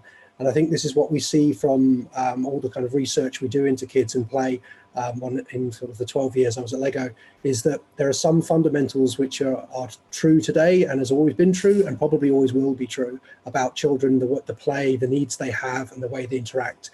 However, as you said, they're digital natives now. So a lot of these technologies, as you said, Google, YouTube, these things, they cannot imagine a world without them. It simply is inconceivable. And so they are then digitally literate and they are behaving differently than we did as children. And 5 years from now, those children will behave differently again. So I think now we have a period of constant change. There is no longer kind of these change cliffs, but just a constant evolution of possibilities and I think indeed self. So I think that we need to constantly be adapting to these in the best ways that we can to service the new generations coming through, but not to distance ourselves from the existing or kind of all these different tiers who have come through in different phases. And these tiers are getting smaller and smaller. Thank you, Cephas. That is so true. The environment is so different. Carrie, would you tell us how you see as children as being different today?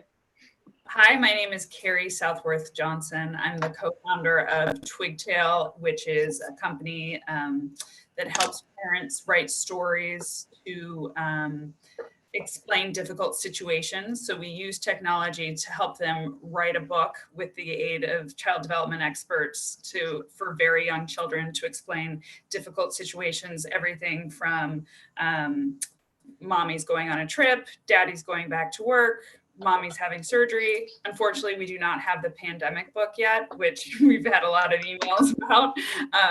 Obviously, we missed the boat on that one.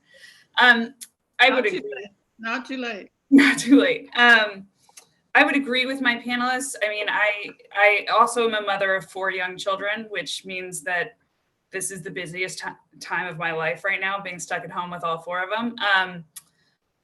I would say that the children are not different. In their heart of hearts, in what they need and what they want, and what in their desire to explore and learn and to touch and feel, that is all the same. The world around them is very different.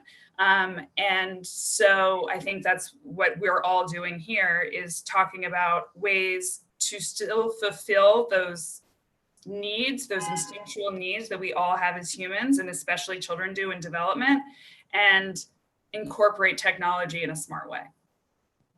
Yes, thank you so much. Theodora, could we hear from you, please? I hope you can. I had some tech issues, but hopefully I'm back now. Hi, everyone. I just want to thank 6 Seconds to begin with for bringing us all together here. And I'm so glad to be a part of this panel. So my name is Theodora Pavkovic. I'm a psychotherapist and a parenting coach, and I'm coming to you live from New Jersey. It's a really beautiful sunny day, which makes all of this that much more difficult. And since we are talking about emotions, I just kind of wanted to share that I'm feeling a huge amount of anxiety today, which I'm sure a lot of our viewers are as well. There's good days and bad days, and I just kind of wanted to share that with everyone, and just I guess let people know that just because you're a psychologist or you're on this panel doesn't mean you're immune to what's going on. What I did do though, and this is where my positive psychology background comes in, is I put on my Star Wars t-shirt, and that's made me feel a lot better. So I would encourage everyone to find a little thing like that they can do. When it comes to kids, I've been working with kids for a very long time. They are my favorite thing in the world. And I would agree with a lot of what was already said. I think in some ways, kids are fundamentally the same. They have an infinite amount of wisdom. They'll say the most amazing, insane things that just never cease to just entertain and amaze me. So I think at their very core, they're still exactly the same as they've been for hundreds of thousands of years. But again, as Carrie said, the world around them is very different. The fact that they have accessibility to so much information, and that they have all these devices around them that they're connected to all the time, I think is starting to show an impact on them. And we hear this from teachers of kindergarten age kids all the way up to college professors, saying that they're seeing differences in the behavior of kids. They're seeing differences in terms of their ability to think in abstract ways, in terms of their emotional and social intelligence. So I think there is definitely some impact on behavior as a result of, again, as Carrie said, what children are surrounded by. But I think that's a positive thing, in the sense that there's still so much that we can do really to preserve those most wonderful, funniest, silliest, most inspiring parts of children. Yes, they bring us joy and make us laugh. Absolutely. Paulina, would you please share with us and introduce yourself? Hi, so my name is Paulina. I'm the co-founder and CEO of Peppy Pals. I'm sitting in a dark Stockholm, not sunny, but it's been sunny today, which is nice. So I run a company that works with teaching kids social and emotional skills in the age group of 2 to 6 through digital play. We're the first company in the world to gamify emotional intelligence for this age group without using language. We use a lot of body language and facial expressions, storytelling with 5 cute animal characters. So to all parents listening, if you're concerned about what digital tools to use with your kids now that you're sitting at home, check out Peppy Pals. I really recommend that. And talking about kids, we all mentioned it already. I don't think there's necessarily a difference in the way that kids evolve and learn, and their curiosity, their need of playfulness and support from parents. What I think is different is the intervention that we use because of tech and all other things. And I also think the difference is the parenting techniques that we need to use, and the fact that parents are the ones that needs to adapt. Kids are still the same. Thank you. I like that. Parents need to be adapting and making those changes, and teachers, parents and teachers. Sherilyn, you're our other monitor. I think you should introduce yourself and tell us what you think about children today. Sure. Hi, I'm Sherilyn Leet. I'm the Assistant Director of Education for the Global Office at 6 Seconds. So I get the privilege of supporting different regional programs around the world. And it's been fascinating to hear, whether we're working with audiences in China or Saudi Arabia or Africa or the United States, we're hearing, youth having similar needs across the board, and that, anxiety rates and other things are increasing globally. And as a result, it would make me think maybe all kids still are the same. We all want to be accepted. Maybe they're all also the same as adults when you peel back all the layers. We just want to be heard and loved. And maybe that's what kids want still. But fast forward, I imagine if you did some brain scans in 20 years of these youth, likewise, slightly different connectivity in different areas would be my prediction, and from some research. So thank you, Annabelle, appreciate it.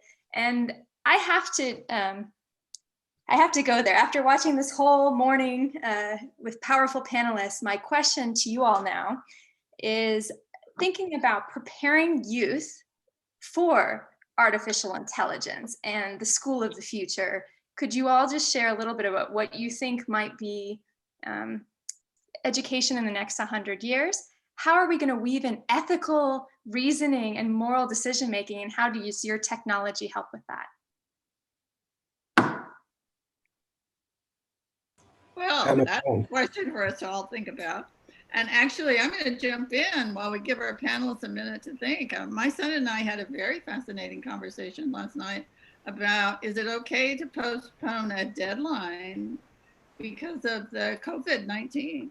And he was justifying his position, and I was telling him how important it was to continue to make that deadline because the company is depending upon him and wants to make a job move forward and pay salaries and et cetera. But it's certainly a time for interesting conversation.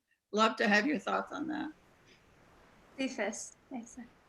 Yeah, no, I think it's very topical now, and I think that kids have, there's wonderful materials like the Cursad video explaining what is COVID and on a level, and kids can really understand and they can connect, and they have an incredible, as we said, emotional intelligence to kind of reason through to things, ask the right questions, and to kind of, I think, for a lot of people wondering about what's going on and what they're doing, have conversations with your kids. Don't like overly protect them from these things, but don't scare them. I think it's about having like the right level of conversation and making them feel, okay, so now you have to explain that we have to homeschool, we have to kind of keep some physical distance from people. Why? What is it we're doing? Explaining about washing hands and these things.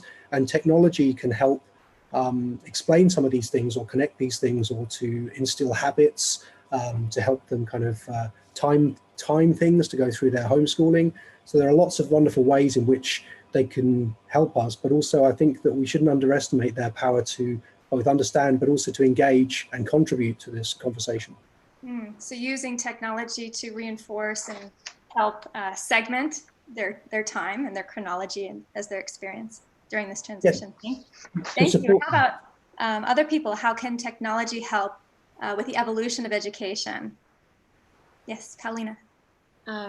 Yeah, so I really agree with the fact that now with Corona going on, parents are forced in a way to understand the world that kids are in. And now they are forced to learn what different tech they're using and how they can be supportive and make sure that their kids don't lose connection with their friends, or that they fall behind in terms of education. And I think what you need to realize going forward is that that will be our role as parents always. And that when we talk about AI or more technology entering the school world, we have to put ourselves in our children's shoes and actually engage and be curious about what their world would look like, because otherwise for the learning, that's what I think is lacking in a conversation about how affect our kids. in a sense, it's more about how it will affect our parenting and like how we can best support our kids. Thank you, Paulina. Theodora and Anne, I see you nodding throughout Paulina's. Yeah. One of the, I think the simplest answer to that question, I think, is in terms of preparing children for, next 5, 10, 20, 40 years, is really to help them be more human, or to help them recognize what it is about them that is truly human, something that can't be replicated within any form of AI. And I think in terms of that, what I've been, because I work a lot with parents and with children, one of the things that I've been saying to parents, they often ask, how can we build resilience in our kids? How can we build up grit? How can we build, all these kind of terms that we like to throw around.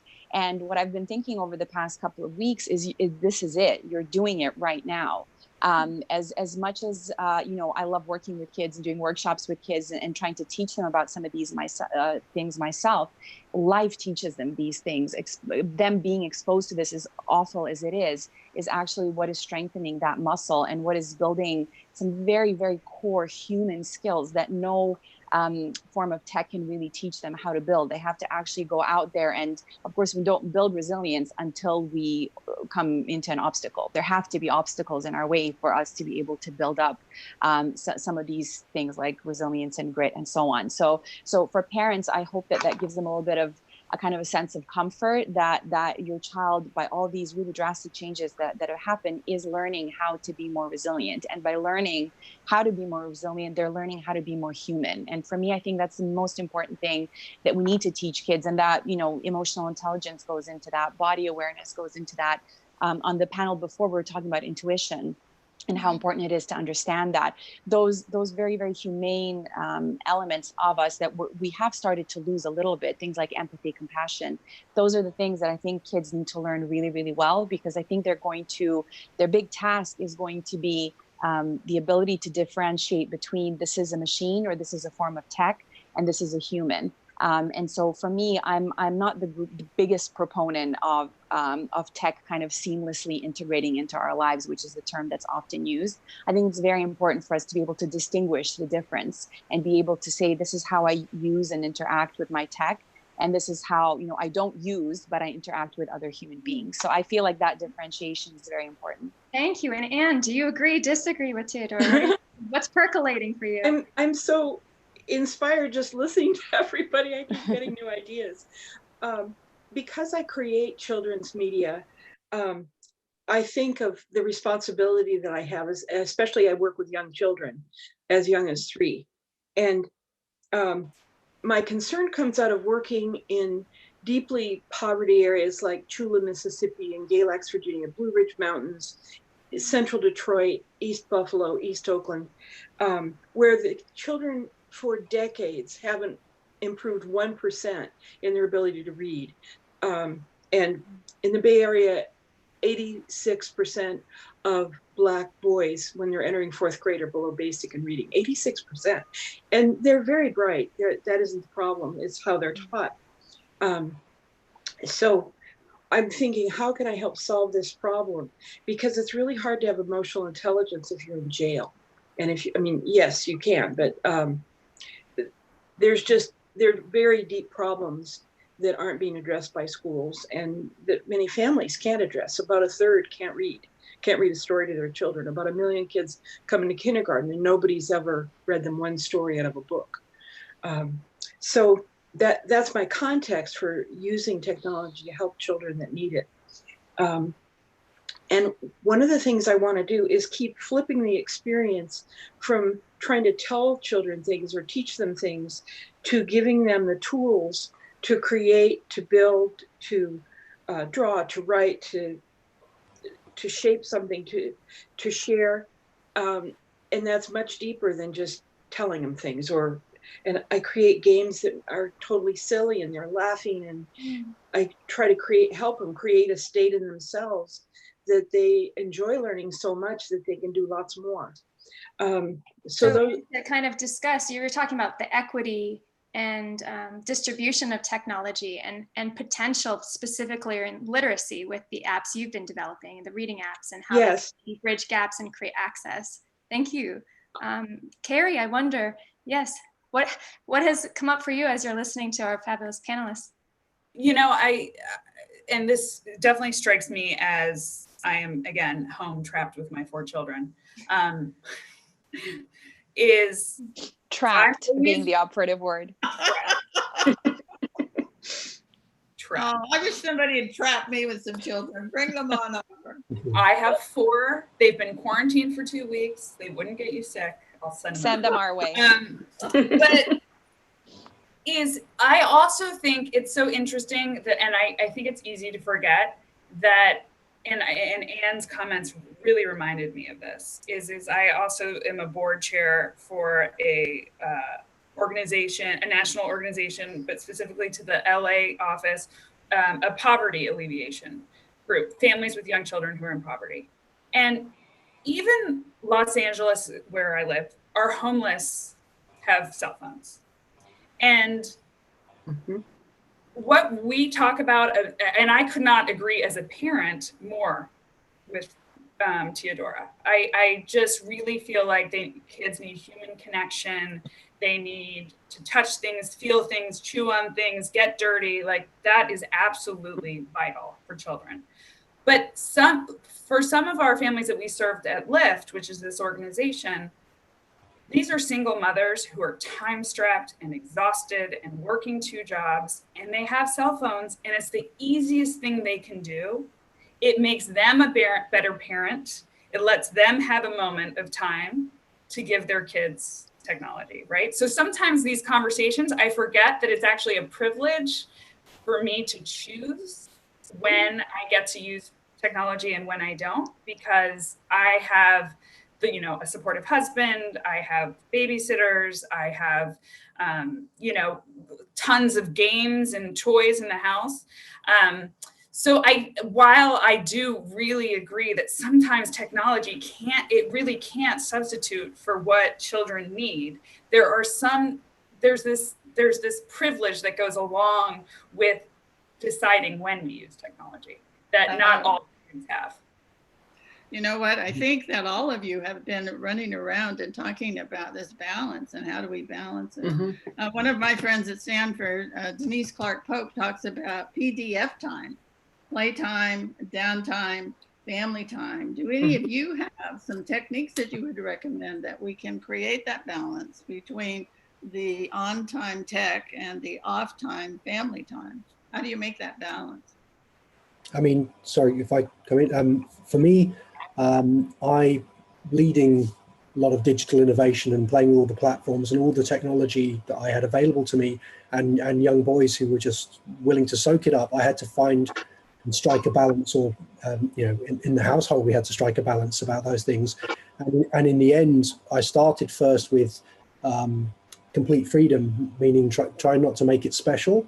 So it was like, sure, you can, but you don't. It should be like any other toy or thing. If you want to play with your Lego, play with your Lego. If you want to play on the screen, play on the screen, and see how they would find their own balance. But I think it was a different time then. I think that, for example, behavioral design and addictive gameplay and these things had not hit their peak yet, as they did from 11 onwards. So back in 2008, 9, it was safe to do that. After that point, because I was there and surrounded by it in the gaming community, I was developing games, designing games, not those type of games, I might add, but being completely surrounded by them, I chose to change that philosophy, and that from that point on, I have limited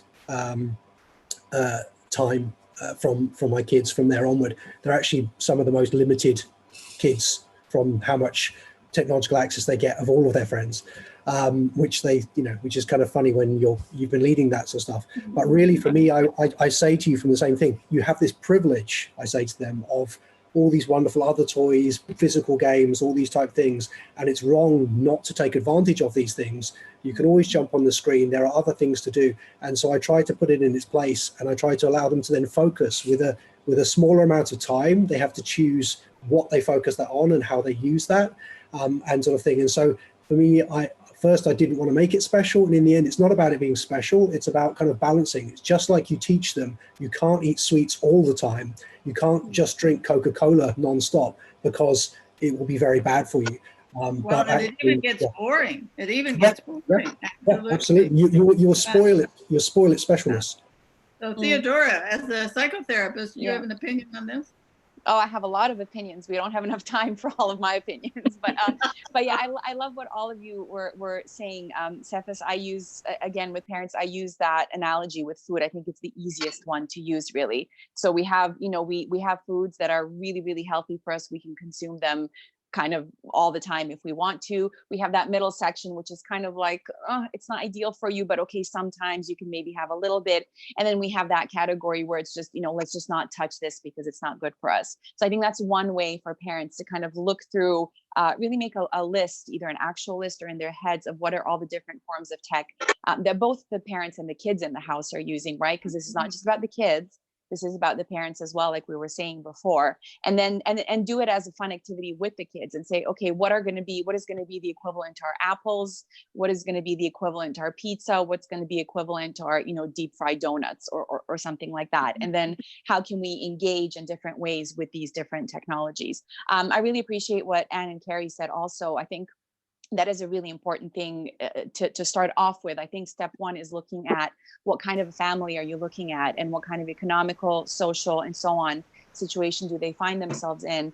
Because this, I think, goes back to kind of Maslow's hierarchy of needs. For some of these families, their very basic needs, such as having a full stomach and a roof over their head, is not satisfied, in which case they're really not going to worry about whether their child spent 5 minutes or 5 hours on that phone, right? I think balance is still very important for those families too, because, for example, some of the research that's been done by the American Academy of Pediatrics has shown that for very young children who are very exposed to tech, their language skills tend to suffer for that. The number of words that they utter are drastically smaller than kids from, say, wealthier families where there is this privileged ability to pick and choose what you want. But one of the things that I also recommend just very quickly is to steer away a little bit, unless children are very, very young, from the concept of screen time. We know at this point that it's kind of an outdated term.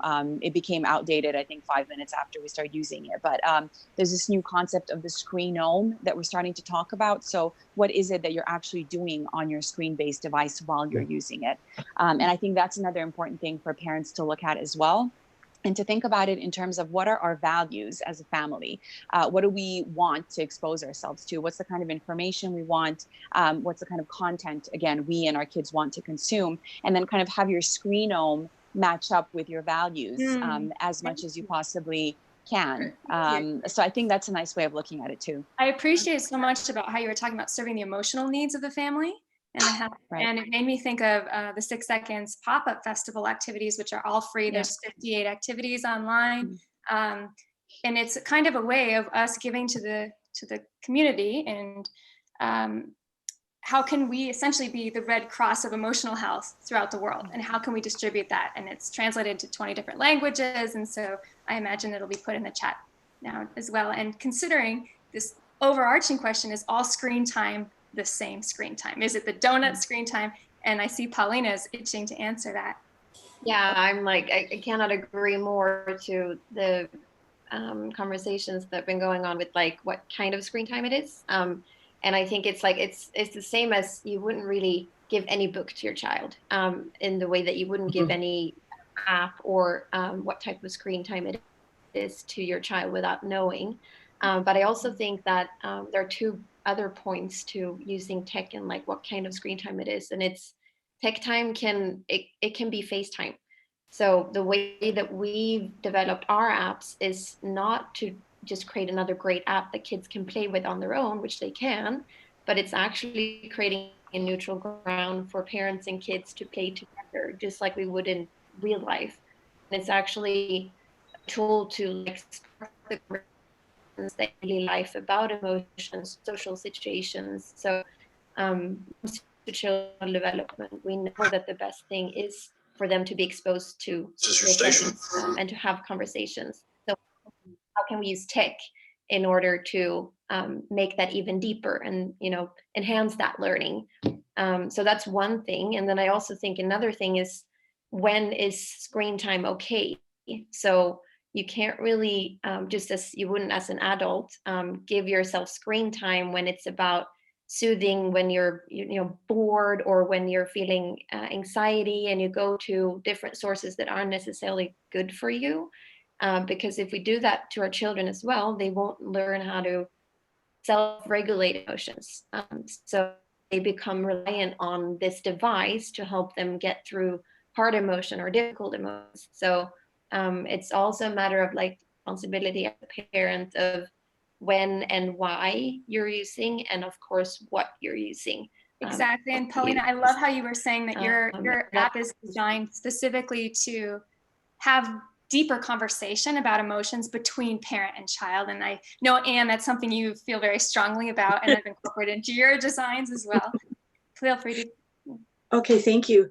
Well, something I try to do when I'm face-to-face with children, I'm a tutor, and I want children to reflect, and it's like metacognitive, but it's also meta-emotional, to notice how they're feeling when they're doing something, and to learn what it feels like to be addicted instead of just getting lost in that.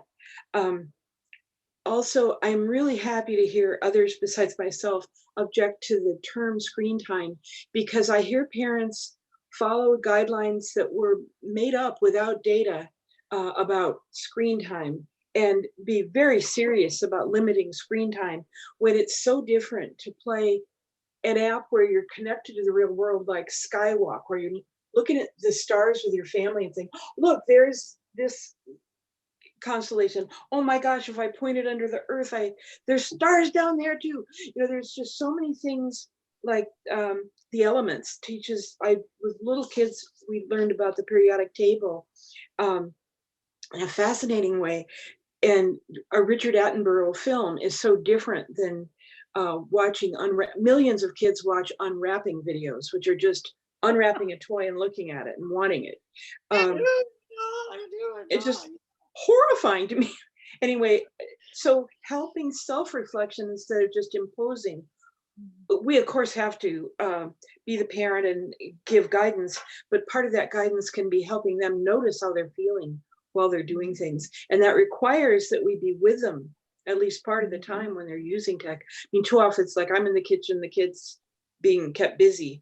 Instead, we should then find out what they did afterwards. Have ways, there's apps that will help you find out what they were doing, and then you can ask them questions. It just needs to be connected to the grown-ups in their lives if they're little.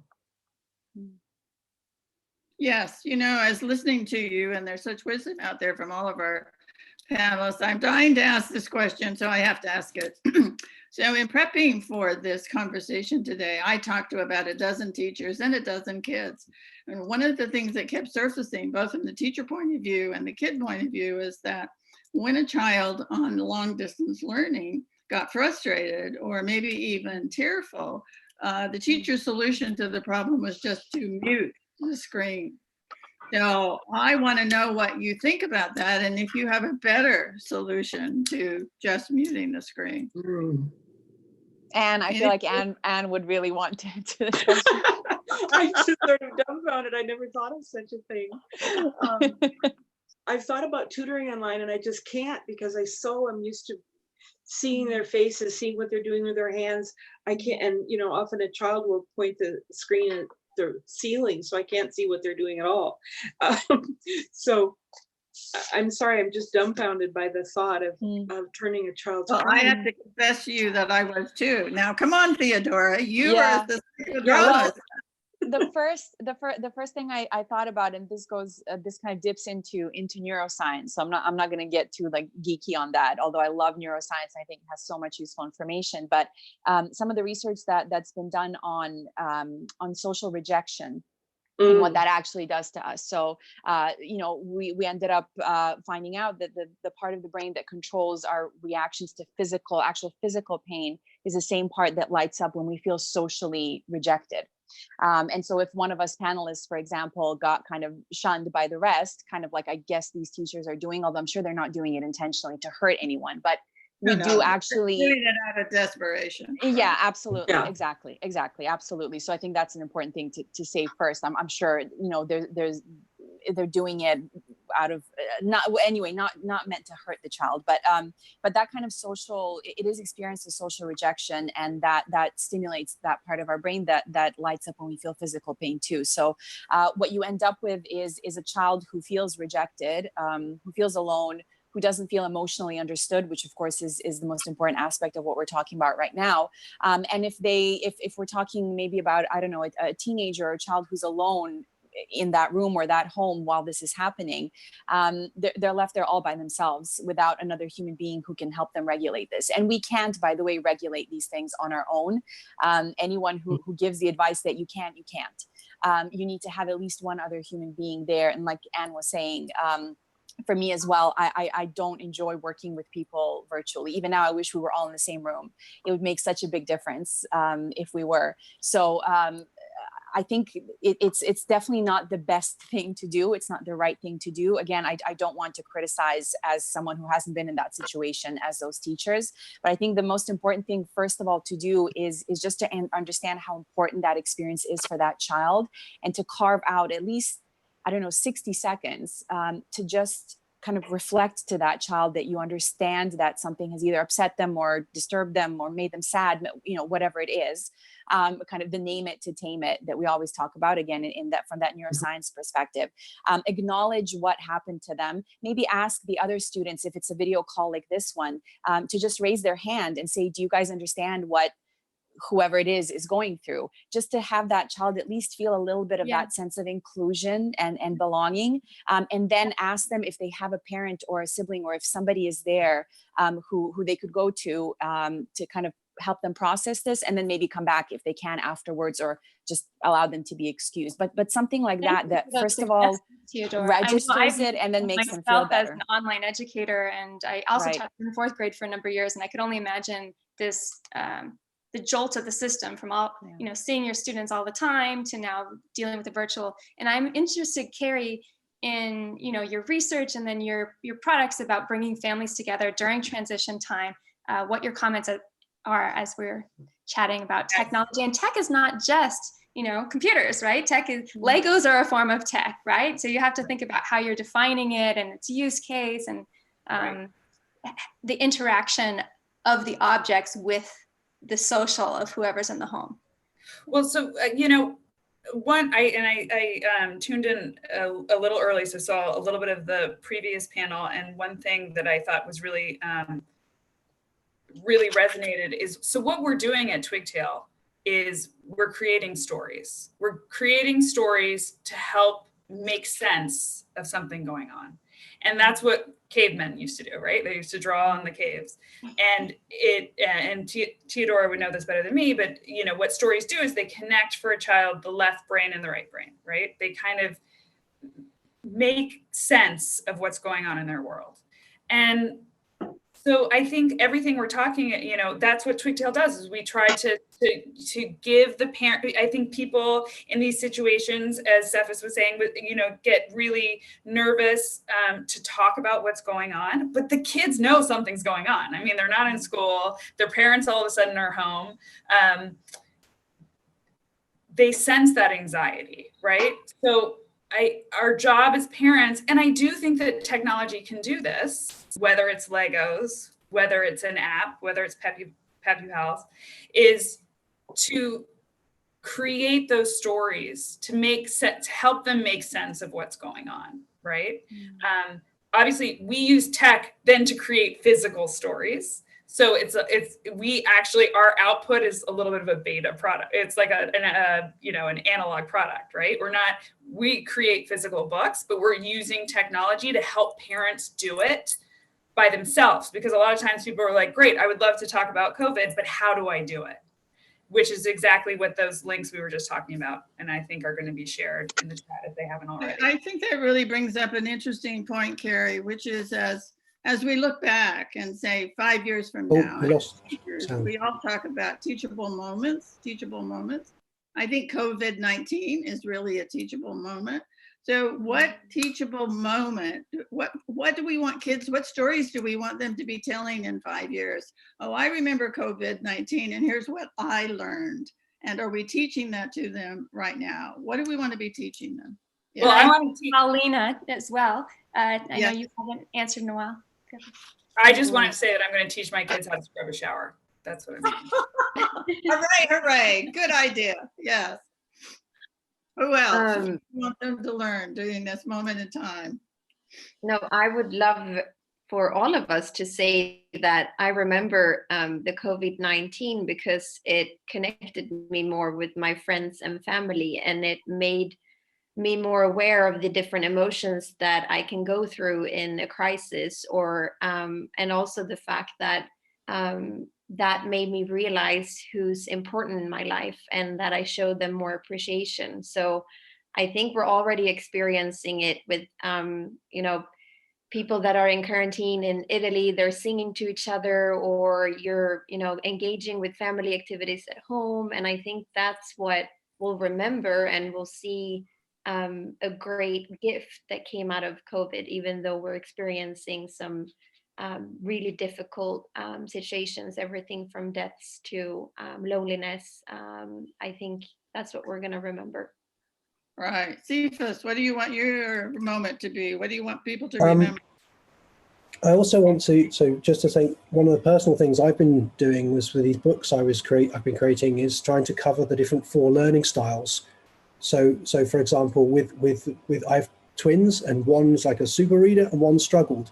And the challenge I found was that he was a very kinesthetic, you know, visual one of them. And so the books that we had were just not working for him in the same way.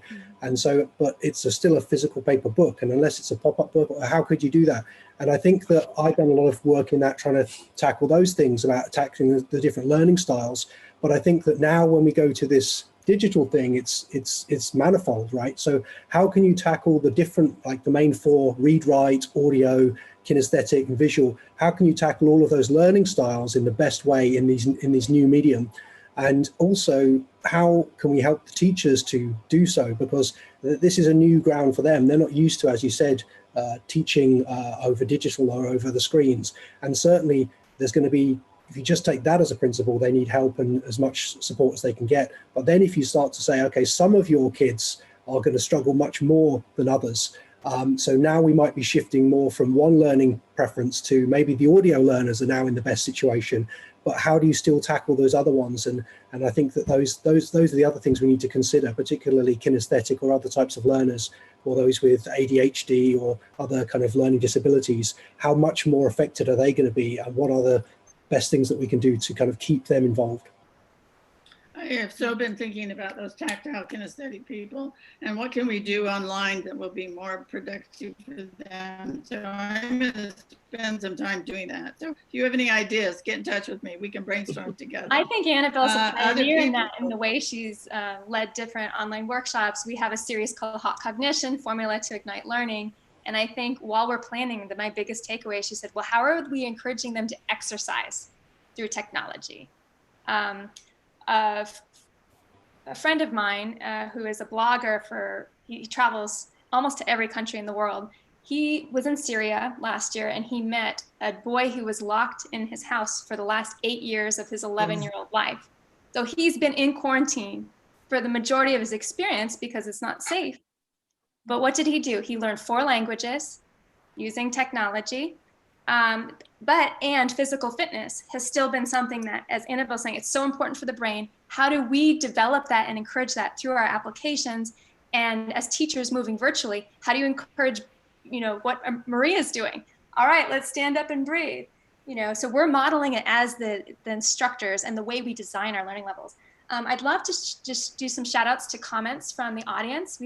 Someone said, yes, Theodora, open the space up for other children to offer kindness and compassionate empathy because they can be so sweet and tender that way. And someone else says, so true, Paulina, big reflections on what matters most in our life. And Salafa from Saudi Arabia said, encouraging journaling at this time is so powerful I know as an adult I've been using it, but I imagine as youth as well. Final thoughts and questions? I've been struck with how tremendous care has been shown to me. I'm an elder, I'm 76, and I get constant offers to shop for my groceries, bring me food. A local restaurant said, Ann, if you're hungry, tell us, we'll bring you food. I'm just so touched because I don't expect that. I feel real capable. But and people reach out to me every day, my daughter, my friends, and it just brings tears to my eyes to be so connected. So I'm very grateful for that. And I don't know how to exactly reflect on that with children, but just noticing all the incredible, wonderful stuff helps. And we do know that expressing our gratitude reduces our stress level. Reducing our stress level makes our immune systems better. So those are things to practice and to make sure that we do on a regular basis. Absolutely. Theodora, last thoughts? Oh yeah, sorry, Paulina, just very quickly. I think for me, the kind of the takeaway from all of this, or what I hope that we'll take with us and how we'll look back at this time, is that this will really teach us how desperately we need each other, and how all of this technology is wonderful, yes, but it only serves one purpose: to get us closer to each other. And we know that ultimately, kind of at the end of the day, it does fail to do that in the way that we can connect to each other when we're together, kind of in the same space with each other. So I think it's important to remember that the way we're using technology now is happening because of the situation that we're in. Once this all passes, which of course it will, and hopefully it will happen sooner rather than later, what I'm hoping we'll take away from this is a different way of using tech. And using it. And I've seen, like Anne was saying, I've seen wonderful examples of people saying to those who are isolated, just keep up with us on Twitter, just tweet every half an hour, let us know if you're okay, if you have any symptoms and things like that. So I hope that we'll take away from this that there are really wonderful, humane ways of using technology, but that ultimately really it's just a way for us to get closer to each other. One of the things that, or kind of the basic thing Nir Eyal said this morning, was that the avoidance of discomfort is what drives our behavior. Completely, I don't fully agree with that. I think being with each other, that need we have for each other is what drives a huge amount of our behavior. We need each other. And I hope that's what we're going to learn, and that we're going to really start using technology in much more mindful ways and learn how to put it down when we then finally are able to all hug each other and hang out with each other again. Paulina, please. Yeah, my key takeaway, and that I want to both share with you guys from 6 Seconds, but everyone, is that I think we're all experiencing new ways of connecting with loved ones, or even the ones that we don't know. And we're taking care of those who are above 70 years old, and we're showing empathy to people that we might not have done otherwise. So I think that's beautiful. I mean, I'm going to have a dinner with my friends tomorrow on Google Hangout, and it's going to be a new experience for me, which is something I could have done before Corona. And there I really want to, give a big shout out to 6 Seconds. You have planned this conference before Corona happened because you want to bring people together all over the world. And that's something that I think is incredible, and you're in the forefront. And now people are seeing that it's possible. It's due to Corona, but I mean, look at you guys, you're already doing it. So we just need to do it more. I want to thank you, folks. We're running out of time, and I am so sorry. I've enjoyed this conversation so much. Cephas, Carrie, Paulina, Theodora, who did I miss? Anne, how could I miss Anne? She lives on the road. Anne and Sherilyn, and oh my gosh, it was so much fun. And what I would like to pledge is that I would like to make private contact with each and every one of you, and pick your brain a little bit more about what we might do to help children in the future, this century and the next century. Thank you so much for the generosity of your time and your energy and your enthusiasm. It was marvelous. Thank you. Thank you all. I wanted to just hop in and say thank you too. This was really a lovely conversation to listen to. Thank you, Joshua. Thanks, Joshua. Glad you were there. Hi. And I think that, as I said earlier, the physical health needs that we're seeing in the world today, are urgent, and we have to deal with them. And let's not also forget the emotional health needs and what you're talking about in our classrooms and in our families. it has to be one of our top priorities right now to care for ourselves and care for each other so we can care for the littler people. So thank you. I was invited to a virtual house party, a birthday party the other day, and they even got a piece of cake 2 days later, but they still got it. I hope it was chocolate. It was. It was. Goodbye. Love you all. Thank you so much. Bye-bye. Thank you. Bye, everyone. Thank you. Thank you, Annabelle and Sherilyn.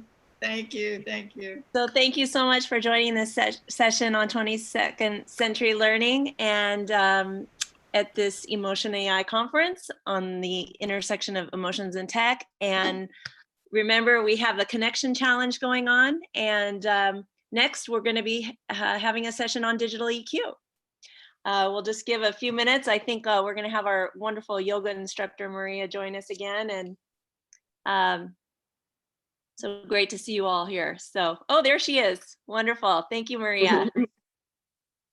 Bye-bye. Hi, everyone. Thank you again for joining. We'll just take a few minutes here to move and breathe before we move on to the next session. So feel free to take this time to go get some water, do whatever you need to do. Or if you'd like to move and breathe with me, you can go ahead and stand up and get out of your seat. So the first thing I'd like us to do is take one hand, put it on your heart. Take your other hand and put it on your belly. We're going to take 3 deep breaths. On the inhale, we're going to be expanding the chest and the belly. And on the exhale, we're going to be letting it all go. So we'll do that all together. Deep inhale, expanding the chest, expanding the belly. And exhale, letting it all go. Inhale, feeling the heart and the belly expand.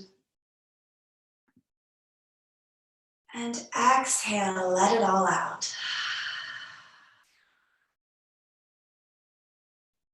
Inhale, expanding. Exhale, let it go. And I'd just like you to take a moment to either close your eyes or lower your gaze and feel into the warmth that's coming from your heart. So feel the warmth from your body, warming your hand,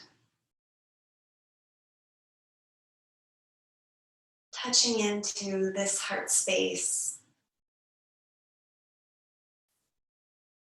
noticing the emotions that are living there.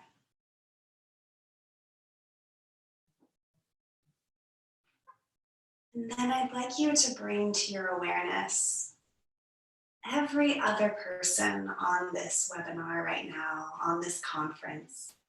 All of us touching into the warmth of our hearts during this challenging time. Even though we're physically apart, our hearts can be connected. So I invite you to virtually send this love that starts in your heart out to every other participant at this conference.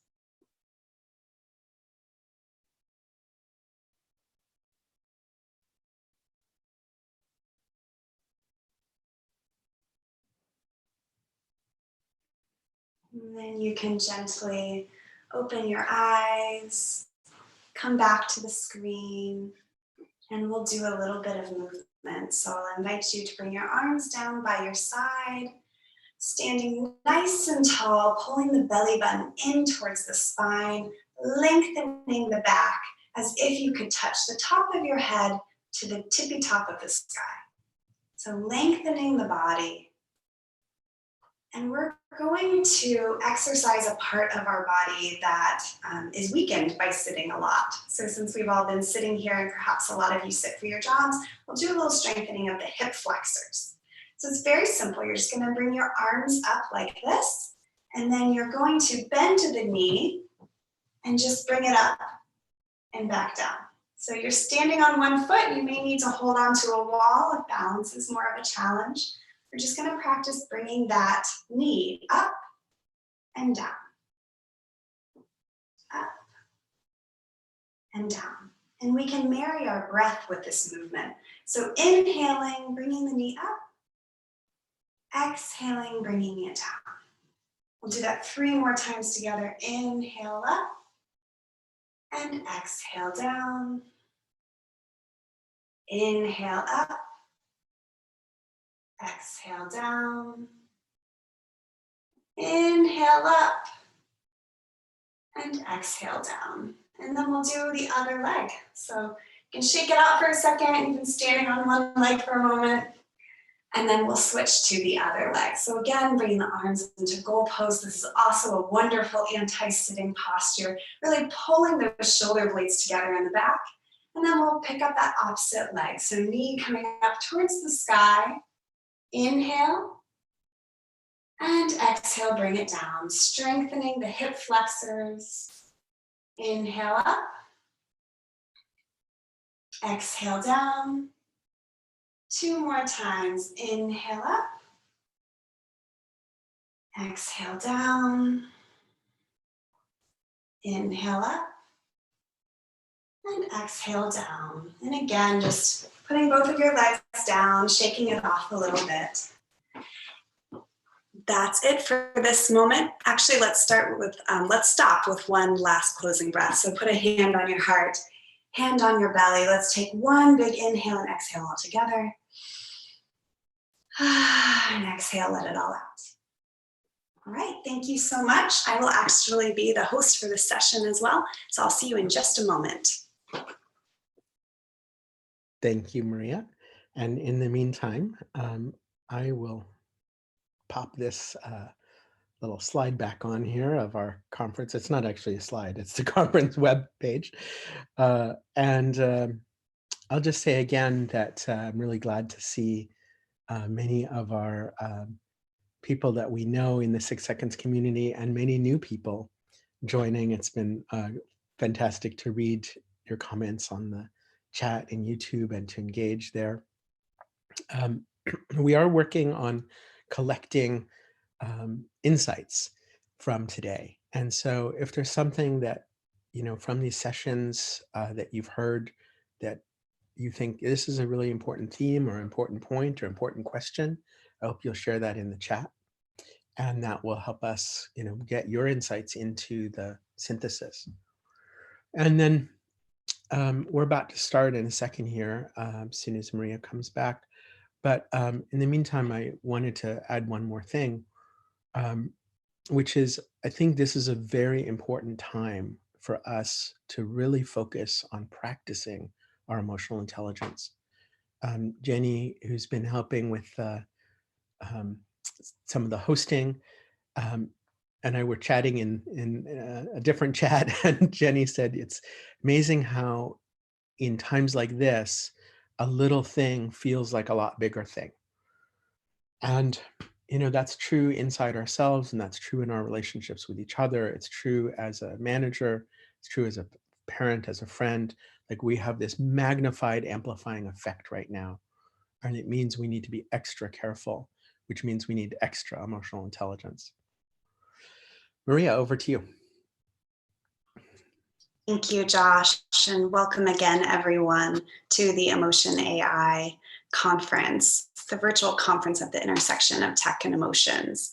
So we're about to start our panel on digital EQ. That'll be starting in just a moment.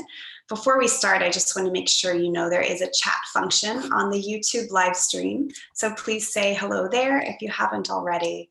During this panel, we'll also be taking questions from the chat to the moderator, so you can get some of your questions answered by the panelists. So please feel free to put those questions in the chat. I also want to make sure you have 2 important links that we'll also be putting in the chat. One is a link to donation to 6 Seconds. As you know, so many businesses and nonprofits have been impacted during this very challenging time, and we really appreciate any support, any amount that you can offer if you're finding some value and insight from this conference. And the second will be a link for events coming up. We have all kinds of events that will help you practice emotional intelligence. So we are taking notes today. If you'd like to add an essential insight to the notes, we'll be using these to create a manifesto of what's needed for tech and humans to work together. You can add those insights in the chat and we will be collecting them. Now I'll turn the session over to our moderator for today's panel, Josh Friedman, the CEO of 6 Seconds Emotional Intelligence Network. Thank you. Thanks, Maria. So the theme of this panel is about digital tech changing business and business changing digital tech. How does emotional intelligence help us get business and tech to thrive together? And I think many of us work in businesses or lead businesses or consult in businesses. And I think many of us are facing perhaps the biggest business challenge of our lives right now. So I think it's a difficult time to really be honest about this, but it's also an incredibly important time for us to figure out some new ways to engage. So I'm really looking forward to this conversation and thinking about how do we, really take this moment when all of a sudden we're confronted with a huge amount of uncertainty and change and challenge. And how do we take this moment and start to think differently about what it means to lead and run organizations and work? Here we are in the future of work.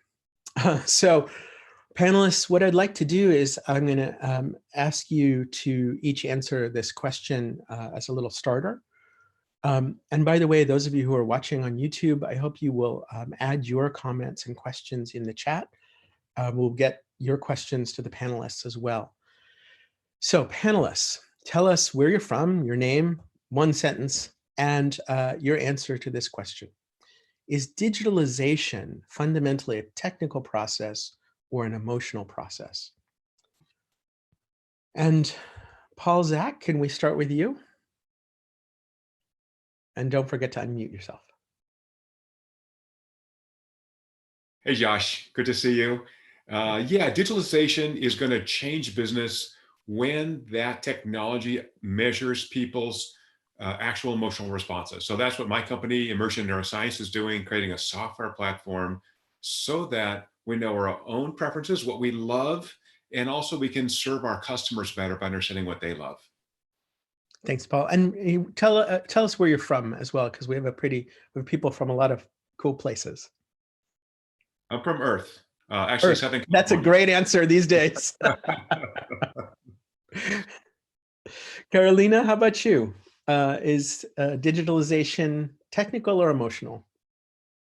Well, I'm from Peru, and I've been head of innovation for a big retail company for 3 years.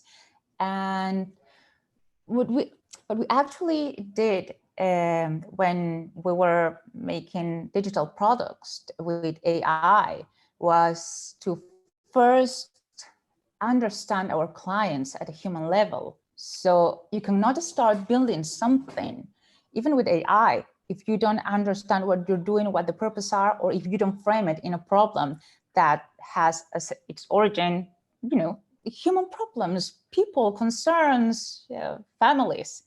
So it has both, but it begins with the emotion. Because at the end, when you're a company and you have clients, and we can't forget that these clients are people. So yeah, humanity and understanding each other is crucial to do this. Christian, tell us your intro and answer. Yes, my name is Christian. I'm from the Netherlands. I'm a keynote speaker and author of the book Go Digital, Stay Human. And I think it's a bi-directional process. I think we develop new kind of technologies, digital technologies, that will challenge us to create a higher level of consciousness, a higher level of emotional intelligence. So I think it's a bi-directional process. Each time we develop new kind of technologies, it will challenge us to raise our level of consciousness to the same kind of level of interaction. So And it's Guillermo. a continuous process. Thank you. And Guillermo. Yeah, hello, I am Guillermo Armenta, and I work for several consultancy companies more in the financial measurement, and it's a hard picture, you know, because try to put if it is one process, I think that are both process, definitely. But if we see this since the point of view of marketing, I think marketing follow the emotions. And I think that they follow the people, the feelings, you know? So I think that is really important, the emotional way, you know. Obviously the technology allows the technical process, but in my point of view, is this more an emotional process, definitely. Thank you.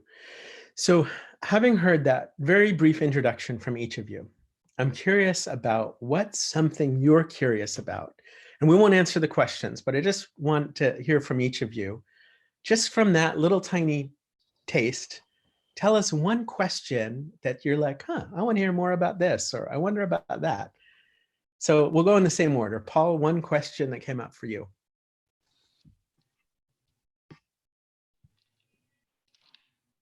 You're muted, Paul. Oh. Sorry, I started talking on mute. So I'd be curious to hear from the panel about adoption. I think, you know, we've seen really weird adoption rates for our AI-informed neuroscience technology, our platform, across businesses. Some businesses get it. And honestly, for people under 40, easy, they got it. I want to measure emotion. I actually care about what people are feeling, and I want to get an objective impact on that. I'm worrying about consumers.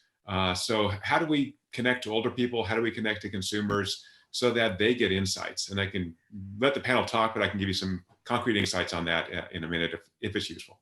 Great. Carolina, one question that came up for you?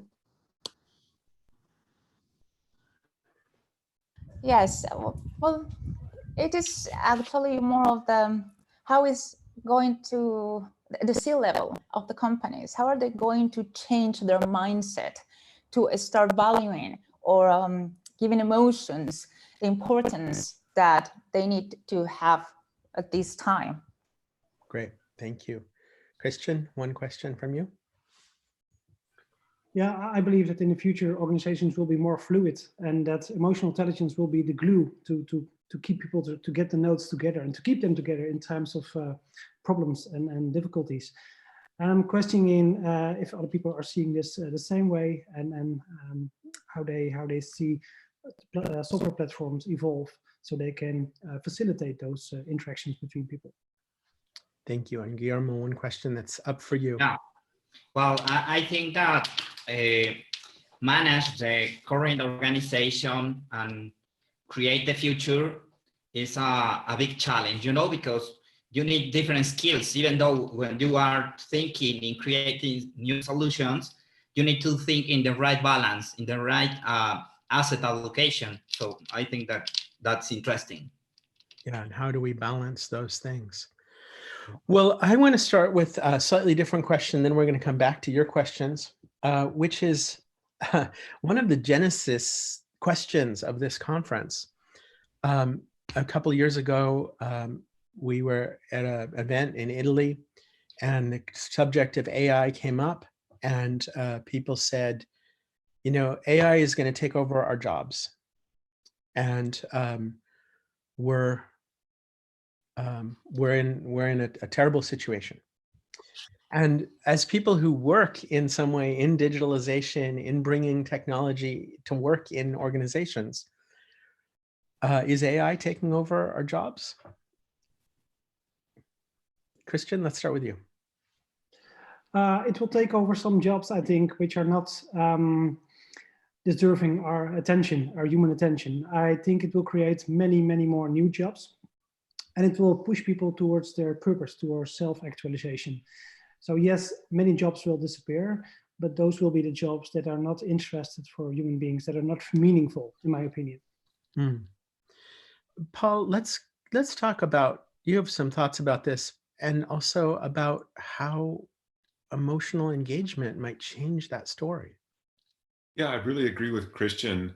I mean, I think our technology, which is a wearable sensor and a online cloud-based server, lets you see in real time at work what you really love doing and what you don't love doing. And by having that objective data, then you can have this discussion with your supervisor, which is, gosh, you know what? I love the spreadsheets, and working with clients, not so much. I'll do it, but it doesn't really give me energy in my brain, right? And so that's what we really want to know. What really turns you on? And what turns you on, you're going to put more effort into. You're just going to do it better.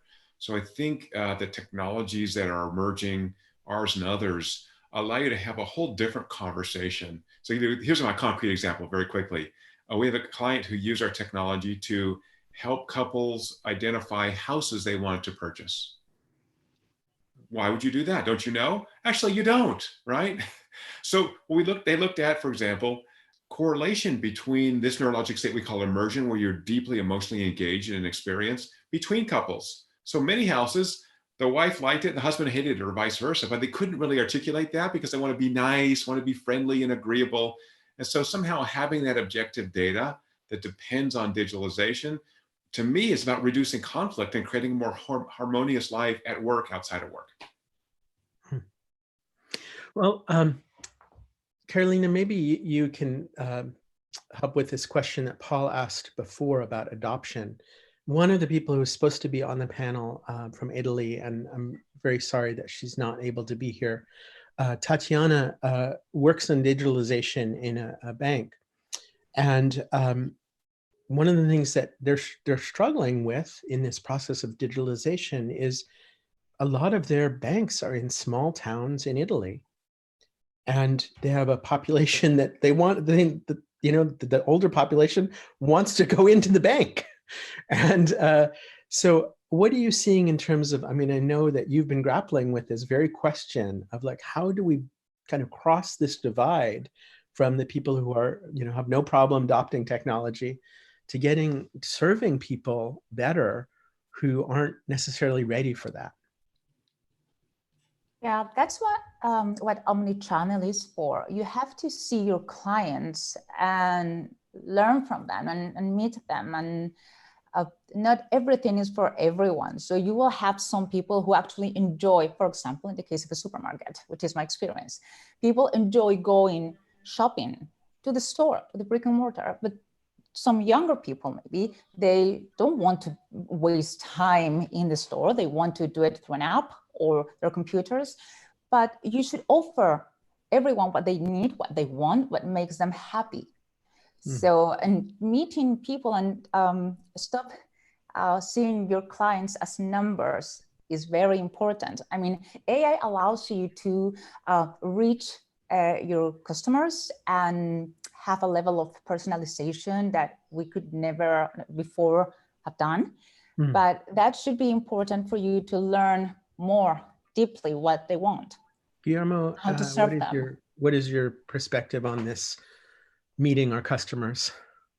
Well, actually, I think that it's a big challenge for middle-sized companies, because if you work in a global bank and you have a lot of, resources, they try to reach the customers, as she said. But there are a lot of companies that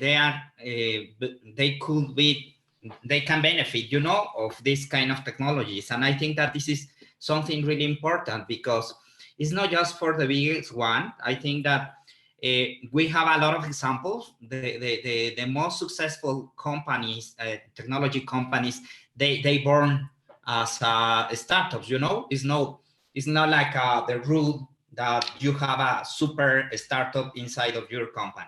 So I think that is a good news, for in general, for companies in general. Christian, I'm going to just try to get a little free consulting here. So, I run an organization, and one of the things that I find challenging with this whole topic that we're on right now is we have omni-channel.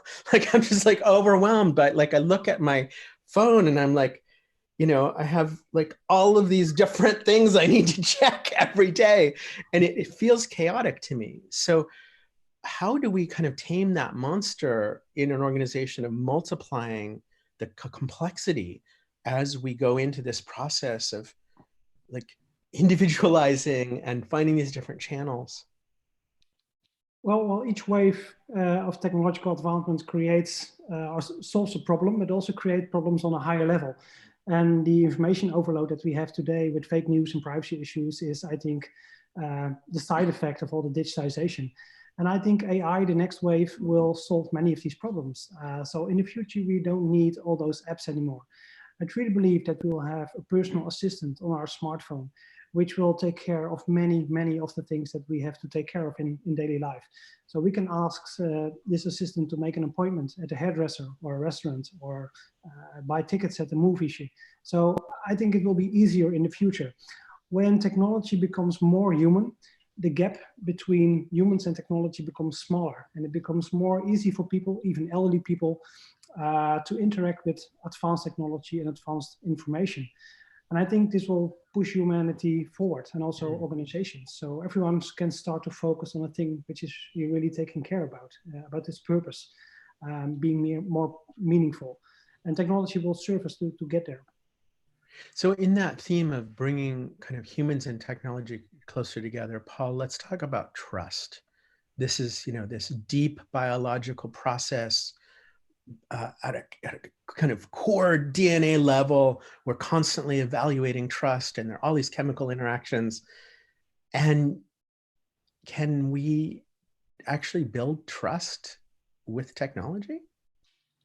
It's a great question. So we've studied that a lot in my academic lab at Claremont Graduate University. I should give them a shout out.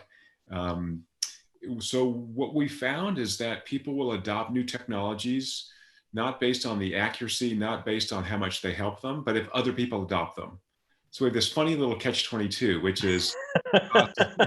We're going to be super rational here and just follow the herd. But when we give people that information, so who's going to be the first person flying the self-driving airplane, self-flying airplane, right? So no pilot, okay, right? So I think self-driving cars are a good example of that. So when there's a higher adoption rate, there are always some, some innovators who are new adopters. So the first thing is high adoption rates. And the second is that we see that even with the use of technology, that the brain releases oxytocin, this key signal of trust, say via video conference. So I don't know about you guys, but as I'm home and I'm not seeing humans, I'm doing almost every meeting instead of by the phone, by video conference, and enjoying the heck out of it. That gives you that same trust building. You can see my expressions, you can see my enthusiasm.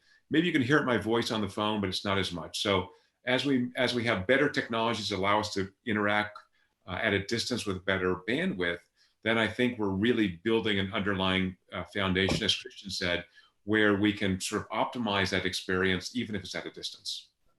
Now, Carolina, what about, I don't know how urban or rural your work was in the supermarkets, but I know many of you have worked in places where there's not a lot of bandwidth, and we have much thinner connection.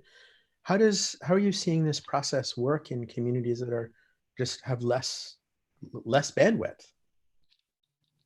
Connectivity is a big challenge in Peru. We still don't have enough good enough infrastructure to allow all people, or most people, to be able to connect into the internet through their mobile phones. So you have a big city, just Lima, the capital, and you have people using technology there and buying online. But then if you go as a company, for example, to a scale and go national, then it will be very difficult. We're still working on that, but our geography is kind of difficult. We have the Andes across the country. So it will take a couple of years to improve that. So now we have many people who have no access whatsoever to most of that technology. It seems like a lot of our technological solutions, as Paul alluded to, is essentially throw more bandwidth at it, right? Like, let's make a deeper connection. Okay, we'll have we can talk on Zoom in HD now here, and I'm just outside of Silicon Valley, but a lot of places where our network is, that's not the case. So, and I just wonder, if we need to kind of rethink this design process.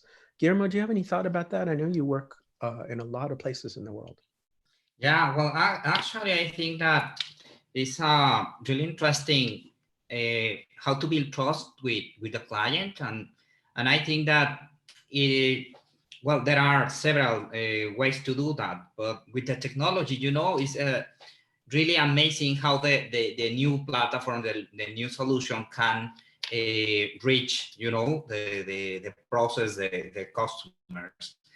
So definitely, I think that you can trust, you can build trust with technology, you know. At the same time, we need to understand that the people choose the brands, choose the different options as a economic process, you know, it's a psychology process. So all the time they try to choose the best option. You know, you show your cell phone, you know, you have a lot of options, but most of that options, maybe you have preference for one platform than another, you know, because that fits with you. So I think it's important that understand that technology is necessary, it fits with some segments, not with all the people. Yeah. All right, well, let's go back to this question that Christian brought up about more meaning. And Paul, I think you also brought this up. Like, we have this opportunity right now where we're really in the, I think, early stages of this fourth industrial revolution.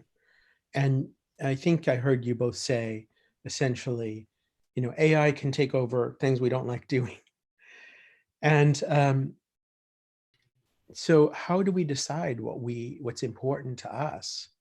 And I know many of you have thought about that, but Christian, let's start with you. How do we become more fully human, more purposeful, more engaged in what really matters to us in this moment? Well, yeah, good question. I think the really first thing to do is ask the why question. Why am here? Why am I here? Why is my organization here?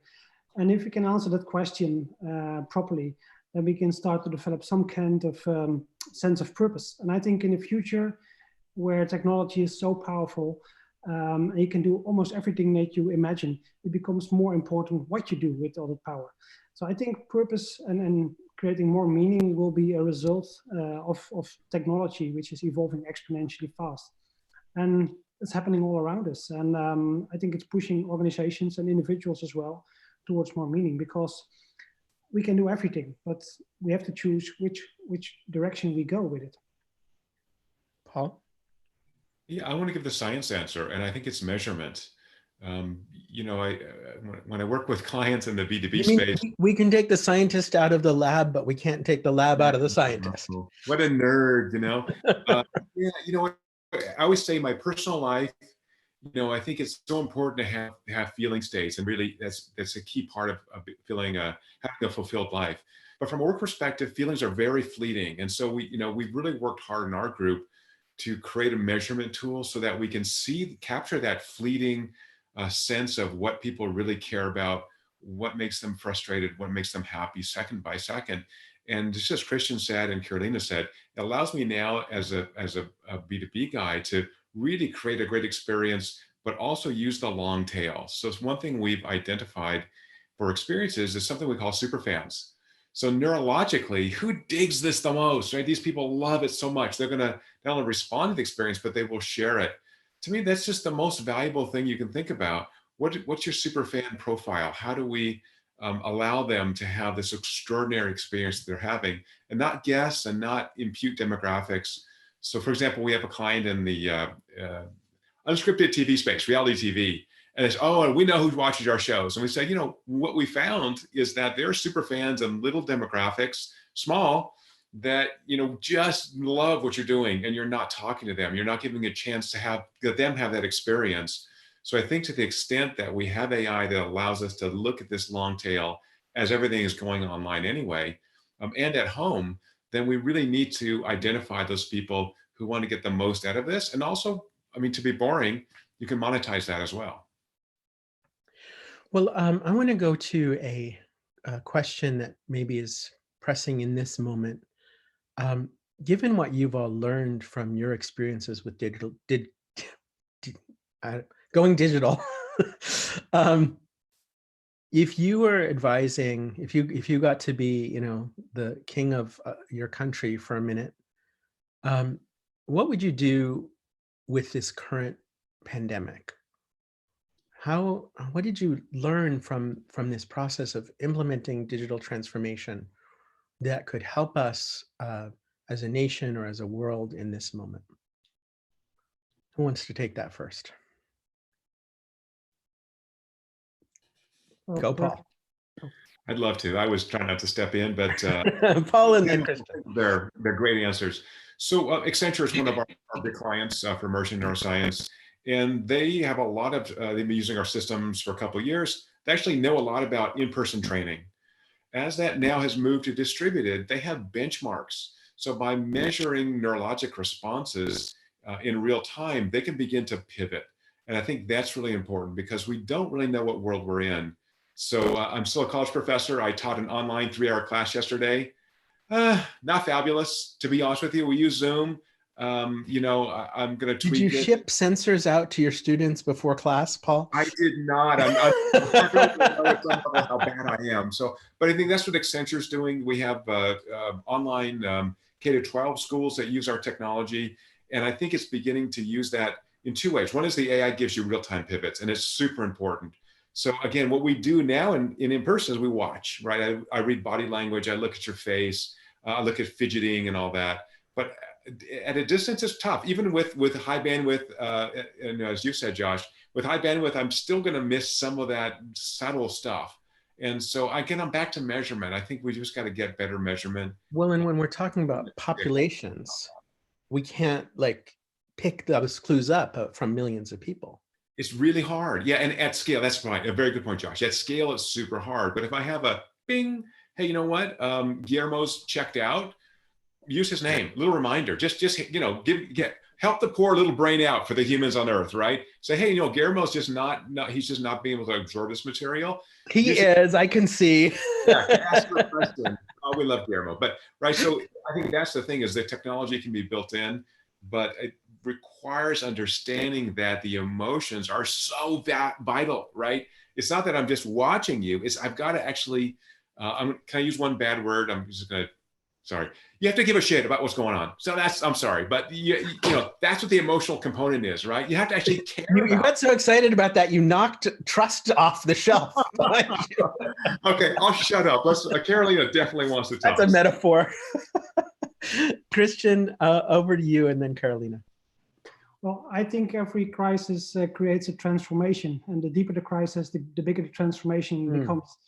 And if I was the king of the Netherlands for one day, I would use this opportunity to do some experiments. You already see this on schools, e-learning, remote working.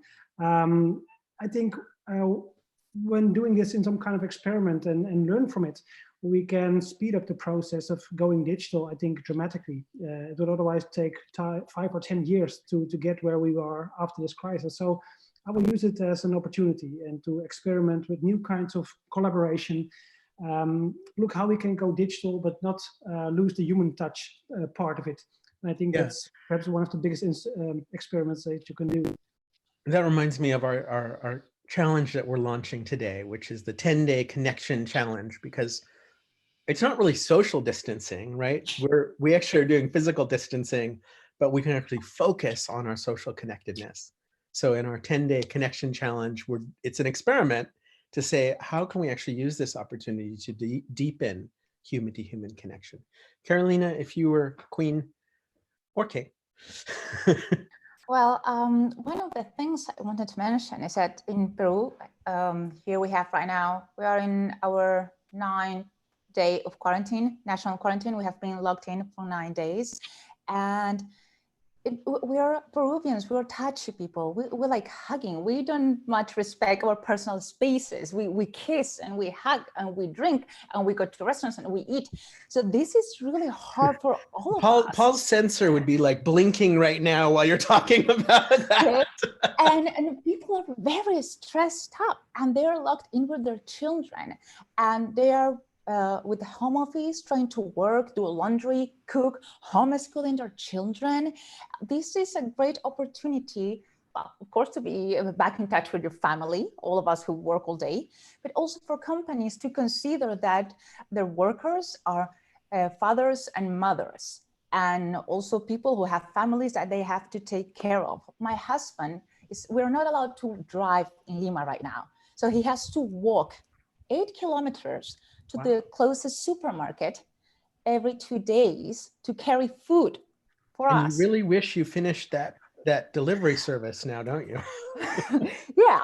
So, and all online supermarkets are canceling orders because they have so many that they cannot attend them. So this is really complicated for all of us. So it's time to look at us as people and humans, and how challenging being locked in is, and how hard of a time we're having here with trying to manage our work and our personal life and our families. And technology is helping, yes, a little bit, but not 100% now. Yeah, I think that joking aside, the emotional health burden that we're experiencing right now in the world is something we've never imagined. The physical health burden as well, and we can see that in our hospitals, but the emotional health burden is something that is much less visible, as usual, and it's actually affecting tens of millions, if not billions of people already. Paul, comment about that, and then Guillermo. Well, I think that something that is really important is that investing prevention is a really good investment, because most of the time the people, they see like expenses, they don't see the benefit. So I think that is important, be responsible. At the same time, I remember that the security norms in Canada and in America, they are really strict, because they want to prevent accidents, labor accidents, At the same time, I think that is more efficient Canada, because they link these investments in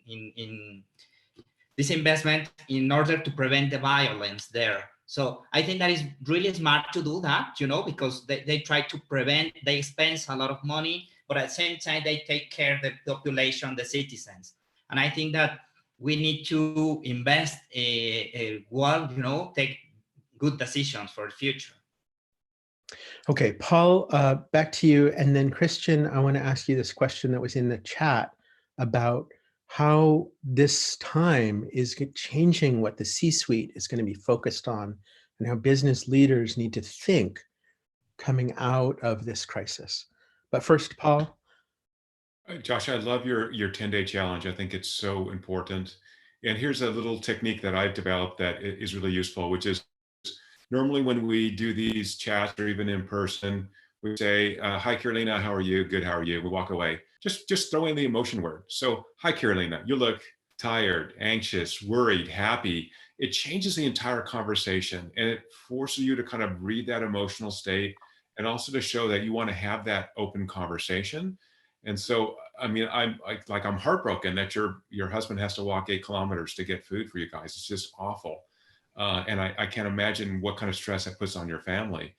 So that conversation, even if it's a business conference, can really open up that emotional quotient importance, right? Just try to be a good emotional creature when people are under stress. I mean, all the time, but when people are under stress. So I just want to add to that, and then go to Christian and with this other question, which is that Paul has heard me say this before, I used to be scared of emotions. And as a business leader, I wouldn't like to ask people.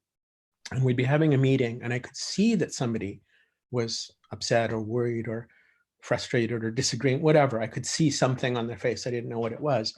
And I would actively avoid asking, because I thought, well, if I ask, it's going to open up Pandora's box. And what I've learned, mostly, I still struggle with it sometimes, but what I've learned mostly is that if I can just engage with some curiosity and say, okay, I see there's some big feelings going on. Let's take a moment and share some of those. And I don't have to do anything. I don't have to fix it. I don't have to take responsibility for it. It's not suddenly, my job got harder. What it is I'm taking a moment to connect at a human level. And what surprised the heck out of me is that when I do that, the rest of the meeting seems to go better. So, Christian, over to you. What do senior leaders need to be paying attention to as we're coming out of this crisis? What are they going to be paying attention to, and what do they need to be paying attention to?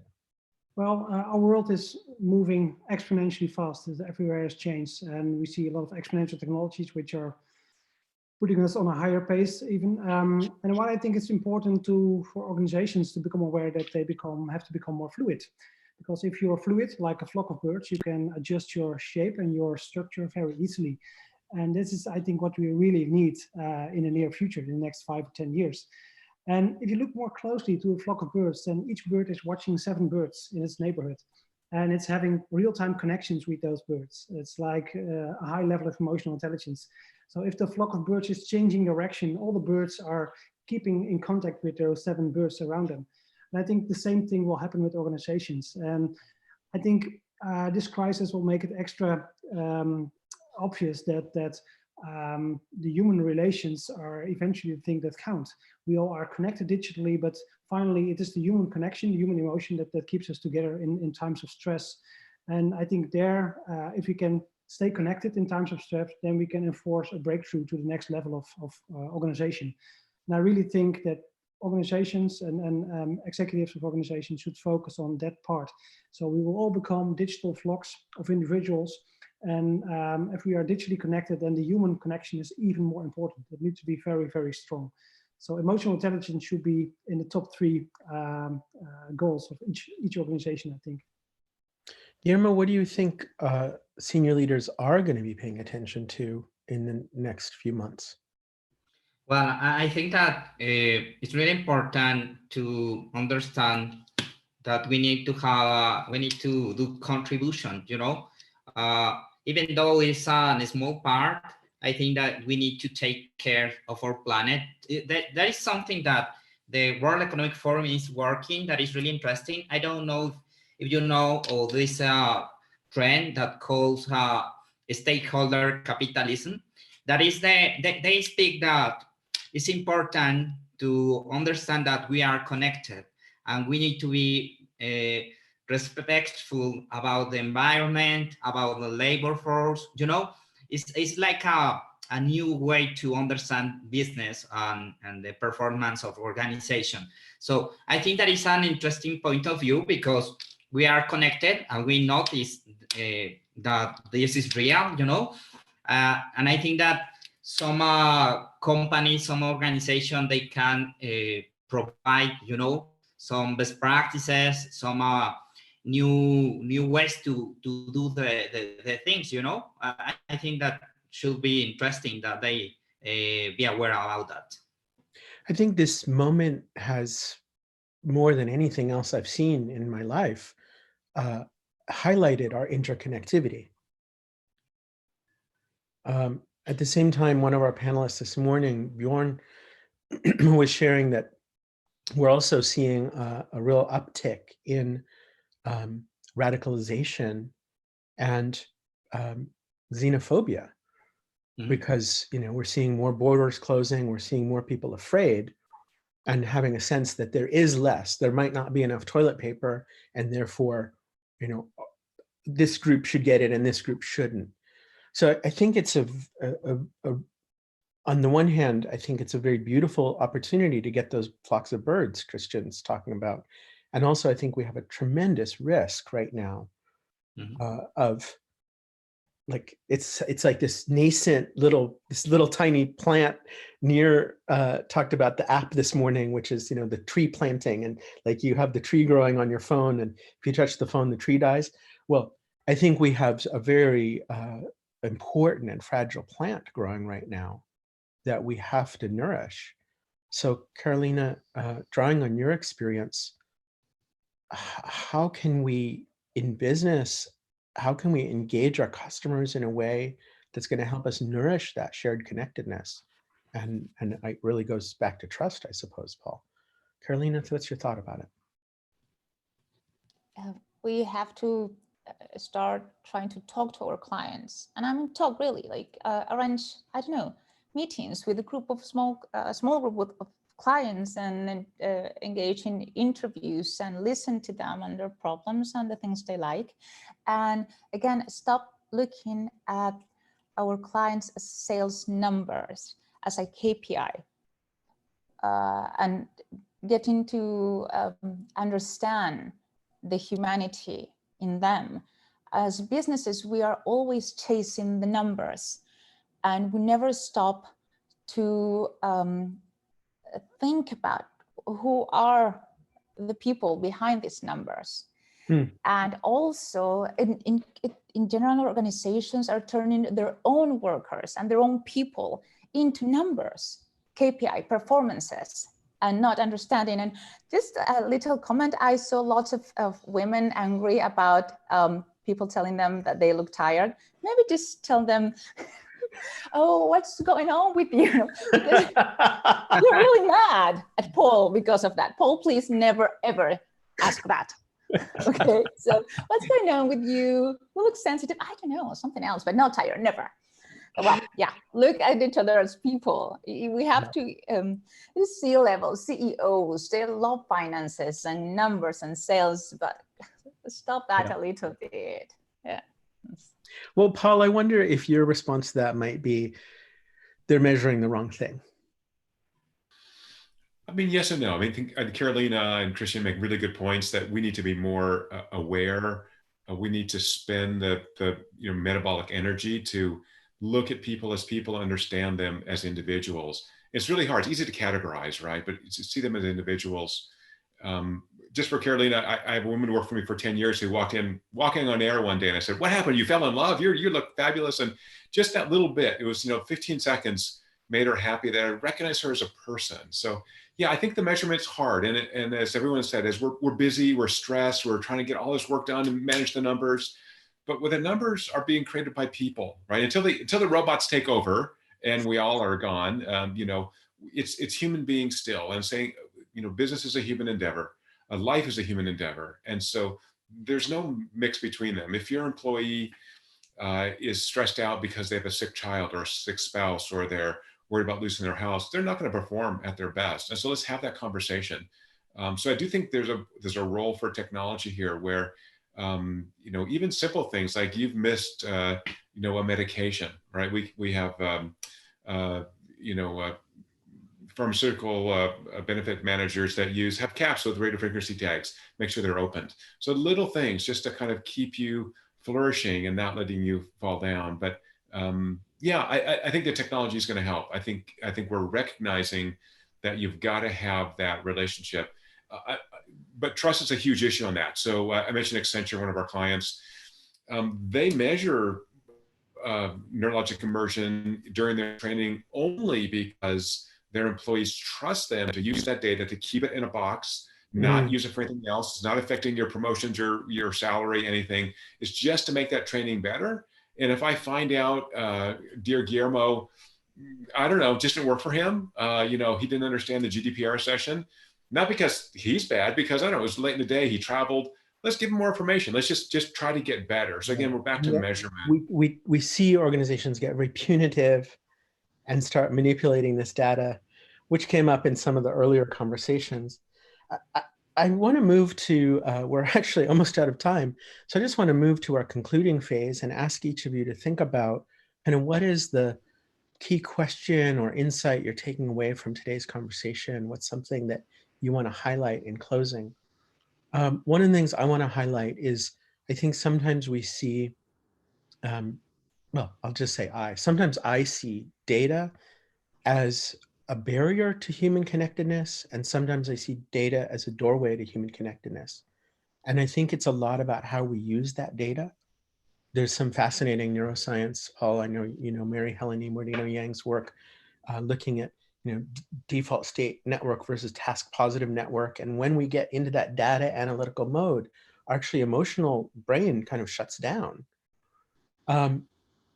So somehow we need to connect that this data is not a thing in itself. This data is an expression of real lives. So that's my big takeaway. Carolina, how about you?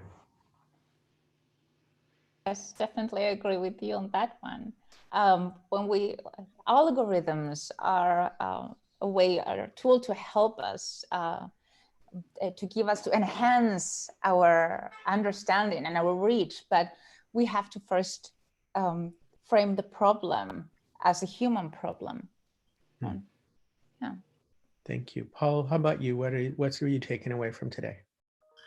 Yeah, I think, ultimately, even if you're a boring person who just wants to manage the numbers, the people you work with have emotions and you have emotions. And if you don't understand them, you're never going to be an effective leader. You'll never be an effective team member. So I think, the root of those emotions is love. And so, I try to apply this simple rule to interactions I have, which I call the love plus rule. I want to make sure that every interaction I have adds love to the world. So that really means being service to other people. It's a simple, I'm a math guy, so it's a little algorithm, love plus. And then I try to reflect and say, was this experience, and I add love to the world? Not always, I'm not saying I'm perfect, right? I'm just thinking of that as my goal. Let me help that person. Let me be of service to that person. So by just using that word and thinking about adding a little bit more to the world, and we know neurologically, as you said, there's a nice 30-minute hangover when I get your brain to make oxytocin, in which you're just going to be calmer and nicer to other people. So we start this virtuous cycle. So I think, again, measurement's always going to be part of that, but just having that reflective insight, I want to get the most out of my team. I've got to love them, basically, in the philia sense, right? Not in a weird sense. Guillermo, we'll go to you and then Christian, but Paul, I just wanted to say, I've noticed that. Like, I don't know, it's been 6 years or something, 8 years that you and I have had a few exchanges, and I just walk away from conversations with you and I feel better. So it's working on me. Guillermo, what are you taking away? Yeah, well, I think that emotional intelligence is really important. Sometimes it's a little bit diffuse, because the people, they say, oh, the soft skills are the more important one, or the hard skills, but actually we need both, I think that we need to understand to learn more, a little bit more of both. And I think that in the future, we need to have we need to work more in human touch, because at the end of the story, we have clients and we have employees that you need to take care about them, it's like have a real worry about your partner, about your client, it's not a process. I think that is something that is human. In this way, I think that we need to really take care of our teams, and of our clients. I think that is the more strategic piece of the puzzle. And Christian, I give the last word to you. I think really connects what everyone has said here, really connects with your message. So what's your takeaway? I hope so. I believe that technology eventually will disappear. It will become invisible. So if we have holographic technology like the HoloLens, we will speaking to people, seeing like they're in the same room, and it feels like they're in the same room. And I think technology is leaving the equation, and the only thing what stays there is emotional intelligence and soft skills. So I think in the end, it's all about having a human connection with people, and technology will disappear. So I think that's really important to take away from this message, from this session. In the end, it's all about human connection, and technology doesn't matter anymore. Well, I appreciate you all being here and sharing on this theme. I wasn't sure if we should do this conference given the state of the world right now. And I'm so glad that we did. I feel more connected and inspired, and thinking more about both the present challenges and also the future. And so I appreciate you all being here. Thank you for sharing your time with us. And those of you who are listening, thank you for engaging in the chat. It's been great to get your comments, and I don't know if you know, but I've been bringing them into the conversation. So I appreciate that opportunity. And we'll see you all in the next virtual conference, or maybe in person someday. We can hug and kiss again soon. Take care. Thank you, Josh. You're wonderful. Bye. Bye. Nice Bye. meeting you guys. Bye. Nice to meet you too. I'm back to you, Maria. Thank you, Josh, and thank you again to all of our panelists for that amazing session.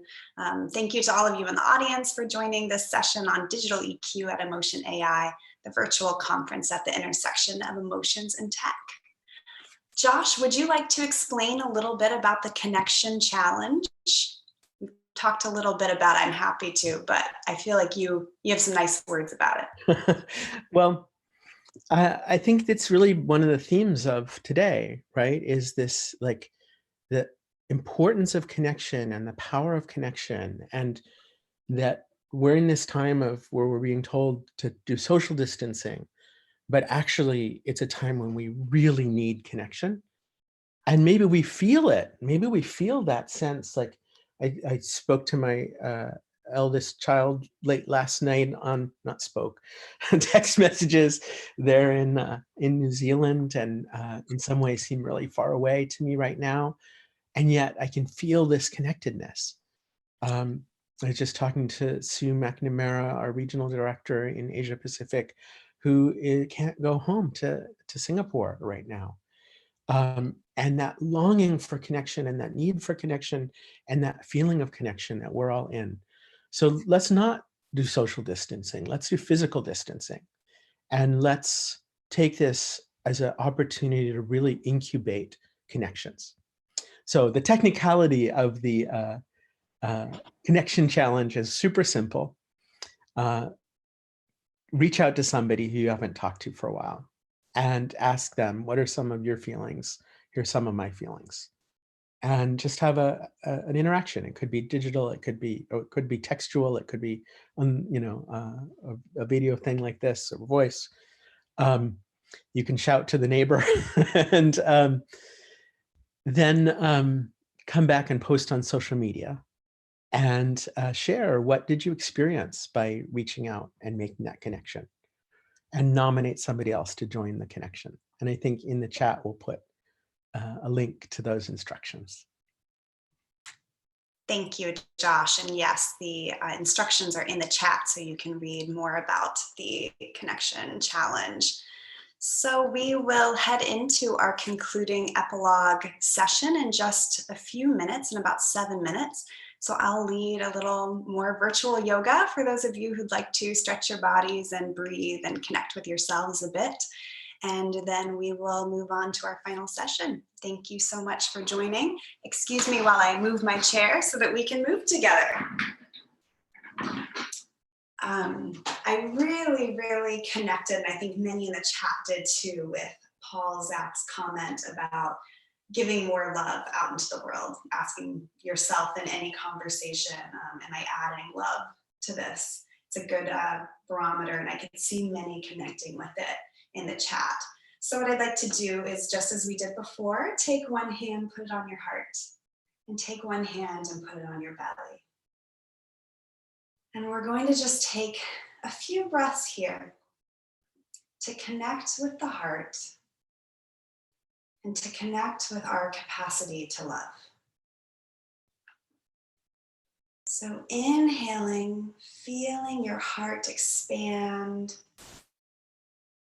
Exhale, letting that stress in the body go. Inhale, feeling the love in that heart center grow and grow.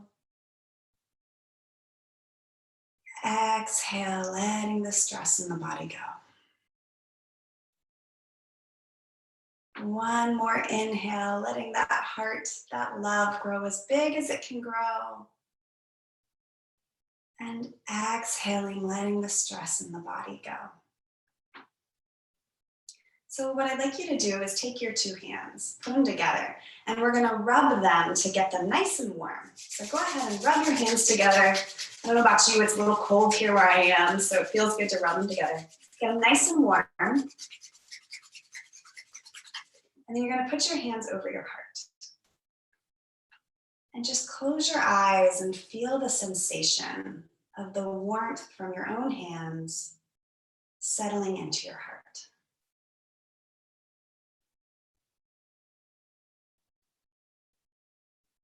And we'll do that one more time, rubbing your hands together.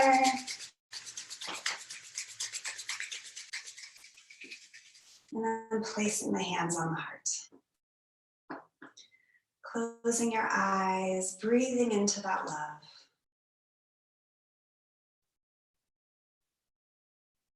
Where do you feel this emotion of love in your body?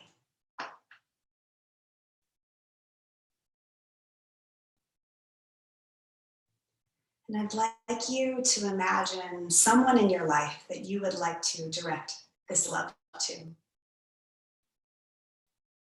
Just imagine that they're standing right in front of you and you can share this love with them.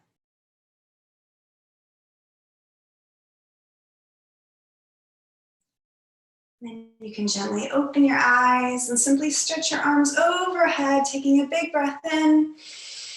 And on an exhale, just bring your arms down to your side. Let's do that one more time. Inhale, arms all the way up. Exhale, bring them down to your side. And let's just stretch from side to side, bringing one arm over the head and then stretching to the other side. All the way over. And then to the other side. And then let's conclude by putting one hand on your heart, one hand on your belly. Let's take one big breath of love all together. Sending love to all of the other participants in this conference during this challenging time together. All right, thank you so much for joining me. We will get started with the next session, the epilogue, in just a moment. And Maria, just a little plug. You're teaching some classes in the Growing You program. You had one yesterday morning where you did, I don't know if you did yoga, you did some meditation and some reflection about emotions. And next week you have a couple classes? Yeah, actually I have one tomorrow. That's at 3 p.m. San Francisco time, 6 p.m. Eastern, and it will be a meditation for self-compassion. So a little bit similar to what we just did, focusing on that feeling of love. For those of you who know about the metta meditation, it's one of the most studied meditations that there is, and it has all kinds of benefits. So if you'd like to join me in doing that, you can go to that Growing You link in your chat. Great. Thank you. Maria, you were a wonderful contribution. Thank you so much. Thank you, Annabelle. All right, well, we're going to be starting our wrap up in a minute. While we're just waiting a second, those who are joining the wrap up, you can start your webcam when you'd like to. Yesterday, the day before, yesterday, I think, we were talking about this little time in between sessions, and Bjorn actually said, "Wait, maybe we could get somebody to do some yoga." I'm like, well, it just so happens we have a yoga teacher in our team. So thank you, Maria, for jumping into that. Very challenging thing to do yoga with people on live streaming with lots of notice. Okay, so I don't know Maria, are you hosting this bit? I'm not sure, actually. I don't think so, but I'm happy to. Do the host thing. It says officially that Jenny is, and Josh, you've blocked my video. I can't unblock it. Uh-oh. I'll unblock your video, and Maria, why don't you go ahead? Let me in. Josh, you work on letting Annabelle in, and I'll welcome everybody. So thank you again for joining us in this EmotionAI conference. This is the epilogue, so we'll just be wrapping up some thoughts from the conference. I hope you were able to attend some other sessions. Let's see, we have the chat function, so please put in any questions. say hello to your fellow participants. We'll be looking at that and answering any questions you have. And let's see, what did I miss? We ready? I think we're ready. I mentioned Growing You already.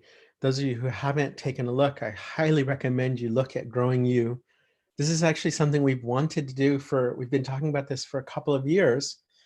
And then all of a sudden, coronavirus, and we're like, let's go, it's time to do this. And so Growing You is, there's people with huge depth of experience and expertise in emotional intelligence teaching live online classes at a ridiculously low price.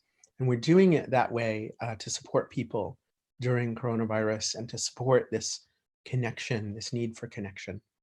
And our research shows that emotional intelligence, you can learn the ideas, reading them or even, watching a video. We have a lot of that. But to actually grow your emotional intelligence requires practicing it, and practicing it is something that works much better with people. So let's see. So Growing You is, if you go to our, whoops, I'm just trying to get Mark's video on. And is Sherilyn's video on, Josh? Yeah. Okay, I don't see her. If you go to our homepage, 6seconds.org, you will see the link. We just added it right at the top there to Growing You Online, so that it's super easy for people to find. So any of you who are interested in continuing to practice together and really work on some of these skills, we'll see you there. I'm teaching a class this week. I think it's tomorrow. Come on Friday. All right. Excellent. Well, thank you to this group who is coming on to help us close the conference. And this discussion is to really help us try to do some of that synthesis, some of the things that you've heard during the day, some of the things you've been thinking about. And as we've done with the other panels, I'd like to start with a closing question. And I'd like you to each think about, what is one thing that you learned today, or that became more clear for you today? Maybe you already knew it, but it learned in the sense that it came sparkling up for you.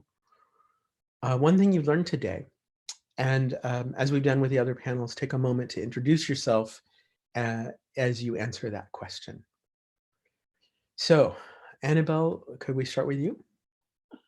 Sure. I'm not sure 100% I understood that instruction, so I'm just going to make up my own, Josh. I don't want to say that that's what you usually do, but that sounds really good. Here's where I'm coming from right this moment in time. As I have listened to everything, I have been, I think, overwhelmed and with the importance and the value of creativity. And so a couple of quotes that I've written, I haven't written them, I've read them recently, were these. One was from Einstein, and he said, the day he wrote down the theory of relativity was the happiest day of his life. And the other one was from Virginia Woolf, who said, creativity brings order into the universe. So we want to bring order into the universe. We want to bring happiness. So if mother is the necessity, if necessity is the mother of invention, I want to know who the father is. I want to know who the father is. So I want all of you to be thinking about who is the father. Now I have my own answer, which I'm happy to share later. Okay. Is this like the baby boomers being born? Like, we're gonna be. I don't think I said I'm Annabelle, president and co-founder of 6 Seconds, and I love people. Thank you, Annabelle. Someone else want to go? Maria, what's something you learned today? Bjorn, Mark? Sure. Hi, everyone. I'm Maria, and I work for the global office of 6 Seconds, and I'm an emotional intelligence coach and facilitator and occasionally yoga instructor. So thank you for joining me today. I think I'll just echo what I said during the last yoga reflection. Was what really stood out to me was Paul Zak talking about getting more love out into the world. And I think it's so important, especially in these challenging times, to remember what we do have control over, because it is so obvious that we do not have control over a whole lot. So I do have control over how I act towards others and how I act towards myself. And I want to do that with more love. And even when it's technology like Zoom, I can still give that love. So thank you. Well, I'll put in a shameless plug for our new video that's premiering in 54 minutes, which is very much about that. And it's about not what we do, but who are we choosing to be in this moment. So here on this very same YouTube channel in 54 minutes, that's premiering. Mark? So I'm stuck by a couple different quotes I've heard throughout, and I saw people post up. One was our opening session, which talked about a mistake made more than once becomes a decision. And I think about that in terms of also just the inverse as well. Successes become a decision. Love is a decision. Staying together is a decision. And so we can approach that reality from both an honest audit of ourselves, but also a non-deficit view of ourselves, and saying, okay, what are the decisions I've made? What are the good ones? What are the ones that need improvement?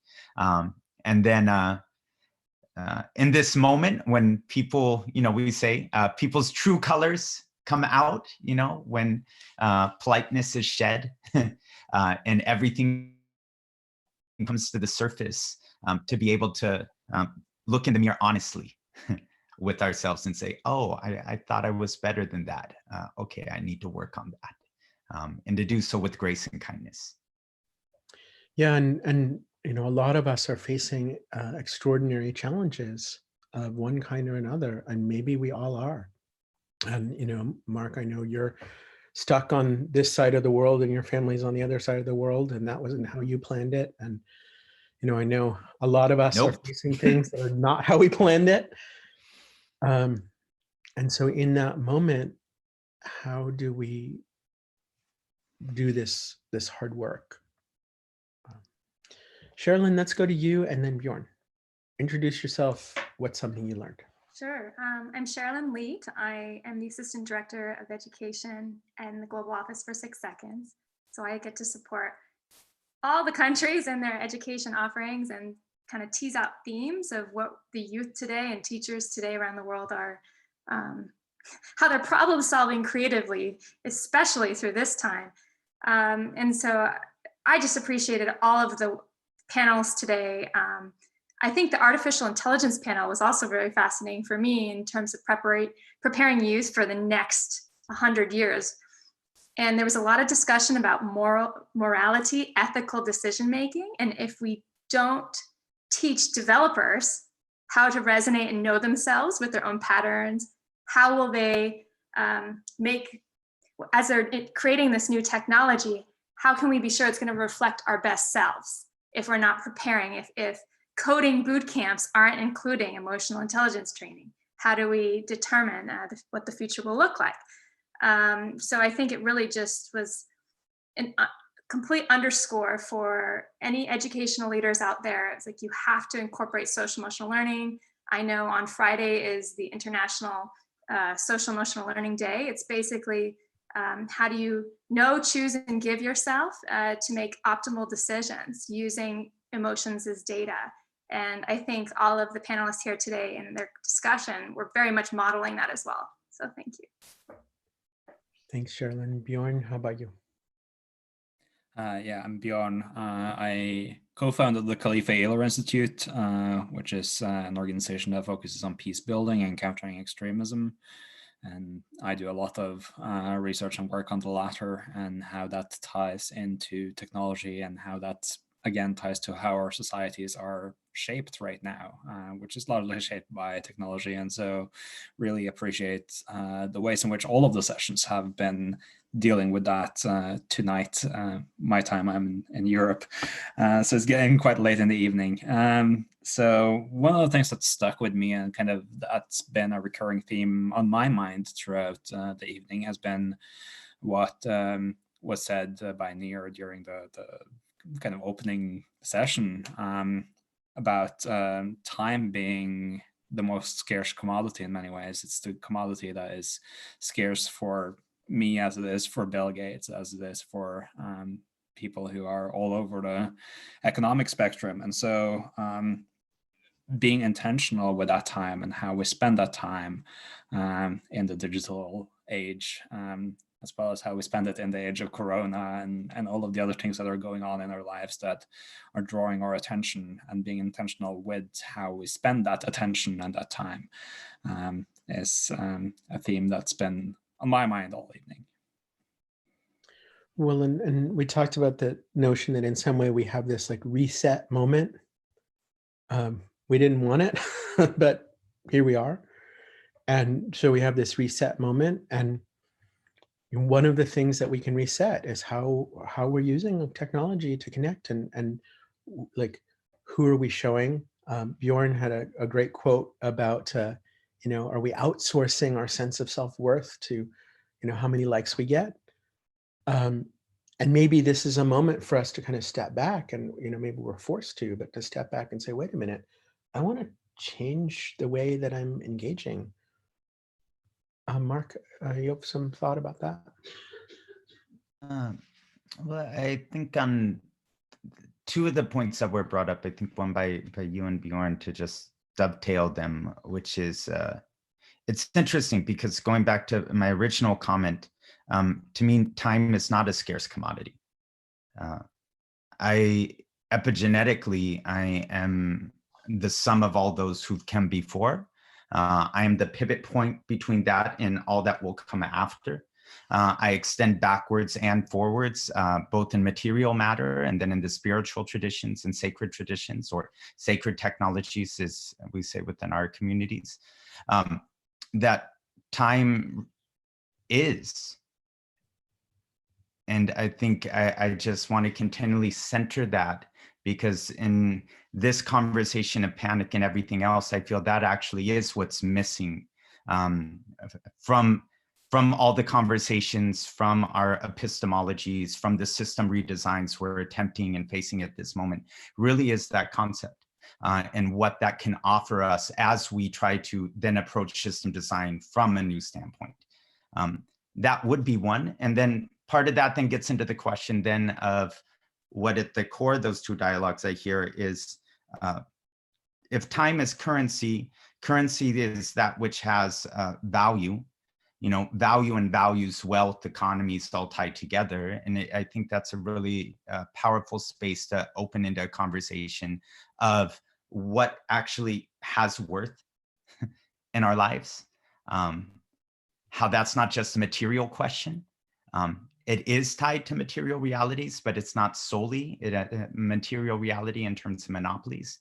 How do we actually hold that? In also understanding that people do have needs like water, air, shelter, but part of the needs is love, connection, companion, trust, and in those spaces. And to understand that sometimes we even make decisions that can sacrifice our time on this earth if it means our loved ones get more time, and that all of these things intertwine into our decision-making process, whether consciously or subconsciously at every moment.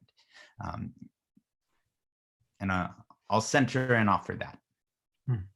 Thank you, Mark. I've been noticing this question of time as well. And we talked this morning about feeling out of control, and I think, Mark, in one of you and I had a brief conversation yesterday, maybe, and where we were talking about how we already were out of control. It was an illusion of control that we had, but damn, was that a comfortable illusion? I'm going to ask you each to think about just a one-sentence answer to a question. which is, what is something from today you really want to talk more about? If we can have a sequel, what is the thing that the question that we didn't get enough time for? Mark kind of alluded to that. While you're thinking about that, Annabelle, I'm going to ask you a different question, which is, what are some feelings that you heard today listening? What's, as an emotional intelligence guru, if I can call you that, as an emotional intelligence wise person. I think the spectrum was there, Josh. I heard love, I heard compassion, I heard concern, I heard frustration, I heard some anger, I heard some irritation, I heard some joy. It was all there. It really truly was. And knowing that it's all there, we also, I think, speaking of time, have to find a way to put it all together and collaborate with those feelings and then transform them into energy to make things happen, So I'm going to answer my own question and tell you that I think that the father of invention is initiative. And I'm going to commit to taking initiative to do more about helping schools because they're in a crisis situation. Thank you, Annabelle. Bjorn, you want to go next? What's the thing you want to talk more about from today? I think the thing I want to talk more about from today and for many days is essentially the appreciation of complexity and the appreciation of complexity when it comes to ethics and when it comes to information and when it comes to how we are tying together the use of information, the use of data, and how we need to think about ethics when it comes to how that affects our lives and our communities. Thank you. Sherilyn? I would love to hear more about teaching students to be keen consumers of tech themselves. So the meta instruction, not just here's the app, do your best with it, but what structures could we give them? What kind of rubrics for thought could we give them about their interactions with this technology? So they're just not, they're producing content and consuming content, and they're analyzing that relationship in a wise way. I would love to hear more. Great, Maria? The question that I would like to explore more for myself is, if I were to be 5 to 10% more intentional with my time, what would that look like? And I think that goes for technology, but it goes for a lot else as well. And I'm curious too for the audience to think about, if you were to be 5 to 10% more intentional with your time, what would that look like? Mark, I'm curious. You answered this question, but maybe you have more to say about that answer. But I'm also very curious about something you brought up, which we've touched on a little bit today, which is that when we think about technology, a lot of us, think about this stuff, but that's not what you necessarily mean by technology. And so maybe you could just give us a little bit of a view of what is the technology you study? Yeah, so the Department of the Future is getting ready to release the first, you could say, field survey of empathy technology across the world. Who is deepening our understanding of empathy and who's scaling it in our modern era. But a key part of that report is actually looking at how empathy has been understood and is scaled across eras. And so in order to do that, the very first question then is, if you're going to use two words, empathy and technology, then you have to define them. One of the things we find in kind of the empathy tech or behavioral science fields, neuroscience studies, is that people are loosely defining empathy, but there's no cross-sector collaboration or working definition. So everyone's going into different strands. So that was a key part of the kind of global interview process. But interestingly enough, in the conversation we had with folks was also asking them to define technology. And most people went to digital tools or to wearables. From a linguistics or etymological standpoint, history of words, technology means the systemizing of a process. Technology is as old as human beings. Language itself is a technology. The systemizing of ideas, thought processes, emotions into phonemes that then become coded that people can share with one another. And that allowed us to then connect better with one another. Dinner tables, connection technology, the original connection platform. And the reason I say that isn't so much as just this whole like, oh, wow, but it's really in most of our conversations and technology, by omitting that type of lived experience expertise, we're omitting 100,000 years of civilizational best practices that, as you and I have talked about, have actually endured the test of time and crises and epidemics. So they actually have quite the insight to offer this current moment we're in of a rapidly changing society on the brink of so many things, navigating culture shifts, demographic shifts, social shifts, generational splits. We've been at this moment before. So what are the technological processes that societies used, and what was their kind of building or design process in order to come to the solutions of their time? For me, that's how we actually end up avoiding the inclusion ticket, which is a really frustrating ticket for me in a lot of circles I've worked within, which is we are going to be inclusive of people from the standpoint of how great are we to invite them in, instead of really holding up a mirror and saying, some of the groups who we're excluding from our build processes are really the experts on what we're trying to solve. They're the experts in front row view of the problem. They're the experts in the dynamics of what works and doesn't work.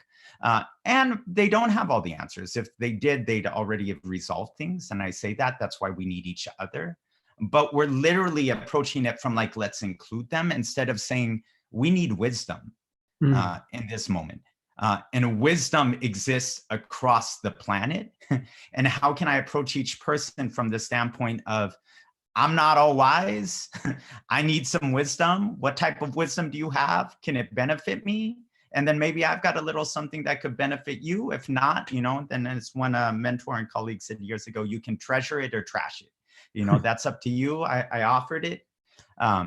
That for me would do an immense service to everything from the UN Sustainable Development Goals for 2030s to the kind of mashup and concerns on the open letter for AI signed by Stephen Hawking before he passed, and Elon Musk. All these technological approaches to solving would become that much more meaningful, and also to me that quicker resolvable if we took if we expanded our definition of technology at this standpoint. And maybe expanded our definition of the stakeholders. I said this before, but I've never in my life seen so many people so aware of how connected we are. And, in some ways scared of that connectedness, but also appreciating it. Annabelle, is there something from today you would like to plan the next conference, Annabelle? What do we need to talk more about? Well, I would like to talk more about the collaborative creativity that could come, really actually set up a problem and then have various stakeholders involved in it. And let's not forget the children, because they come with a very fresh perspective, eyes in terms of looking at that issue. So I'd like to identify a specific problem and then say, okay, what can we do about it, and bring these brains in, stir all of that together and come up with some solutions, one or two, multiple ones. Thank you. Mark? Yeah, to just add to Annabelle's, or echo or affirm and say yes 1,000 times to that. One of the things we're doing in North Africa right now is actually launching a design studio for children. And that idea of, again, if we can expand our design framework beyond the inclusion, but actually what does it mean, to move beyond the daycare model as inclusion, or beyond we have story time as inclusion, and being like, no, you actually get a pilot the ship for a little bit. You know, that's what we mean by full inclusion. And we're going to learn a lot about what's necessary. For those who ever have heard of her, or if you haven't, I recommend looking up Grace Lee Boggs. For me, was one of the fundamental philosophers of the 20th century, passed away at 103 in Detroit, and was at the forefront of nearly every social change movement. One of the things she used to tell those of us who could sit with her was, you know, we think it takes a village to raise the child, but it's actually the child that raises the village. That through the presence, we learn something new about ourselves. We remind the things we've forgotten. We actually learn to step into responsibility and into selflessness, into giving. And I think, again, it offers that question of what you're saying of what can the children teach us? Yes, absolutely. And I like to say, take care of the child and the adult. I still have one. And take care of the adult and the child, because it's there waiting to come out. Bjorn, I want to come back to you. You and I started talking about this conference several weeks ago, and the world was pretty different then. Yeah. And so from what you've been thinking about and hearing today, what did, you know, why do we need to have this conference today in this moment that we're in?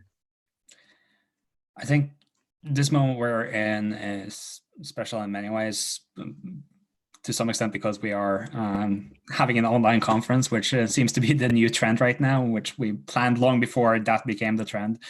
And so connecting and pulling together threads from all over the world and this way is really good. I think it's an important time to connect with each other, but also connect with oneself and connect with one's surroundings. I think it's an important time to remember that we do have some control and that we do have some self-determination.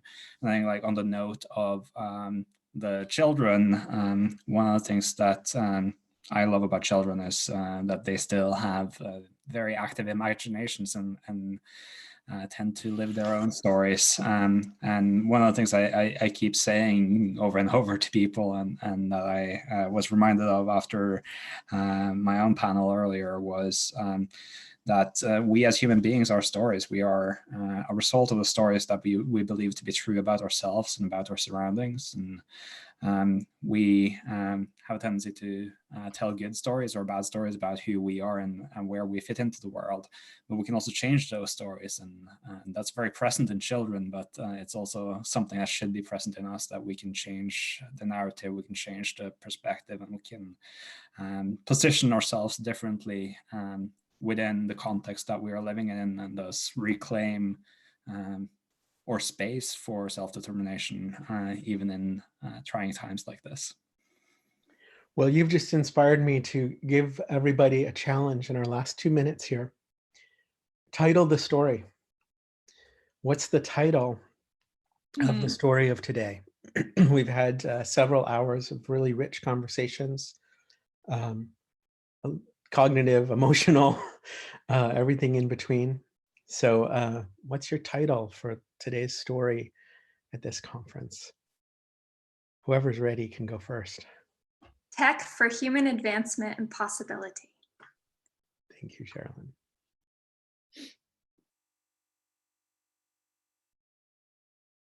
Go ahead, Maria. It starts with us. I'm going to go on that theme of the connections inside become the connections in the world.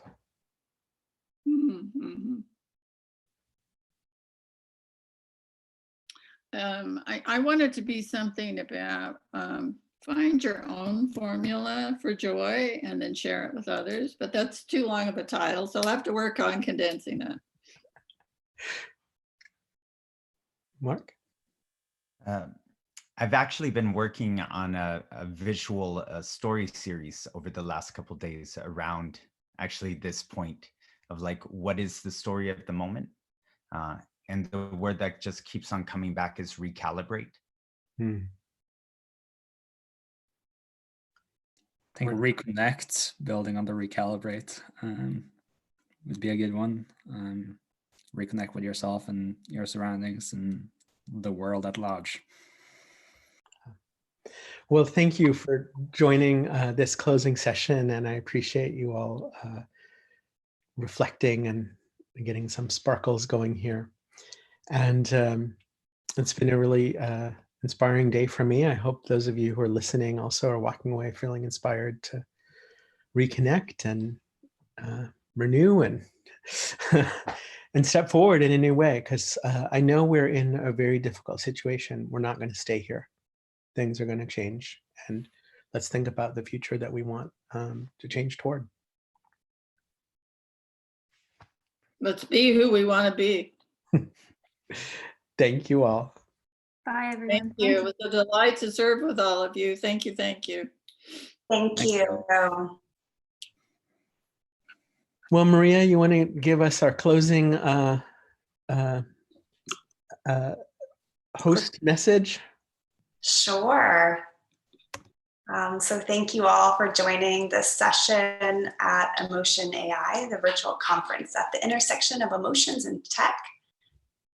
In the chat, we'll put a few links. One is for if you would like to give a donation. Hopefully someone in the chat world can put that in there.